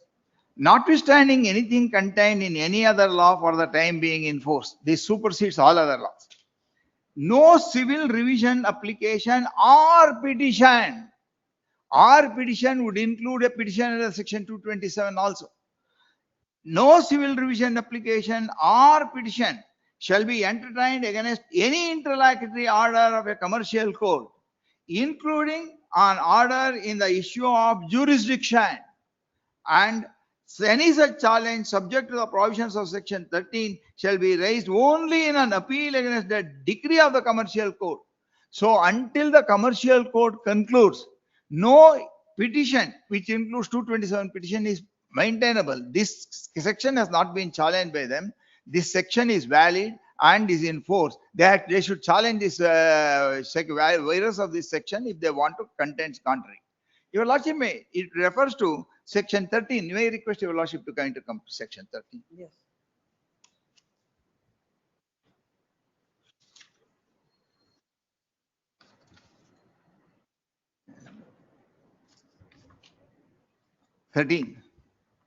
Any person aggrieved by the judgment or order, your lordship, not merely a judgment, or order of a commercial court below the level of district judge may appeal to the commercial appellate court within a period of 60 days from the date of judgment or order.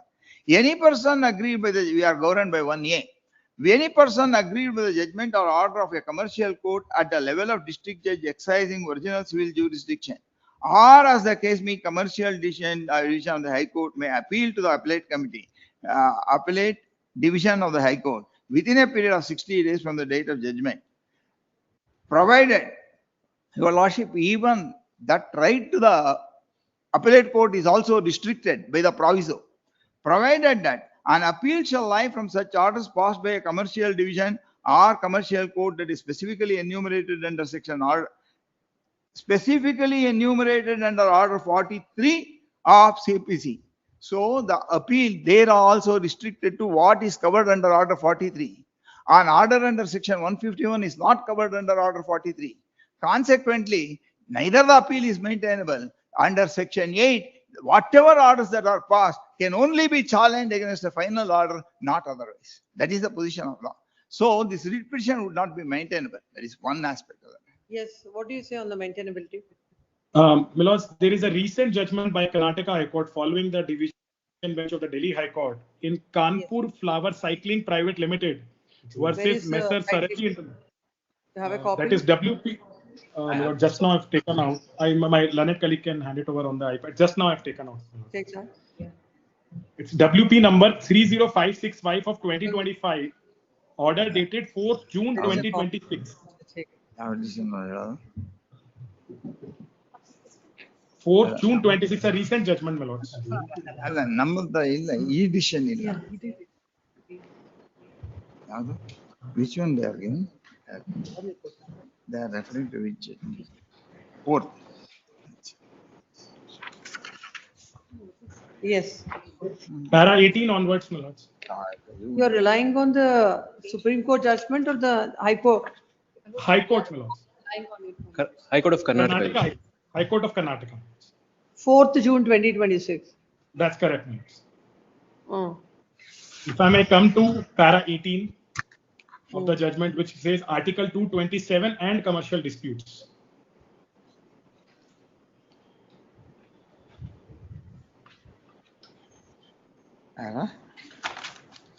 You're relying on paragraph number? 18 onwards, my lords. Paragraph number 80? 18, 18. Oh. 18 onwards.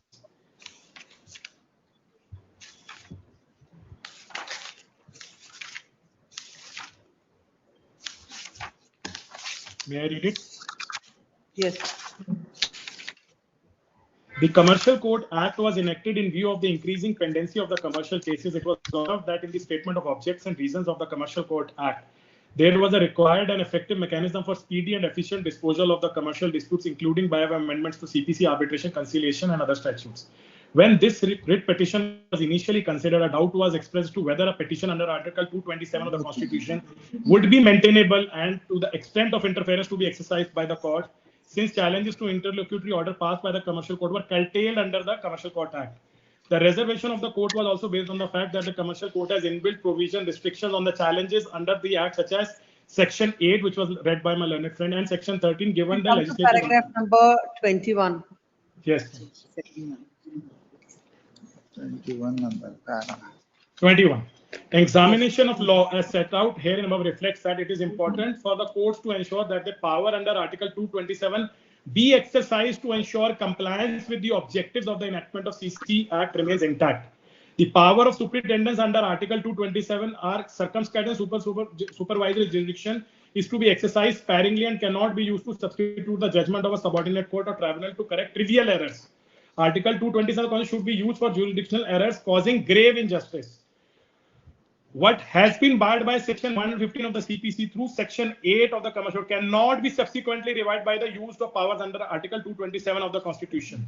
Decrees and judgments are amenable to challenge within the period of limitations prescribed under Section 13 of the CC Act. Interlocutory orders passed which are amenable to challenge under Order 33 and 37 of the Act may be challenged by way of an appeal. Interference in the petition arising from Commercial Court is limited to only instances where there is a non-correction under Article 20 will lead to manifest injustice. Some circumstances would where errors are incapable of correction at a later stage and give rise to a level of patent perversity or jurisdiction failure. That is my precise case, my lords. That it is a case the application lacks bona fide. It is the abuse of the process of law. After 2 years, making part payment if litigants are allowed to wriggle out of their commitments in terms of the compromise signed by the parties in front of their counsels, in front of the court. That is ex post illegal to go on with such type of application. Therefore, it is not maintainable, especially when they have not pleaded anything in the application. That as to why that application was preferred after 2 years, is that application not time barred? Is that application is not lack of material particulars? And therefore, my lords, it is manifest injustice. I fall within that clause. None of these are what he currently have case C-19. Sir, the petition please is allow me different. for a minute. I Please don't allow know. me for a minute. Let I me don't know complete. what my learned friend is arguing. His petition is only under 43 Rule 1. I'm sorry, nothing more than that. It's under 227. I have not filed it under 43 Rule 1. My lords, may kindly have page C-98. Order 6 Rule For a 4. minute, His, for a minute, his we have- argument should confine itself to Order 6 Rule 4. Whether he has violated Order 6 Rule 4, if so, whether such an order can be passed. He is speaking, arguing as if this court is hearing Order 23 Rule 3A petition. He cannot be permitted to argue like that. The scope of this. So ultimately, what is the ratio laid down in this? My lords, in this matter, my lords, if I may. No, in this In judgment. Kanpur, please, my lords, in Kanpur, kindly see at page, internal page 19 of the judgment 12.1, paragraph 12.1,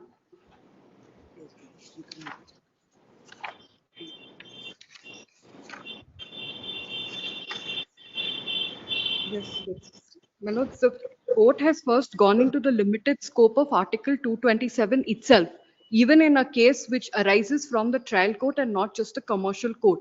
In that, your lordships are aware, my lords, it cannot be used to substitute the judgment of the trial court. Facts, evidence, etc., cannot be gone into. No. So By my this judgment, but the judgment, my lords, the view lays expressed down by the the coordinate bench of this lays court, down the test in spite of section 8, section 13, still a writ petition under 227 is maintainable. No, it Is does the law not say laid that. down? No, it does not say that. It says, your lordship saw at page 53, internal page 53 of the judgment, where the points were laid down. Para 21, examination of the law laid down. Page 50. It starts at page 51, para 21, internal page 51. Page Not the same 94, that I have page read. Para 94 of 21. what I have given. Para 21, my lord, which I have read, which says under limited circumstances it can be challenged. Yes. 92. Para 21. Para 21, my lords, kindly see. The first guideline is power under 227 can be exercised to ensure compliance with the objectives and enactment of Commercial Courts Act. Then power of superintendents under Article 227 are circumscribed and supervisory jurisdiction is to be exercised sparingly and cannot be used to substitute the judgment of a subordinate court or tribunal to correct trivial errors. Article 227 of the Constitution should be used for jurisdictional errors causing grave injustice. The power should be exercised where a party is left remediless. What is barred? This is relevant, my lords. What is barred under section 115 of the CPC through section 8 of the Commercial Courts Act cannot be subsequently revived by use of powers under 227. This petition is precisely this. Kindly see the IA filed here. That is settled law. What can be interfered under 227? Please, now, in the light of the Commercial Courts Act, an Yes. interlocutory order is passed. Yes. And that order is interfered in this case. My lords, kindly see in this particular case, kindly take a look at the IA. On that case, I'm saying in the order, Lords, order in that this, is relied the upon. question was regarding IPR, my lords, valuation. The facts was on valuation. We my are lords. only on the point about an interlocutory order against that, entertaining an application under 227. 227. 227, that's what. My lords, under section, if it is a revisable order which would have ordinarily been challenged under 115 of CPC, a revision is not entertainable. A 227 disguised as a revision also cannot be entertained. 227 can be entertained only in those two limited circumstances where there is manifest injustice which is incapable of being corrected at a later stage. That is there at point number 7 at page 53 in this judgment. So in this particular case, my lords, Generally in arbitration and other cases also, we do the same. Please, my When lords, there is in arbitration, though the level of- interlocutory In orders. no, my lord. These In are- Arbitration Act, there is no such provision. No. Provision is not But there. the test is the Generally, when any interlocutory orders are passed. Correct. That cannot be questioned. But when it goes to the root of the matter and about the inherent lack of jurisdiction of the arbitrator, we'll entertain it under 227. The powers of under 227, or that is what generally that's been interpreted in every case. My lords, therefore, my lords, I'm bringing your lordship's attention back to this particular matter because our contention is this 227 Doesn't is fall nothing under but any a of the revi- exceptional circumstances. Is is your, no, it's not an exceptional circumstance. It's a section 8 disguised as 227. It's to overcome the bar under 227. Now, why I say this, your lordships will be kind enough to take the IA that has been filed at page 325 at Annexure M. You appear for whom? I appear for respondent number 4. I filed my wakalat, my lord. Respondent number 4.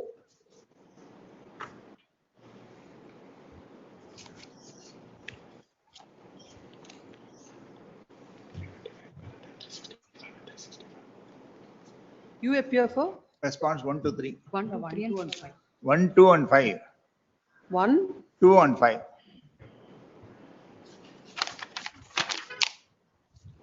you appear for? Respondent number 4. 3, 3, no one is represented.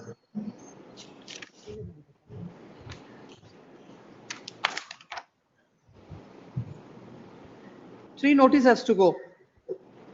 Yes, Yes, ma'am. sir. Yes, my lords. We have already served all the response, but my learned colleague. 3. My lords, that is if your lordships conclude that it is maintainable at all. No, to pass orders, I'm asking. I want to pass a final order. Yes, yes. 3 is not a record. Who appears with the There third are respondent? If your lordship is proceeding, some decisions on the points. That's why we'll issue notice. Please place all your judgments. I'll pass final order. After the other, after. Third is also served. The council must be appearing before the trial court for the third respondent. Yes, Mr. Council. Yes, yes, my lords. All they are Yes, my appearing, my lords. lords. All of them are. We'll serve it they on are the all council. We'll serve it on the council who's appearing. Land before the counsel for the petitioner is, land counsel, the petitioner is permitted to take out hand summons on the council appearing for the respondent before the trial court and shall file a memo to that effect by 18th of August. If the memo is filed by 18th of August, let's this matter on 19th.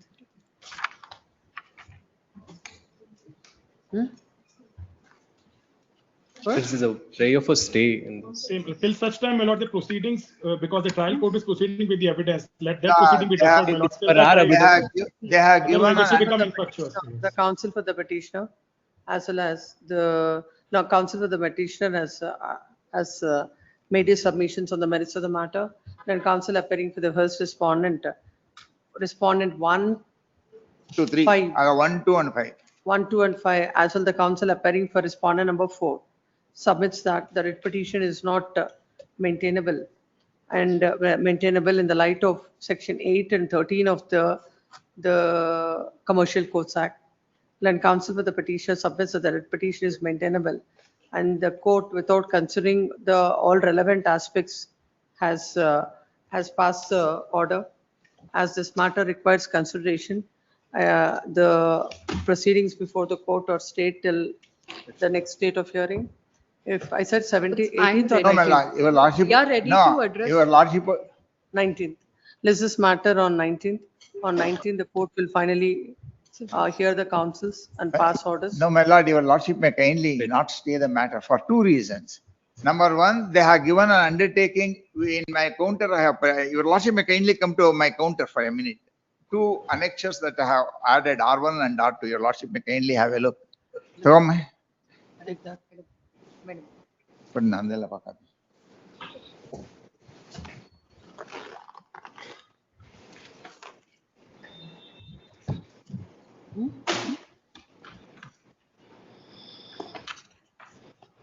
I have produced annexure R1 and R2.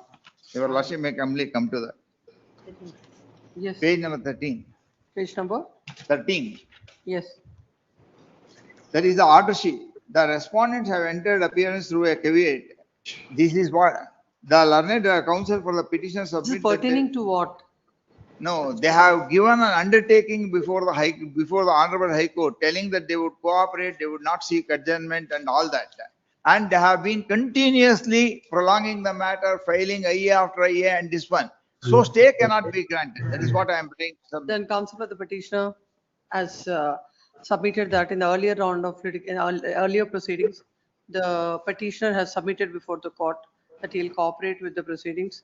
And now, but thereafter, he is not cooperating and and prolonging the matter.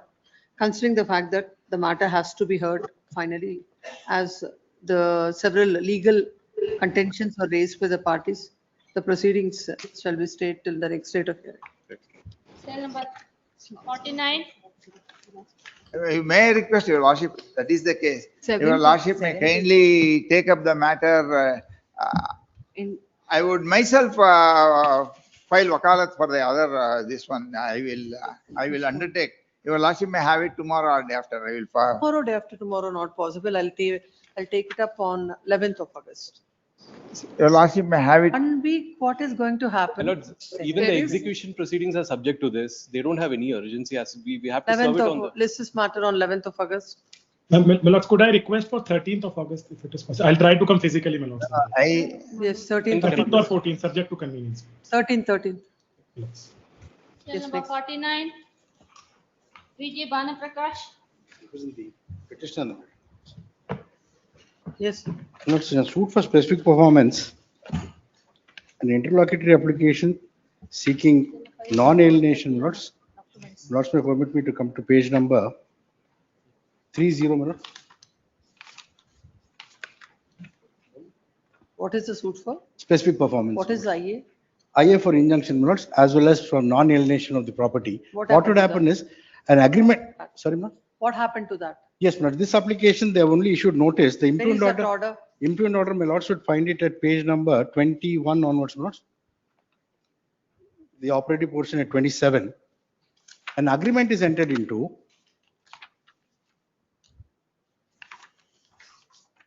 For issuing emergent notices, all that why it is required? No, my lords, the reason is this, my lords. No, I'm asking, when the court is issuing emergent I notice. wanted to point that out. I wanted to point Why all that this out, order? my lords. After an agreement is entered into, part payment is done, the first defendant, who is the owner, would gift the same property to his It daughter-in-laws. virtually amounts to rejection of your IA. Yes, my lords, more or less, my lord. That's what I wanted to point out. After the agreement, partial payment is done, he would go and execute a gift deed in favor of his two daughter-in-laws. I produced a copy of that was pleaded before the Honorable Trial Court to indicate that why a non-alienation order would be required, my lords. But the Honorable Court would go based on the lengthy order of 5 pages. He says that there is no case made out. Page 27, the last unnumbered paragraph, my lords. For these reasons, the plaintiff has not made out an exceptional circumstance. Where is the discussion about facts of your case? Lords, at page number 23 onwards, lords. No, it's all discussing about the provisions of law. 23 he states about the fact in the affidavit, second unnumbered paragraph. 21. That's the only fact is there. Yes, my lord, Facts that's only related. thing. After that, Nothing else, my lords. Till page 23, he discusses about the execution of the gift deed also. But kindly observe this, my lords. At page 23, after the Honorable Trial Court discusses about the gift deed being executed, they go on to say the plaintiff did not submit sufficient material to show that how his right will be defeated. My registered agreement is in place, partial payment is done.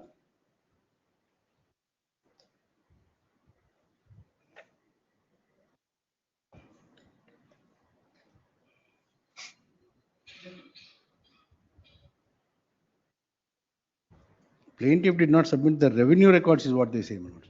There can't be any revenue records in my name because I'm only an agreement holder. please come. So far, notice is not served on the defendant. No, not yet, my lords, because the next date is given in November, my lords. The petitioner, plaintiff has agreed with the order on IA number 1 and OS number OS number, 784 of 2026. yes. Dated 23/7/2026, whereby the court has issued suit summons and held that the petitioner has not made out any grounds to grant interim injunction. At the same time, court has not rejected the application for interim injunction. Next, when counsel appearing for the petitioner submits that the suit is filed for specific performance. The injunction that is sought is for seeking injunction not to alienate the property.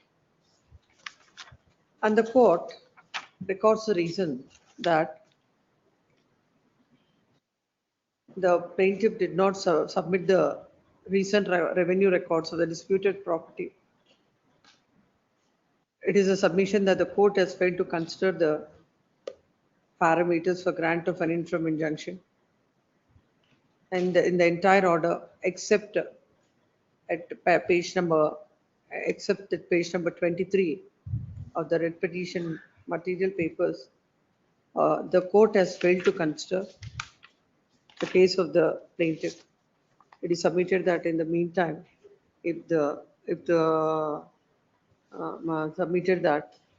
third party rights are accrued, it would unnecessarily lead to multiplicity of proceedings, and there may and this court may be pleased to grant an interim injunction, ad interim injunction, restraining the defendants from alienating the property. Next paragraph. Having heard the land counsel of the petitioner, peruse the material on record. The order the IA that is filed seeking interim injunction is not dismissed. The court, in fact, gives a finding that the petitioner has not made out a case and then issues suit summons. This court has perused the order, and the order, in the entire order, no discussion is forthcoming on what are the parameters and what the petitioner has failed to fulfill. And at an interlocutory stage, what the court has to consider, except the discussing about the settled law, the court has to fail to consider the facts and circumstances of the case and application of the said law to the facts of the case. In that view of the matter, the order impugned dated so and so is set aside, and the trial court shall hear the matter afresh and pass orders in accordance with law within a period of 1 week from the date of receipt of the copy of Grateful. Number 50, Basanna KM. Back to for the petition, my lord. A dependent petition. Suit for money recovery has been decreed, my lord, ex parte. Thereafter, dependent shall file the miscellaneous, which is allowed and restored the suit, my lord. Now the suit is held on for the cross-examination DW1. In the interim, my lord, on the strength of order, the plaintiff has filed the execution file. In the execution, my lord, the suit settled property came to be attached, my lord. Thereafter, after the restored order, execution came to be closed due to the pendency of the suit, my lord. My lord, during the again, my lord, I have filed the IA to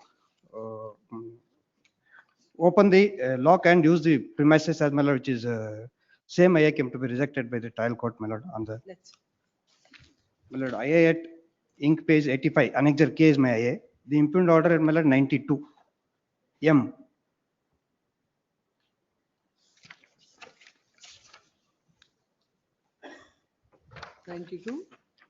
92. Reason starts from 97, my lord. Let's read.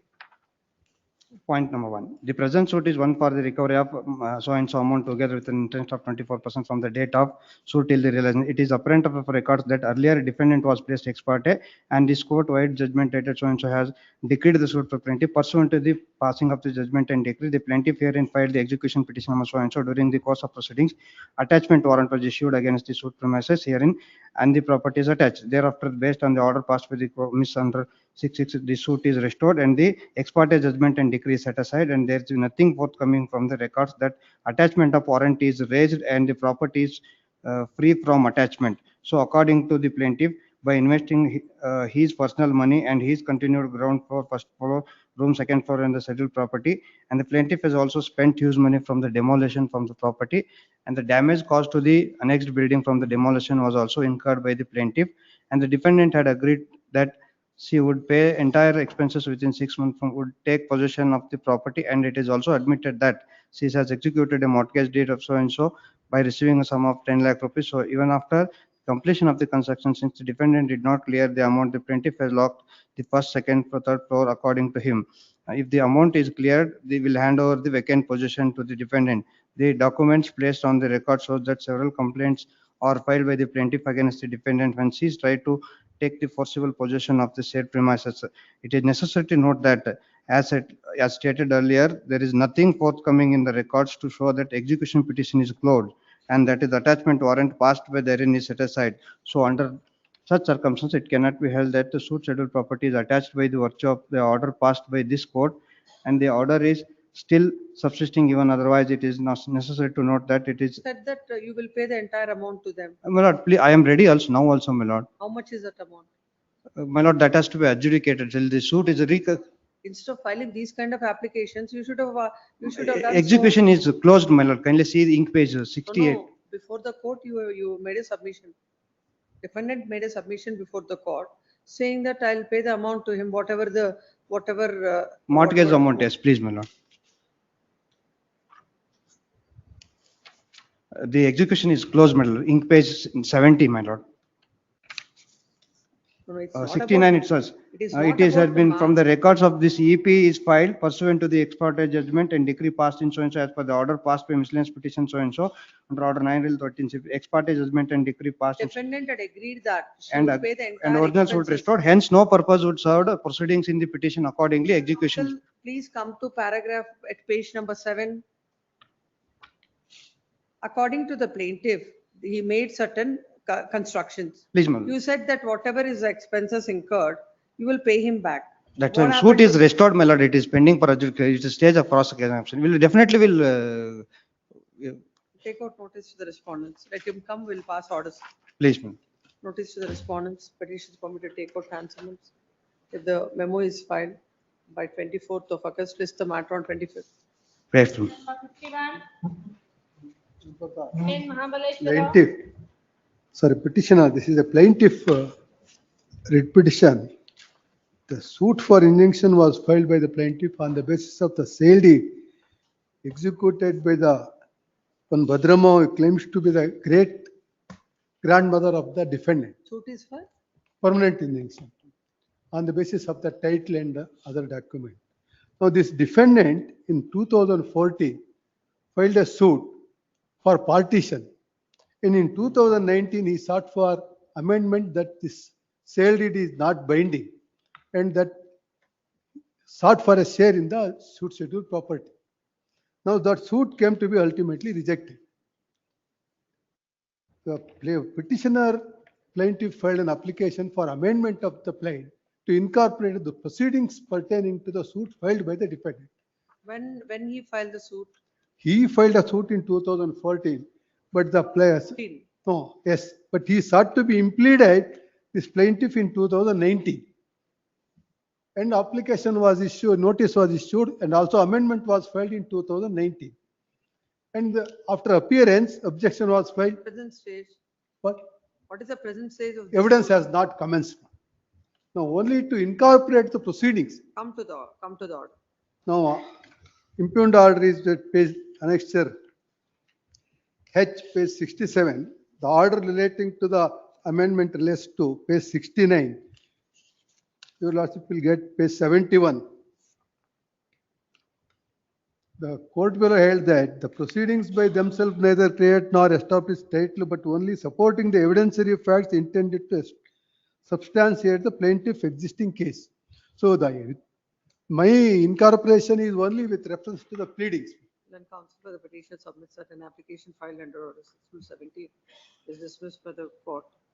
It is a case that the evidence is not started, and by way of this petition, the petitioner only want to incorporate the facts in respect to the other suit filed by the defendant, and it would not alter the nature of the suit further.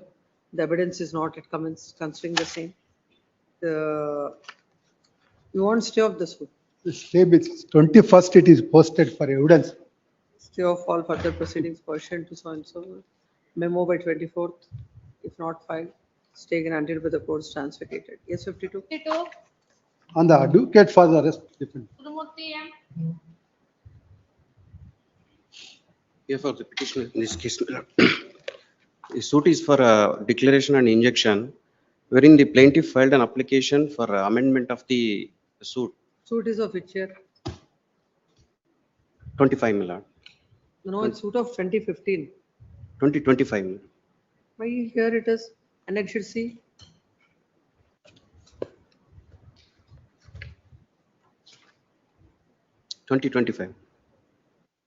Annexure C, it appears 2015. Sorry.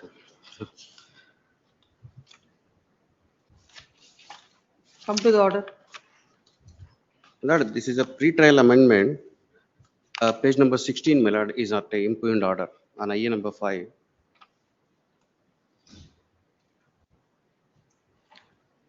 Instead of scheduled property, they mentioned as properties in the overall plaint, and one of the name of the defendant and the plaintiff who died in the year 1986.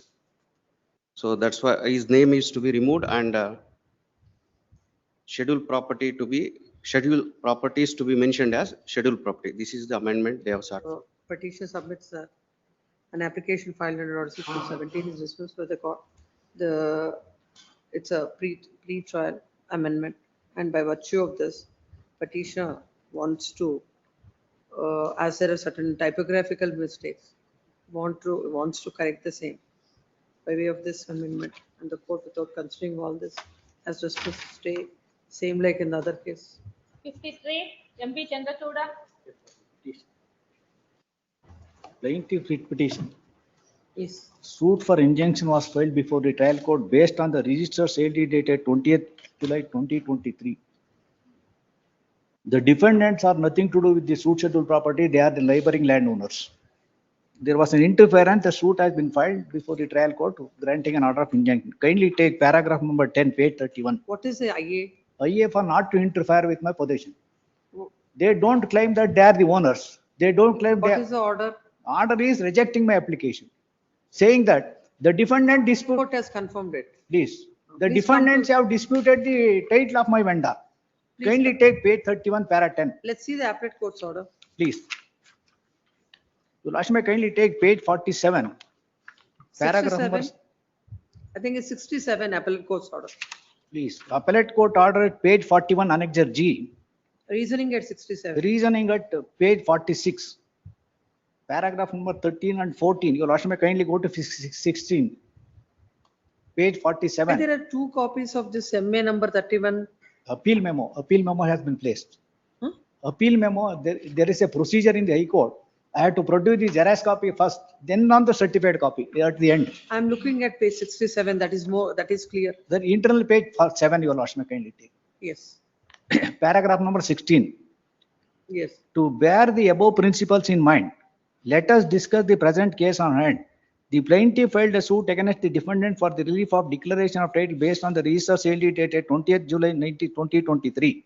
The present case, the plaintiff claimed to be possession over the suit scheduled property on the basis of the register sale deed dated 20th July 2023 and subsequent revenue entry standing in his name. On the other hand, defendants have specifically disputed the very root of the plaintiff title and possession by contending that the original owner T. Srinivasachar and after his demise, his daughter Sushilama continued to be in possession. Sushilama died in the year 2014. My vendor, being the brother, got the revenue entries in his name. Thereafter, sale deed was executed. That has been before the trial court by the defendant. It is further contended that the alleged mutation in favor of H.S. Kantiravachar was obtained by fraud. The defendant has denied your title to the property. Denied it. Kantiravachar is the brother of Sushilama. Sushilama had no issues. After her death, Kantiravachar obtained the mutation in his name. Thereafter, the sale deed was executed in my favor. And the defendant, they are not claiming ownership over the property in question. They said Sushilama is the owner. Sushilama has not executed the sale deed. Absolutely correct. No, according to them, they are in possession of the property. No piece of document. No. They said aspect. You say that they are unconnected, but they are saying that they are claiming to be in possession. I can say that. Please. Yes. It is further contended that the alleged mutation in favor of H.S. Kantiravachar obtained by fraud and misrepresentation and that all subsequent sale transactions, including the sale in favor of the present plaintiff, are not binding on Sushilama. Sushilama is no more. What are the documents placed by you? Registered sale deed. Come to the trial court's order. He has, MA has not discussed about this. Your Lordship, kindly take trial court order at page 30, internal page number 5, reasoning portion, paragraph number 10. Point number 1. Yes. The learned counsel for the plaintiff urged that the suit scheduled property was acquired by him through registered sale deed dated 20th July 2023 from its previous owner and is in possession and enjoyment of the suit property. The defendants are obstructing his agriculture operation in respect of the suit scheduled property by denying his title over the suit scheduled property. The learned counsel for the defendant argued that the suit scheduled property along with other properties were belonged to one Srimati Sushilama and she has left the suit scheduled property to the defendant to manage the suit scheduled properties. No piece of document. In spite of it, H.S. Kantiravachar has colluded with the revenue officials and got changed the Khata and Pani in respect of the suit scheduled property in his name. And thereafter, he along with his son, grandson have sold the suit scheduled property to one Srinivasa. Thereafter, several transactions were taken place in favor of different person, but the Sushilama is alive. It is not correct. Sushilama died in the year 2014. Death certificate was placed before the trial court. The object of temporary injunction is to preserve the matter sound. The judgment of this honorable court has been calculated. Paragraph number 13. Oh. On perusal of the mutation record, the plaintiff has produced the copies of the RTC extract mutation entries and sale deeds, the RTC extract for the year 23-24 in respect of survey number 33/1 measuring 1 acre 35 untas standing in the name of the plaintiff. Void MR number H5/23-24. Further, he laid upon the RTC extract for the previous period which are standing in the respective vendors of the plaintiff. Further, the mutation entries also produced for the previous period which showed that the several transactions took place in respect of the suit schedule property. Further, the plaintiff laid on copies of the sale deeds which showed that the several transactions held between the vendors of the plaintiff and the previous period. Per contra, the defendant have also produced the RTC extract genealogical tree, form number 2 for transfer of khata and pani in the name of HS Kanti Ravachar, my vendor. The nature of the property. Agriculture land. Okay, the document which they relied upon is referred to by vendor, HS Kanti Ravachar. And the mode of possession was Pavati death certificate, copy of the RRT appeal. And the document showed that the suit schedule property was transferred in the name of SS Kanti Ravachar, my vendor. Then counsel for the petitioner submits that he has filed a suit for bare injunction based on a registered agreement, the registered sale date. Along with that, he has also filed other documents, the documents, RTC extracts to show that the petitioner is in possession of the property and before him, his vendor is in possession. The defendants who have, according to the defendants, once they're gone, according to them, though one Susilama was alive, HS Kanti Ravachar has transferred the kata and pahani of the property in his name and stated that Sushilama died. On all those considerations, the court has failed to grant injunction. It is submitted that no documents are filed by the defendant, whereas the document filed by the petitioner clearly shows that he is the owner of the property and he has been in possession. All these aspects were not considered both by the appellate court as well as the trial court. Considering the submission of the main counsel for the petitioner, there shall be an order of status quo till the next date of hearing.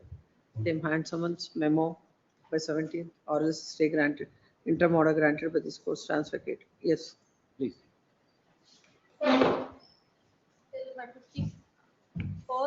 Appearing for the petitioner in this case, my lords. We have this writ petition is filed for mandamus directing respondent number 2 and 3 to consider the representation dated. Yes. After till 55 you call. After that you call the 230 matters. Yes. This writ petition is filed for mandamus mandamus seeking for a direction of respondent number 2 and 3 to consider the representation dated 33/26 with annexure E seeking for a CL bar license, my lords. My lords, this is where the will is being registered in the name of my elder sister Premamma. My lords, the other day, if I could refresh your memory, my lords, identical matter, my lords, was disposed of, and this is the same petitioner who had given the representation in the previous case also, not to consider the will and not to grant the license, my lords. Kindly have a copy. I remember that case. Yes, yes, the same. He's the same person, my lords. All that we are asking them to produce is succession certificate. That is it. Under which provision? My lords, this is the family dispute, my lord. This is the confusion which the department has, my lord. That is the concern. And OS is pending in city court. Consider and pass orders. Please, my lords. Whatever it is. Please, please. Send them. In accordance with law. Please. The writ petition is filed seeking the following prayer. Extract the prayer. Then counsel for the petitioner submits that. They made a representation to the respondents dated 33/2026 seeking transfer of CL bar license for the excise year 2025-2026, standing in the name of one late Steve Premamma in favor of the petitioner on the basis of the registered will. And respondents have failed to consider the same. Next parallel, and counsel appearing for the AGA who takes notice on behalf of respondents 1 to 4 submits that. Please. They will consider the same in accordance with the law. Accordingly, considering the submission of the having heard the counsels on either side, there is a material record. Considering the fact that the representation is pending before the respondents, this court is passing the following order. the representation dated so and so shall be considered by the respondents in accordance with law after due notice to all the concerned parties. Please. Until then let there be a status quo of the license. No, my lords. Till it is No, I'll ask completed. them to grant license till such time. Oh, much. Serial number 55 of the HR. Yes. My lords, the suit, the petition is the plaintiff. Suit, my lords, is specifically for partition and also seeking that the release deed allegedly executed based on a fabricated GPA, my lords, is not binding on us. And had made an application to send that GPA, my lord, which is produced as Exhibit D17 for forensic laboratory, my lord, for because have specifically contended that the defendants have fabricated the document and I have never executed the document. That application came to be rejected simply on the ground that, my lords, it could be. There is order. Yeah, my lords, impugned annexure A is the impugned order.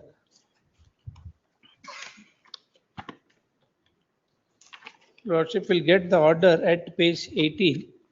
Sorry. It starts, my lords, at page 20, order on IA 28.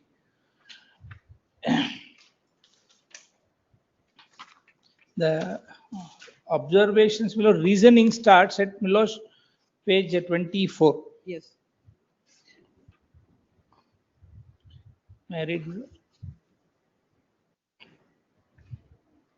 The contention of GPA holder of plaintiff is GPA dated so and so, which was marked as Exhibit D17. The defendant number 1 did not deny the same. On perusal of paper, GPA dated so and so was marked. Further contention that GPA holder, the plaintiff disputed the genuineness of the document. The document is forged and created document. The burden of proof of the document lies upon the defendant. Court has rightly held. Court has the power to do it. But with great respect, my lord, this honorable court and appeals court has several times held that the court should not venture into that unless, my lord, when it is possible, my lord, at the end of the day, even expert opinion court may have. There are judgments on either side. But, my lords, here, considering that that is the key document which was fabricated is my contention, my lords, it is an expert opinion, my lord, that should not be ventured into. Notice to the respondent. No, that is. There are so many judgments at the Supreme Court on that. Notice to the respondents. Serial number 62 is also connected to that. There are another application of 2, my lords. List along with this hand summons. My lords, short date maybe because the trial is going Short on. date I'll give, but stay I will not give. List along with so and so. List this matter on 25th if the memo is filed by 24th. Both the matters. Yes, call the 230 matters. 230 mood matter. First pass over, then 230 mood matter. Pass over serial number 35. Serial number 35. I beg to appear, my lords. I saw the Beg to appear for the respondent, my lords. You appear for BESCOM? Yes, please, my lords. Yes. What are your instructions? My lords, my instructions are, if my lordships were to take annexure K, my lords, which is at in page number 82. Yes. My lords, it is a police, my lords, a letter from the police, an official letter from the police department, and also from the Gram Panchayat, my lords, telling that, it is an violation of the building bylaws, and also they have referred to the When was the permission granted? The permission was granted from 2006. We are running the resort, my lords. My lords, now I looks have like it has produced the been Panchayat identified. plan. Yes. My lords, now it looks like they have identified there are illegal constructions and illegal activities going on within the resort, my lords. So as such, the police have written a letter to us. If the illegal activities are going on, police have to do their duty. If there is violation of the Gram Panchayat will do it. And how are you concerned? My lords, it is only a show cause notice that has been issued, my lords. It is only a show cause notice. They have 7 days time to reply to this, my lords. It's What my they should lords, reply? my lords, we have asked for them. Say We that, have asked for they the say that documents, there my is, lords. no, they will say that the construction is not unauthorized. How My will lords, you we decide? My lords, we will not be deciding it, my lords. We will be forwarding it to the particular police department and the Gram Panchayat. Why should all these exercise should go on like this? Police department, can't they do their work? Lords, I'll leave it to my Lord's hands because The petition looks is like before this court, agreed with the notice dated at 19/6/2026, may I issued by also the make best one form. submission, Lord? Yes, My lords, without making the police department or the Gram Panchayat, my lords, they have only made us the party, my lords. no, If they the will, Gram no, Panchayat and the police, because you are the one who have issued the notice. my lords, it is only based on their request, my lords. They have requested us to I disconnect, my have lords. repeatedly, I have so many orders I have passed. Yes, It is please. beyond, I have. beyond your jurisdiction. You are doing something which you are unconnected with. In that case, there need not be BESCOM, there need not be other departments, all of them, all of you to work together. My lords, they are selectively, my lords, filing cases against each department, my lords, in different courts, my lords. This is the whole problem, my lords. My lords, if As the far as Gram this Panchayat case is and the police, concerned, there are no dues, there are no violation of any of your regulations. Even yes, as for the Supreme Court judgment also, this is not a new, It does not fall in those guidelines. yes. In that case, my how lords, are you interfering? Supreme my Court lords, judgment is very clear, and there is another judgment of Justice Suraj Govindaraj, where yes, he has please, my lords. distinguished with regard to this. The Still, the Barjatiyat case, please tell your officers not to indulge these kind of things. They will take care of the if any violation of their best, the BBMP will take care, or any other local authority will take care. The petition is before this court, agreed with the notice dated 19/6/2026. Where did you mention about this? No, notice dated 19/6/2026, Annexure K, proposing my to disconnect the electricity supply to the petitioner's establishment, so and show cause on the notice. ground that, on the ground that the building has been without the requisite approvals.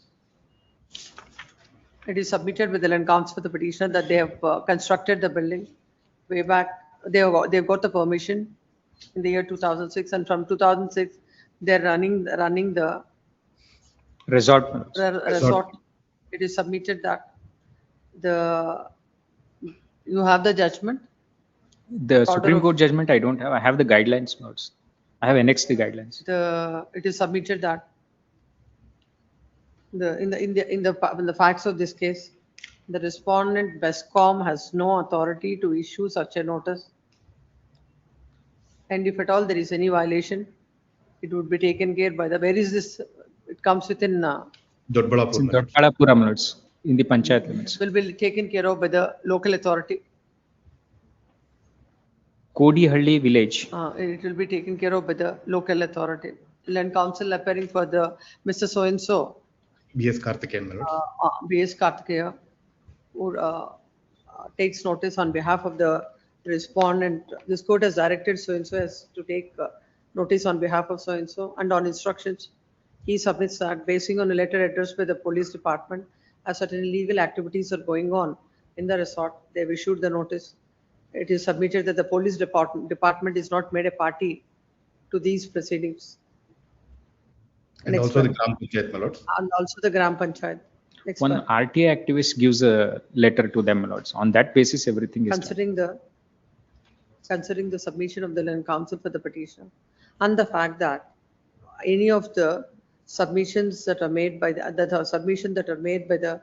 land council for the respondent, this court finds no force in the said submissions, as conducting, if the petition is conducting any unlawful activities, the police department can take an independent action.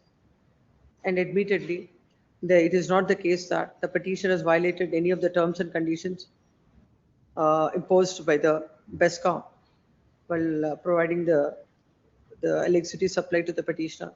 In that view of the matter, the respondent till the next date of hearing, and the respondent BESCOM is directed not to take any coercive steps.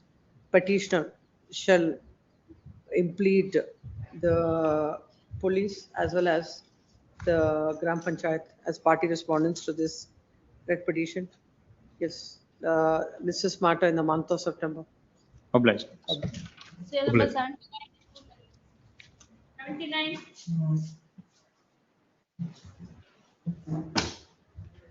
My Lord, sir, I beg to represent Mr. Sampath Bapat. This revision is filed assailing the order of the 9th City Civil and Session Judge usurping the powers of commercial court. The respondent number 1 had filed AP 52 of 2025, assailing the award passed by the second respondent dated 15/2/2025. By virtue of Section 10 of Commercial Courts Act, all arbitration matters are to be dealt by the commercial court. Usurping the powers which are not vested in the city civil court, the city civil court passes an order of stay of execution of the award passed by the second respondent. Where is that? That order is not filed, but I have a copy of that. Kindly peruse. No, what is impugned in this? The impugned, thereafter, the petition before my lords has filed an application under Order 7 Rule 11 for rejection of the plaint. That was rejected. The petition was dismissed. As against that, the petition is before my lords. Where is that order?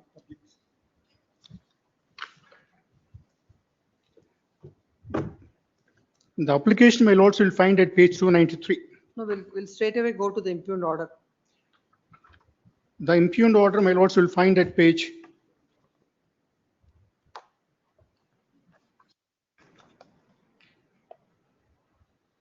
266, Annexure K.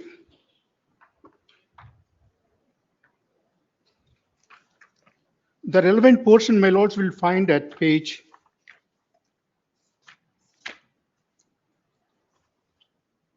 276, wherein the land judge relies upon Bhatia International to hold that the civil court has jurisdiction, which is contrary to Section 10 of the Commercial Courts Act. Then the finding, my lords, will find at page 279, paragraph 28. Yes. Clause 13.3 of the agreement, which contains arbitration agreement, which says that all the disputes arising out of or in connection with the BDA, including the issues of breach, termination, or invalidity, would be finally resolved by the arbitration in accordance with the rules of Singapore International Arbitration Center. The seat of the arbitration was agreed to be in Bengaluru, and the language of the proceedings was English. So in view of the above, it is very clear that the matter is not commercially in order to entertain the case to the commercial court. Then my lords will be pleased to peruse page 281, paragraph 31. The Land Council appearing for the respondent, since the relief claimed in the application is more than 3 lakhs, this court has no jurisdiction to entertain the same, and further the same is to be referred to commercial court. Section 3 of the Commercial Court Act invariably fixes the value of the commercial dispute. Then my lords will be pleased to peruse paragraph 36, page 283.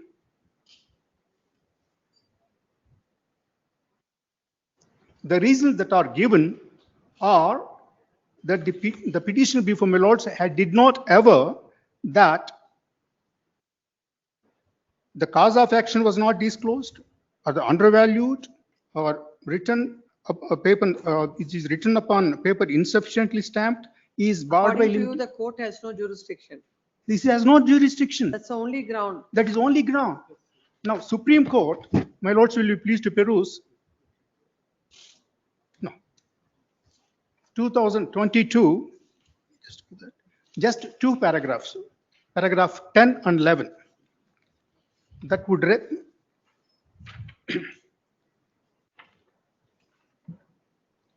Paragraph 10.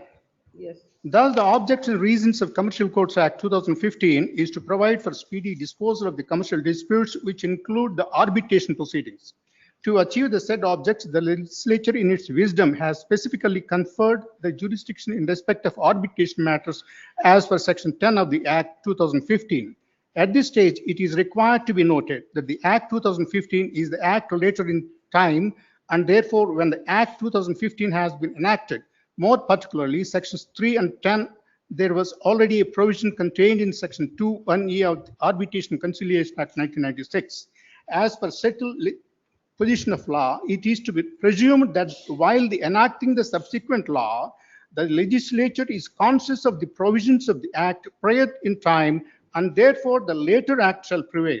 It is also required to be noted that even as per section 15 of the act, commercial dispute of a specified value shall have to be transferred to the commercial court. Even as per section 21 of the act, 2015 shall have overriding effect. It provides that save as otherwise provided, the provisions of this act shall have effect notwithstanding anything inconsistent therewith contained in any other law for the time being in force. Paragraph And 11. counsel appearing for the petitioner submits that an application is filed on order 7 to 11D to reject the plaint as the court has no jurisdiction. Is a case that arising, the proceedings arising out of the arbitral proceedings, the court of the city civil and session judge at Bangalore has no jurisdiction. Only the commercial court has jurisdiction, and this aspect was not considered by the court considering the submission. There shall be stay of all further proceedings. Question to the order dated and summons notice 17th. Yes. Till 2:30 mood matter. Yes. The proceedings have been stayed, my lords. Grateful. Yes, Mari Patil. My lord, petitioners are the plaintiffs for the wife and the children of the defendant respondent, my lord. My lord, at the time of evidence, they found that certain documents which will show that is a suit for partition, which show that the property, especially item number 4, the defendant could not have bought it because his claim was Where is impugned order? impugned order, my lord. Your lordship will get it at page number 27. Yes. Please, my lord. The only ground I would like to point out, my lord, is that page 30, my lord, no reason is assigned as regards the application is concerned. Lordship got it, my lord, page 30, until page number 4 of the order, impugned order. The point number 1 and 2 are taken together for common discussion to avoid repetition of facts. The plaintiff filed this suit for partition and separate possession of their share in the usual properties. The defendant appeared as party in person, filed his written statement of framing the issues. The plaintiff number 4 examined as PW1. The defendant also led his evidence now. The case is posted for argument. At this juncture, the plaintiff number 4 filed this application to reopen the evidence and recall the stage of evidence by permitting her to file IA to summon the witness. As per plaintiff number 4, defendant was working in KSRTC Tuмкuru division. Recently, they had obtained documents from KSRTC under RTI. Earlier advocate not produced the documents. Hence, to summon the documents from KSRTC and examine KSRTC official, the evidence has to be reopened. The plaintiff number 4 also filed IA number so and so, my lord, to summons KSRTC division officer to produce the documents and give the evidence. The suit was filed in the year 2009. Even though plaintiff evidence was completed in the year 2018, but in view of the order passed in IA number under order 7 rule 11 CPC, the defendant went to Honorable High Court and filed CRP. Now the said CRP was disposed in the month of December 25. My lord, no reasons are assigned so far as the applications. What else you require? What reasons are required? No, the reason is delay. That I am conscious of it, my lord. The only thing, my not only submission is at least on the IA. It should be said whether IA is be rejected on its merits, not on the entire conduct of the defendants, my lord. Not even a whisper so far. The humble submission is today is still I called up. Judgment is not but so I'm requested that be deferred, and you may kindly hear this.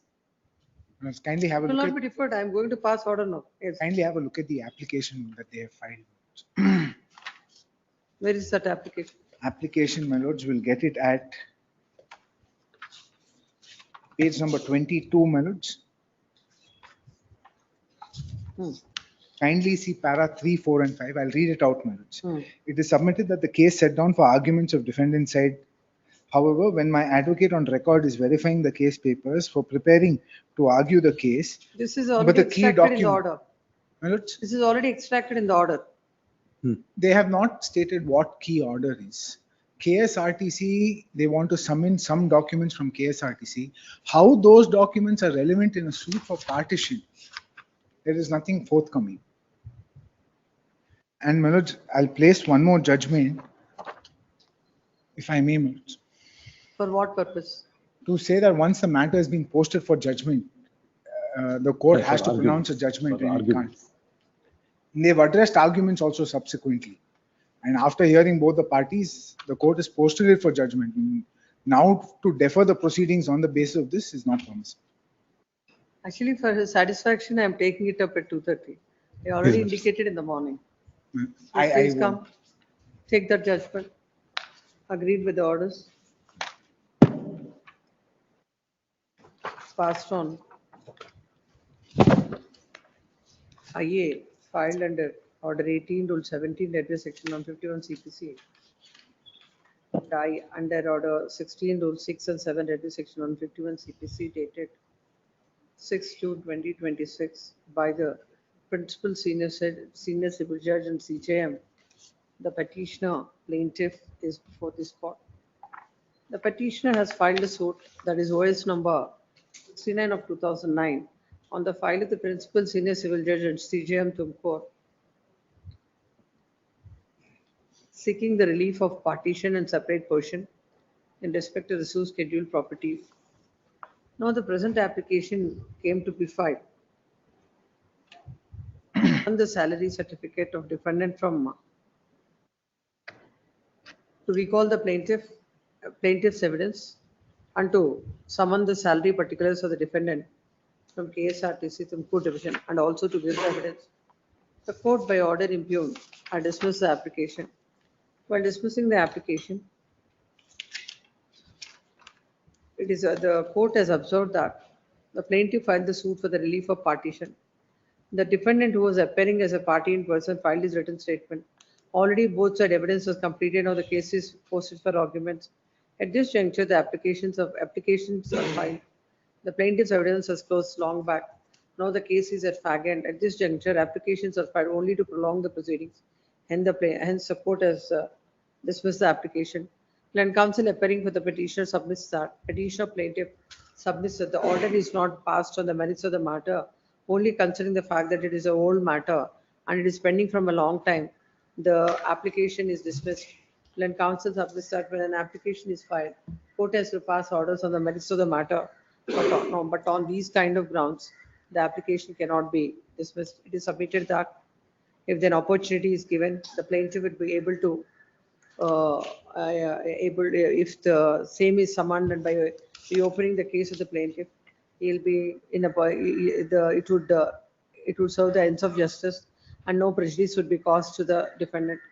Next parallel counsel appearing for the respondent defendant submits that neither in the application is so vague and they have not stated what are the documents and for what purpose they want to rely on those documents and why the evidence has to be reopened.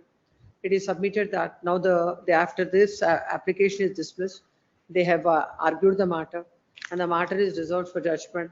Once the matter is reserved for judgment, question of recalling the same from that stage would not arise.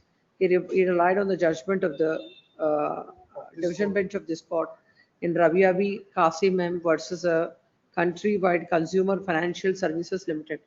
Morning. In some cases, this judgment is relied. There it is not complete. It only says countrywide. This you tell, I think morning whoever it had taken. Reported in ILR 2004 Karnataka 2215 and he relied on paragraph number 9. Paragraph number 9 extract. Relying on this, it is submitted that as the matter is posted for judgment, there is no question of now the passing any orders in this case would not arise. Next, having other counsels on either side, presume material non required. So order 17 rule 3 also mandates that once it's posted for judgment cannot be called. It is submitted the Hardil and counsel for the petitioner and presume material non record. The suit is of the year 2009. Long back after the evidence is closed, the petitioner has come up with this application. As rightly submitted by the petitioner, by the land counsel for the respondent, no reasons are forthcoming from the affidavit that's filed that why this particular why the court has to be reopened, why the documents are necessary in a suit for partition. And further, in the light of the judgment of the division bench of this court, reported in LR 2004 Karnataka 2215, as the matter is already posted for judgment. At this stage, question of passing any orders in this matter would not arise.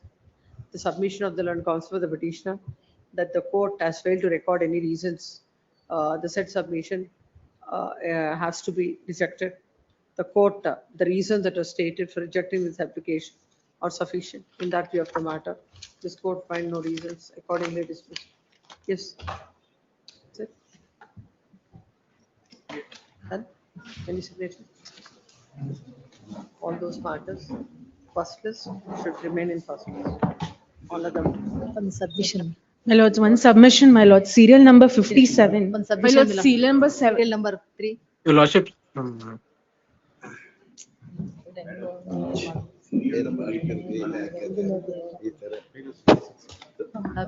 Madam.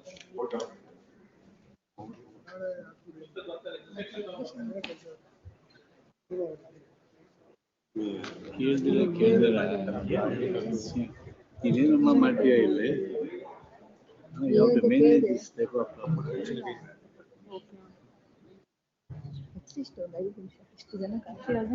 ಇನ್ನು ಜೋರಾಗಿ ಹೇಳು 5 minutes. Voice ಇಲ್ವಾ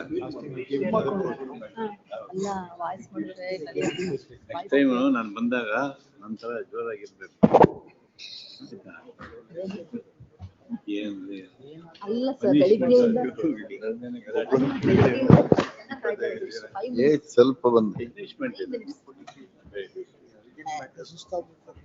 ಮೊನ್ನೆ ಇದು ಮಾಡಿದ್ವಲ್ಲ ಇವ್ರ ಹೆಸರು ಸೇರಿಸ್ಬೇಕಾಗಿತ್ತು ಶಿಶಾನನ ಕಡೆ ಹೋಗಿ ಬೆಳಿಗ್ಗೆಯಿಂದ ಶುರು ಮಾಡಲ್ಲ ಬಾಲ ಬಾಲ ಬಾಲ ಬಾಲ ಬಾಲ ಹೊಯ್ಕತೆ ಇರ್ತಾನೆ ನಾ ಸ್ಟಾಪ್ ಸರ್ ಸರ್ ಸರ್ 103 ಅಲ್ಲಿ ಇದು ಆಫ್ ಮಾಡ್ಬಿಡಿ ಹೋಗಿ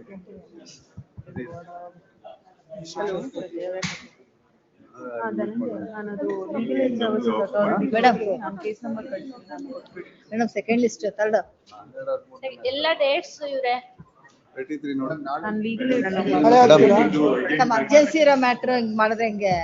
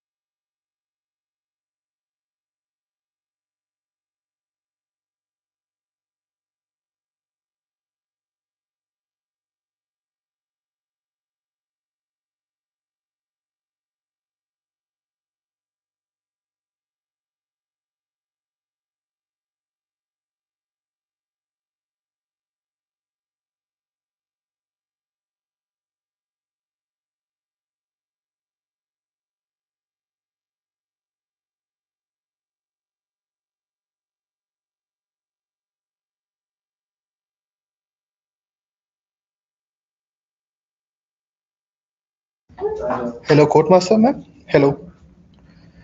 Ma'am, what happens to list 2 right now?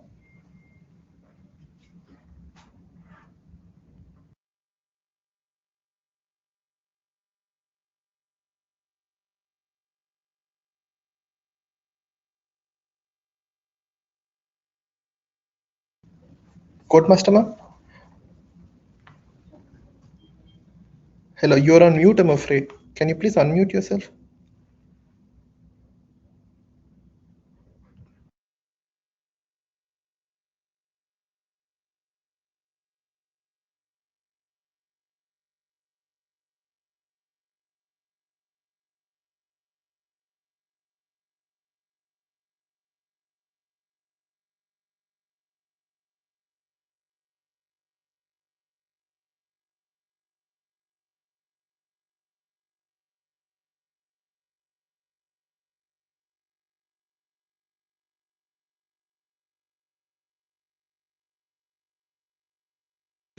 Hello, Courtmaster ma'am.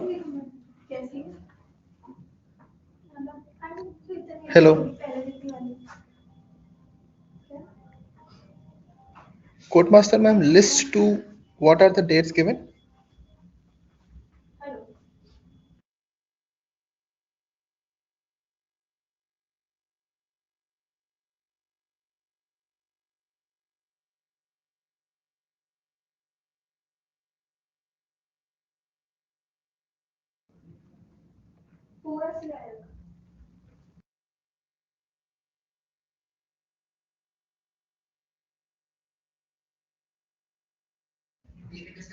Courtmaster ma'am, you're not audible. Can you please unmute yourself?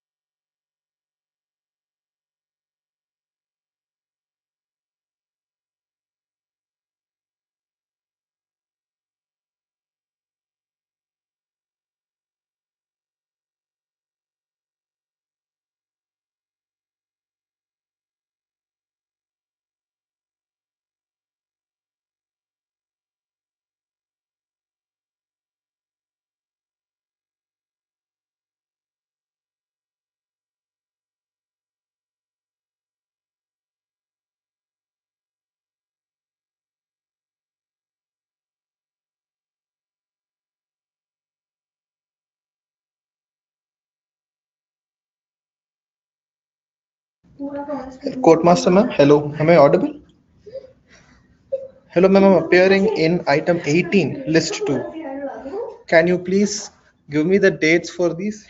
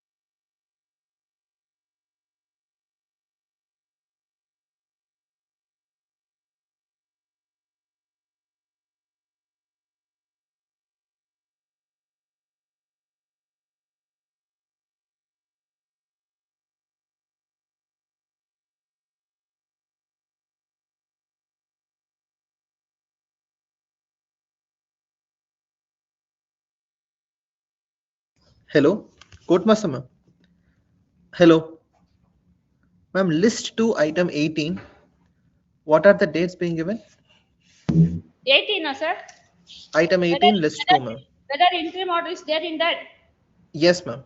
Interim order is It will be urgent to first week of September, sir. 17. We First will week of assign the dates. You have to see the net. daily order. Okay, ma'am. September 1st. Thank you. Orders matter ಎಲ್ಲ ಯಾವಾಗ post ಮಾಡ್ತೀರಾ madam? First week ಇದೇನು live ಇದೆಯಾ? Orders matter ಎಲ್ಲ ಎಷ್ಟು ಯಾವಾಗ phone ಮಾಡ್ತೀರಾ? List serial number 8 ಅಂತ ಹೇಳಿ. ಅದೆಲ್ಲ ಡೇಟ್ಸ್ ನಾನು ನೋಡ್ಬಿಟ್ಟು ಕೊಡ್ತೀನಿ ಇವ್ರೆ. I will assign every matter ಗೆ ಡೇಟ್ ಹೋಗುತ್ತೆ. ಯಾವ ಡೇಟ್ ತಗೊಳ್ಳ. ಯಾವುದು? ಯಾವುದು? Serial number 8 list 2. ಆ ವೆಕೆಟ್ ಇಂಟ್ರಿ ಮಾಡಿರೋದೆಲ್ಲ long date September in the month of September ಕೊಡಿ ಅಂತ ಹೇಳವ್ರೆ. ಮಾಡಿರೋದೆಲ್ಲನೂ in the month of September. ಹೇಳಿ. ಲಿಸ್ಟ್ 17. ಲಿಸ್ಟ್ 17. 17 ಹೋಗುತ್ತೆ ಇದ್ರೆ. ಎಂಟ್ರಿ ಮಾಡಿದ್ಯಾ ಅದು? ಡಿಲೇ ಇದೆ ಅದರಲ್ಲಿ. ಇದೆ. ನಿಮಿಷ ಇರಪ್ಪ. ನಾವು ಡೇಟ್ ಕೊಡೋದು. ಇದರಲ್ಲಿ ಎಂಟ್ರಿ ಮಾಡೋದು ಆಗಿಲ್ಲ. 17. ಯಾವ್ದು ಕೊಡೋದು ಎಲ್ಲ ಡೇಟ್ಸ್? 19 ಐತಪ್ಪ ನಿಂದು. Ma'am, serial number 74, fresh Serial number matter. 25, cost list 2, September 3rd ಆದ್ಮೇಲೆ ಕೊಡಿ ಡೇಟ್ ಪರವಾಗಿಲ್ಲ. ಜನಾರ್ದನ ಜಿ. ಸೆಪ್ಟೆಂಬರ್ 3rd ಆದ್ಮೇಲೆ. ಹಾ.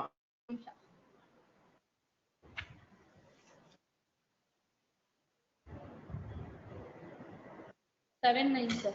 Okay. Ma'am, serial number 74, fresh matter. Interim order 74. 74, list 1. Fresh matter ಎಲ್ಲ ರಿಪೀಟ್ ಆಗುತ್ತೆ ನಾಳೆ ಹೇಳಿದ್ನಲ್ಲ ಇವ್ರೆ. ನಾಳೆ fresh matters will be repeated tomorrow. 74. Okay, thank you ma'am. 68, madam. 74 ಎಲ್ಲ ರಿಪೀಟ್ ಆಗುತ್ತೆ. ಅಪ್ ಟು ಸೀರಿಯಲ್ ನಂಬರ್ 78 ಎಲ್ಲ ರಿಪೀಟ್ ಆಗುತ್ತೆ ನಾಳೆಗೆ. ಉಳಿದಿರೋದ್ರಿಂದ. Madam serial number 109 madam list 1 sir ಅವರು ಇವಳಿಗೆ ಕರೀರಿ sir. Madam sir serial number 109 list 1 105 list 1 ಅಲ್ಲಿ. ಒಂದು ನಿಮಿಷ. 5 ಮೇಡಮ್. 105. ಹಾ ಮೇಡಮ್. 105. ಅದರಲ್ಲಿ ಅಬ್ಜೆಕ್ಷನ್ ಏನು ಅಂತಂದ್ರೆ 3 ಮೇಲೆ ಕಾಮನ್ ಆರ್ಡರ್ ಮಾಡಿದ್ರು ಅದನ್ನ ಒಂದೇ ರೀತಿ ಹಾಕಿದೀವಿ. ಕಂಪ್ಲೈಂಟ್ಸ್ ಆಫ್ ಆಫೀಸ್ ಅಬ್ಜೆಕ್ಷನ್. ಅದೊಂದೇ ಮೇಡಮ್. Fresh matter. ಹೌದು ಮೇಡಮ್. ಅಲ್ಲ ಸರ್ ಇದೆಲ್ಲ ನೋಡ್ಕೊಡ್ತೀನಿ. Date availability. ಅಲ್ಲ ನಾನು ಫ್ರೆಶ್ ಮ್ಯಾಟರ್ ಸ್ವಲ್ಪ ಅರ್ಜೆನ್ಸಿ ಇದೆ ನಾಳೆ ಕೊಡಿ. ಅದರಲ್ಲಿ ಒಂದೇ ಅಬ್ಜೆಕ್ಷನ್ ಮೇಡಮ್ ಇರೋದು ಅದರಲ್ಲಿ. 3 ಒಂದೇ 3 ಒಂದು. ಆಯ್ತು. ಫ್ರೆಶ್ ಮ್ಯಾಟರ್ ಅದು. ನೀವು ನಾಳೆ ಬಂದಾಗ ಹೇಳ್ಕೋಬೇಕು. ಹಾ ಸರಿ ಮೇಡಮ್. ಹಾ. Report Ma'am, the list 2, serial number 18. September ಅಂತ ಹೇಳಿದ್ದೀರಾ? ಸರ್ ಎಕ್ಸ್ಟೆನ್ಷನ್ ಆಫ್ ಟೈಮ್ ಇದೆ ಕೆಲವೊಂದು. ಅದೆಲ್ಲ ನಾಳೆ ಕೊಟ್ಬಿಡೋಣ. ಲೆಟರ್ ಅಲ್ವಾ ಸುಮ್ಮನೆ ಟೈಮ್ ಎಕ್ಸ್ಟೆಂಡ್ ಆಗ್ಬಿಡೋದು. ಅವ್ರಿಗೆ ಇಲ್ಲ ಹಾಕೊಳ್ಳಪ್ಪ. ಮ್ಯಾಮ್ ಹೇಳಿ ಇವ್ರೆ. ಲಿಸ್ಟ್ 2, serial number 18, ಒಂದು ಡೇಟ್ ಕೊಡ್ತೀರಾ ಸೆಪ್ಟೆಂಬರ್ ಅಲ್ಲಿ? ಡೇಟ್ ಕೊಡ್ತೀರಿ ಇವ್ರೆ. ನಾವು ಅಸೈನ್ ಮಾಡ್ತೀವಿ, ನೀವು ಆಮೇಲೆ ಅಪ್ಡೇಟ್ ಮಾಡ್ಕೊತೀರಿ. First week or second week of September ಅವೆರಡರಲ್ಲಿ ಒಂದು ಡೇಟ್ ಹೋಗುತ್ತದೆ. ನಾನು ಫಸ್ಟ್ ನಾಳೆ ಇದನ್ನ ಫೈನಲೈಸ್ ಮಾಡ್ಬೇಕು. ಒಂದು ನಿಮಿಷ. Okay because I have to send the list ಇದು. ಓಕೆ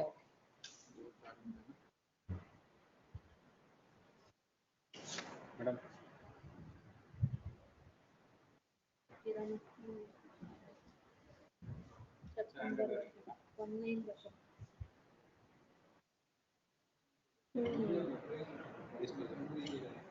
ಸರಿ ಈಗ ನಾಳೆಗಿರೋದು ಬರ್ಕೊಂಬಿಡು. ಸೀರಿಯಲ್ ನಂಬರು 55 ಆಗಿದೆ. 56ರಿಂದ ಎಕ್ಸೆಪ್ಟ್ ಸೀರಿಯಲ್ ನಂಬರ್ 62 ಇವ್ರಿಗೆ ಹೋಗಿದೆ. ನಾಳೆಗೆ 62 ಒಂದಿಲ್ಲ ನಾಳೆಗೆ. Up to 61ವರೆಗೂ. 56ರಿಂದ 61ವರೆಗೂ ನಾಳೆ. ಮತ್ತೆ 63ರಿಂದ 70ವರೆಗೂ ನಾಳೆ. ಮತ್ತೆ 71ರಿಂದ 78ವರೆಗೂ ನಾಳೆ.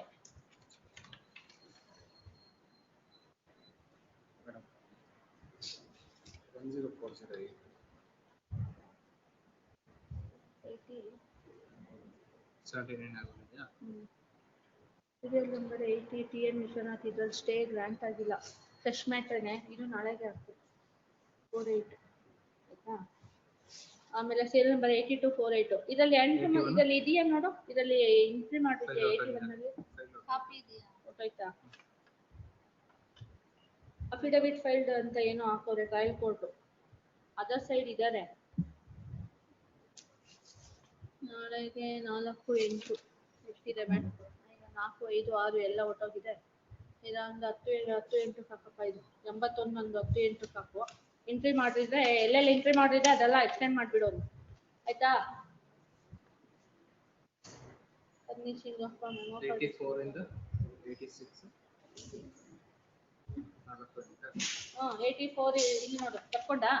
ನೆಕ್ಸ್ಟ್ ಇದು ಸೀರಿಯಲ್ ನಂಬರ್ 84 ನಾಳೆ 80 81 18 82ರಿಂದ ಸೀರಿಯಲ್ ನಂಬರ್ 86 ನಾಳೆ ಆಯ್ತಾ? 87 ನಾಳೆ 88 ಅದು ಎಂಟ್ರಿ ಮಾಡಿದೀಯಾ ನೋಡ್ಬೇಕಾಗಿತ್ತು.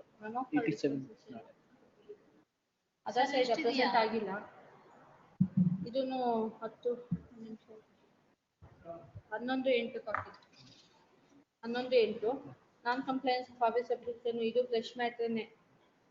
ಅರ್ಜುನ್ ಸಂತೋಷ್ ಇವರು ಕಂಪ್ಲೈನ್ಸ್ ಮಾಡ್ಲಿ, ಕಂಪ್ಲೈನ್ಸ್ ಮಾಡಿ ಬರ್ಲಿ. ಇದನ್ನು 10-8 ಹಾಕು. 10-8 ಕಂಪ್ಲೈ ಮಾಡ್ಲಿ ಅವರು. ನಾನ್ ಕಂಪ್ಲೈನ್ಸ್ ಇದೆ. ಆಮೇಲೆ awaiting service of notice non serving of ಏನು ಬಿ ಶಿವಕುಮಾರ್ ಇದರೊಳಗಡೆ ಸ್ಟೇ ಇದೆ ಅನ್ಸುತ್ತೆ ಸೀರಿಯಲ್ ನಂಬರ್ ಅಲ್ಲಿ.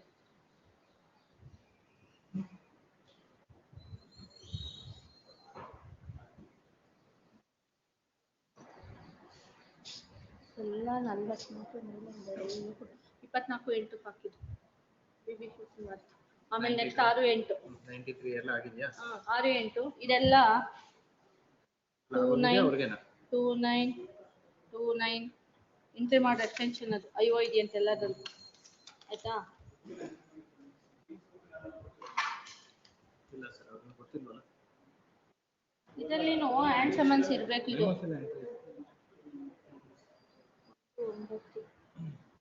9 ಕಲ್ಯಾಣ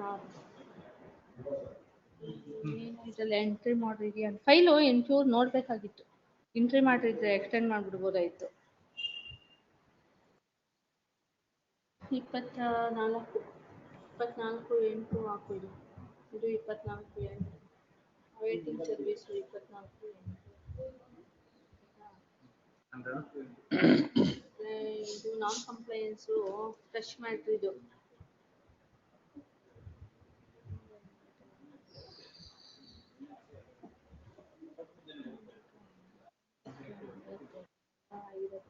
ಹತ್ತೊಂಬತ್ತು 8 ಕೊಡಿ. 19-8 101 ಪ್ರಭಾಕರ್ ಶೆಟ್ಟಿ ಇದರಲ್ಲಿ ಎಂಟ್ರಿ ಮಾಡಿತ್ತು ಏನೋ. 24-8 ಕೊಡಿ ನೋಡೋಣ. ಆಮೇಲೆ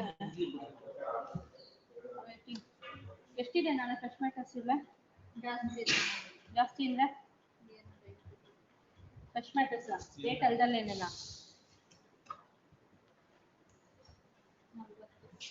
ಒಂದು 11-8 ಇದು ಐವೋ ಇದೆಯಂತೆ 2-9 ಇದು 104 105 4-8 ಆಯ್ತಾ? ಇದು 5-8 ಹಾಕಿವೆ. ಇದೆಲ್ಲ ಫ್ರೆಶ್ ಮ್ಯಾಟರ್ಸು.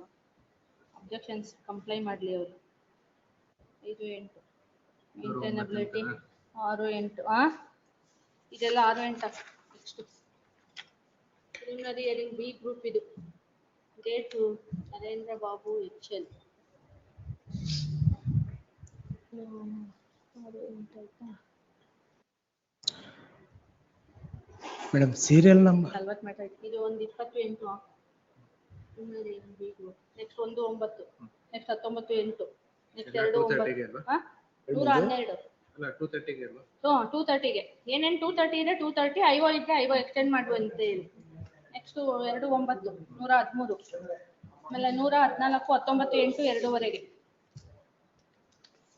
ಲಿಸ್ಟ್ ನಂಬರ್ 2 ಇದೆಲ್ಲ ಐವೋ ಇದೆಯಂತೆ. ಇದು 3-9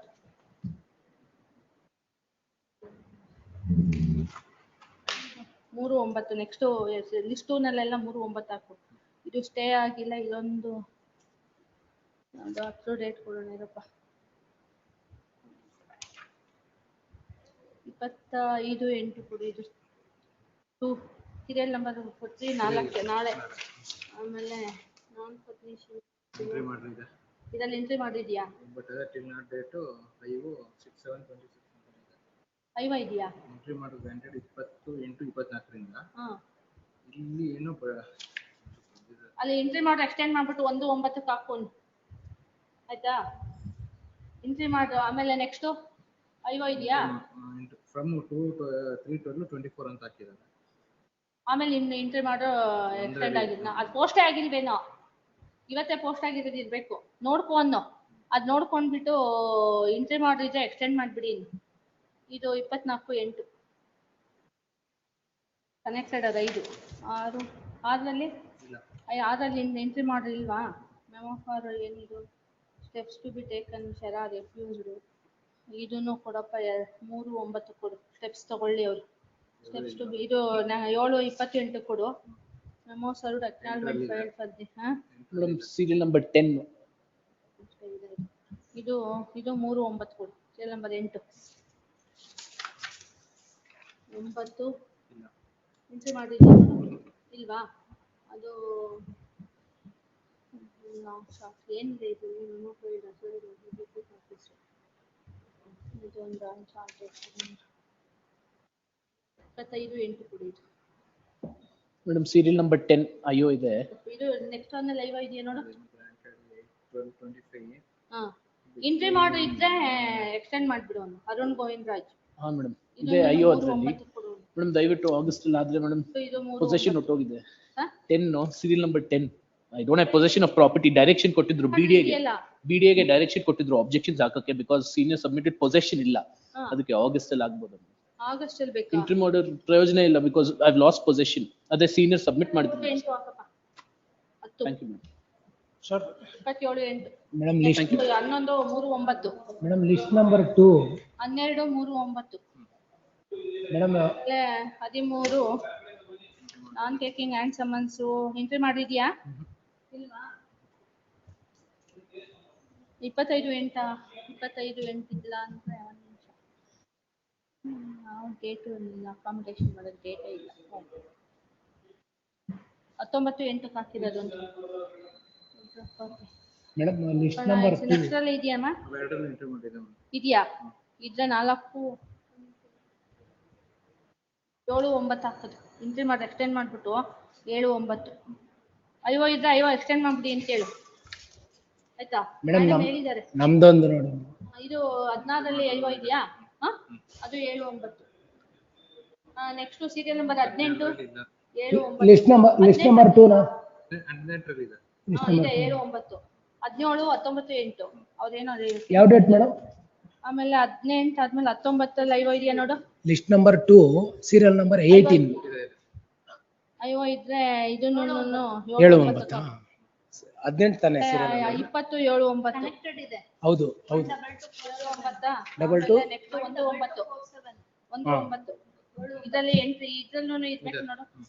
ಇದು 8/9 23/24ರಲ್ಲಿ ಇಲ್ಲ. 23/24ರಲ್ಲಿ ಇಲ್ವಾ? ಎಂಟ್ರಿ ಮಾಡ್ರಾಗಿಲ್ವಾ? ಹಂಗಂದ್ರೆ ಇದೆರಡು ಆಗಸ್ಟ್ ಅಲ್ಲಿ ಯಾವತ್ತಾರು ಒಂದು ಡೇಟ್ ಕೊಡು.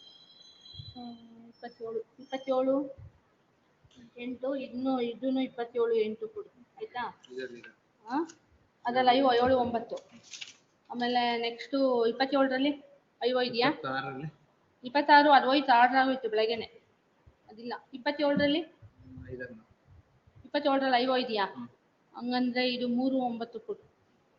ಆಮೇಲೆ ಇದು 28ರಲ್ಲಿ 28 31 ಇಲ್ಲ. ಎಂಟ್ರಿ ಮಾಡಿಲ್ಲ ಅಲ್ಲ ಒಟ್ಟು 30ವರೆಗೂ.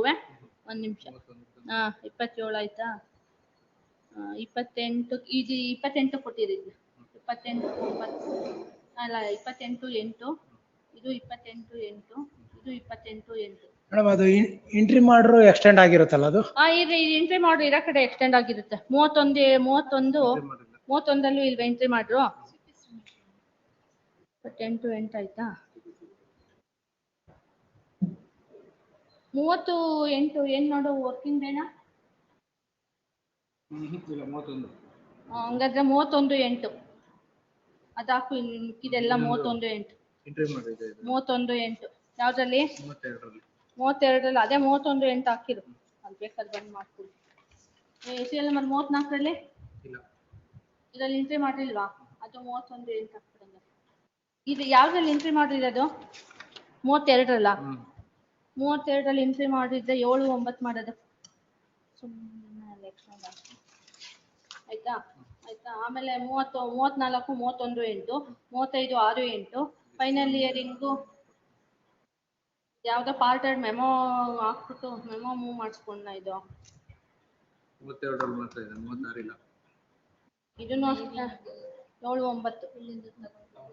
ಇದು 7, 9. 16 16 ಆರ್ಡರ್ ಆಯ್ತಲ್ಲ. No representation in the month of September ಅಂತ ಆಯ್ತು. ಅದೇನೆ ಇವಾಗ ಮೂವ್ ಮಾಡಕ್ why No, you have to, when you are in urgency, you have to appear physically. ಅಲ್ಲಿ ಬರ್ಕೊಂಡು ಕೊಡು, ಇವ್ರಿಗೆ ಕೊಟ್ಟು ಬರ್ಕೊಂಡಿಯಾ ರವಿ? ಅಲ್ಲಿಷ್ಟು ಇವ್ರಿಗೆ ಕೊಡು, ಬರ್ಕೊಳ್ಳಿ. ನಾಳೆ ಇರೋದು ಒಂದ್ ನಿಮಿಷ. ನಾಳೆ 56ರಿಂದ 61. 56ರಿಂದ 61 ಲಿಸ್ಟ್ 1. 56ರಿಂದ 61 ನಾಳೆಗ? 63ರಿಂದ 70. 56ರಿಂದ 61 ಮಾತ್ರನಾ? 62 ಆರ್ಡರ್ ಆಗಿದೆ. 63ರಿಂದ 70. 63ರಿಂದ 70. 71ರಿಂದ 78. 80. 82ರಿಂದ 86. 87. ಇದು ಎಕ್ಸ್ಟೆನ್ಷನ್ ಆಫ್ ಟೈಮ್ದೆಲ್ಲ ಮೇಡಮ್ ನ ಕೇಳ್ಬಿಟ್ಟು ಫಸ್ಟೇ ಹಾಕ್ಬಿಡಿ ಇವಳೆ. ಯಾಕಂದ್ರೆ ಇನ್ನು ನೀನ್ ಹಿಂದಕ್ಕೆ ಹಾಕ್ಬಿಟ್ಟ ಮೇಡಮ್ ಮತ್ತೆ ನಮ್ಮ ಕೋರ್ಟ್ ಅಲ್ಲೇನೆ ಡಿಲೇ ಆಗ್ತಿದೆ. ಡಿಸ್ಪೋಸ್ಡ್ ಮ್ಯಾಟರ್ ಫಸ್ಟ್ ಗೆ ಹಾಕ್ಬಿಡ್ತೀನಿ ಅಂತ ಹೇಳು. ಅದು 2 months 3 months ಎಕ್ಸ್ಟೆಂಡ್ ಮಾಡ್ತಾರೆ, ಆರ್ಡರ್ ಆಗೋಯ್ತದೆ. 81 ಹೇಳಿಲ್ಲ ಅವರು. 81, 10, 8 ಅದ್ ಹೇಳಿಲ್ಲ ನಾನು, ಬರೀ ರಿಪೀಟ್ ಮಾತ್ರ ಹೇಳ್ತಾ ಇದ್ದೀನಿ. 4, 8, 87, 4, 8 ಆಯ್ತಪ್ಪ. 80, 90, 4, 8. ಆಮೇಲೆ 4, 8 ಇರೋದ್ ಮಾತ್ರ ಹೇಳ್ತೀನಿ. 90, 4, 8 ಆಯ್ತಾ. 104, 4, 8. 105, 4, 8. ಆಮೇಲೆ ಅಷ್ಟೇ. ಅದು ಈ ಲಿಸ್ಟ್ ನಂಬರ್ 2 ನಲ್ಲಿ ಸೀರಿಯಲ್ ನಂಬರ್ 3. ಸೀರಿಯಲ್ ನಂಬರ್ 3 462 ನಾ? ಅದು 2 ಅಲ್ಲೇ ಬರ್ಬೇಕಾ? ಅದೇನೆ 2ನೇ ಅದು. ನಾವು 1 ನಲ್ಲಿ ಹಾಕಕ್ಕೆ ಪ್ರಾವಿಷನ್ ಇಲ್ಲ. ಅವ್ರು ನಾಳೆ ಸಬ್ಮಿಷನ್ ಮಾಡ್ಕೊಳ್ಳಿ ಅರ್ಜೆನ್ಸಿ.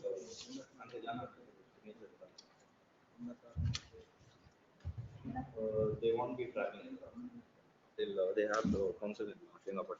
ಅಷ್ಟೇ, ಅದೊಂದೇ ಒಂದೇ ಮ್ಯಾಟ್ರಾ? ಅದೊಂದು ಮ್ಯಾಟ್ರ್ ನಾಳೆಗೆ. ಮಿಕ್ಕಿದೆಲ್ಲ ದೇವಸ್ಥಾನದ ಮ್ಯಾಟ್ರ್ ಅದೇ ಮೇಡಮ್, ಬೆಳಿಗ್ಗೆ ಸಬ್ಮಿಷನ್ ಮಾಡಿ.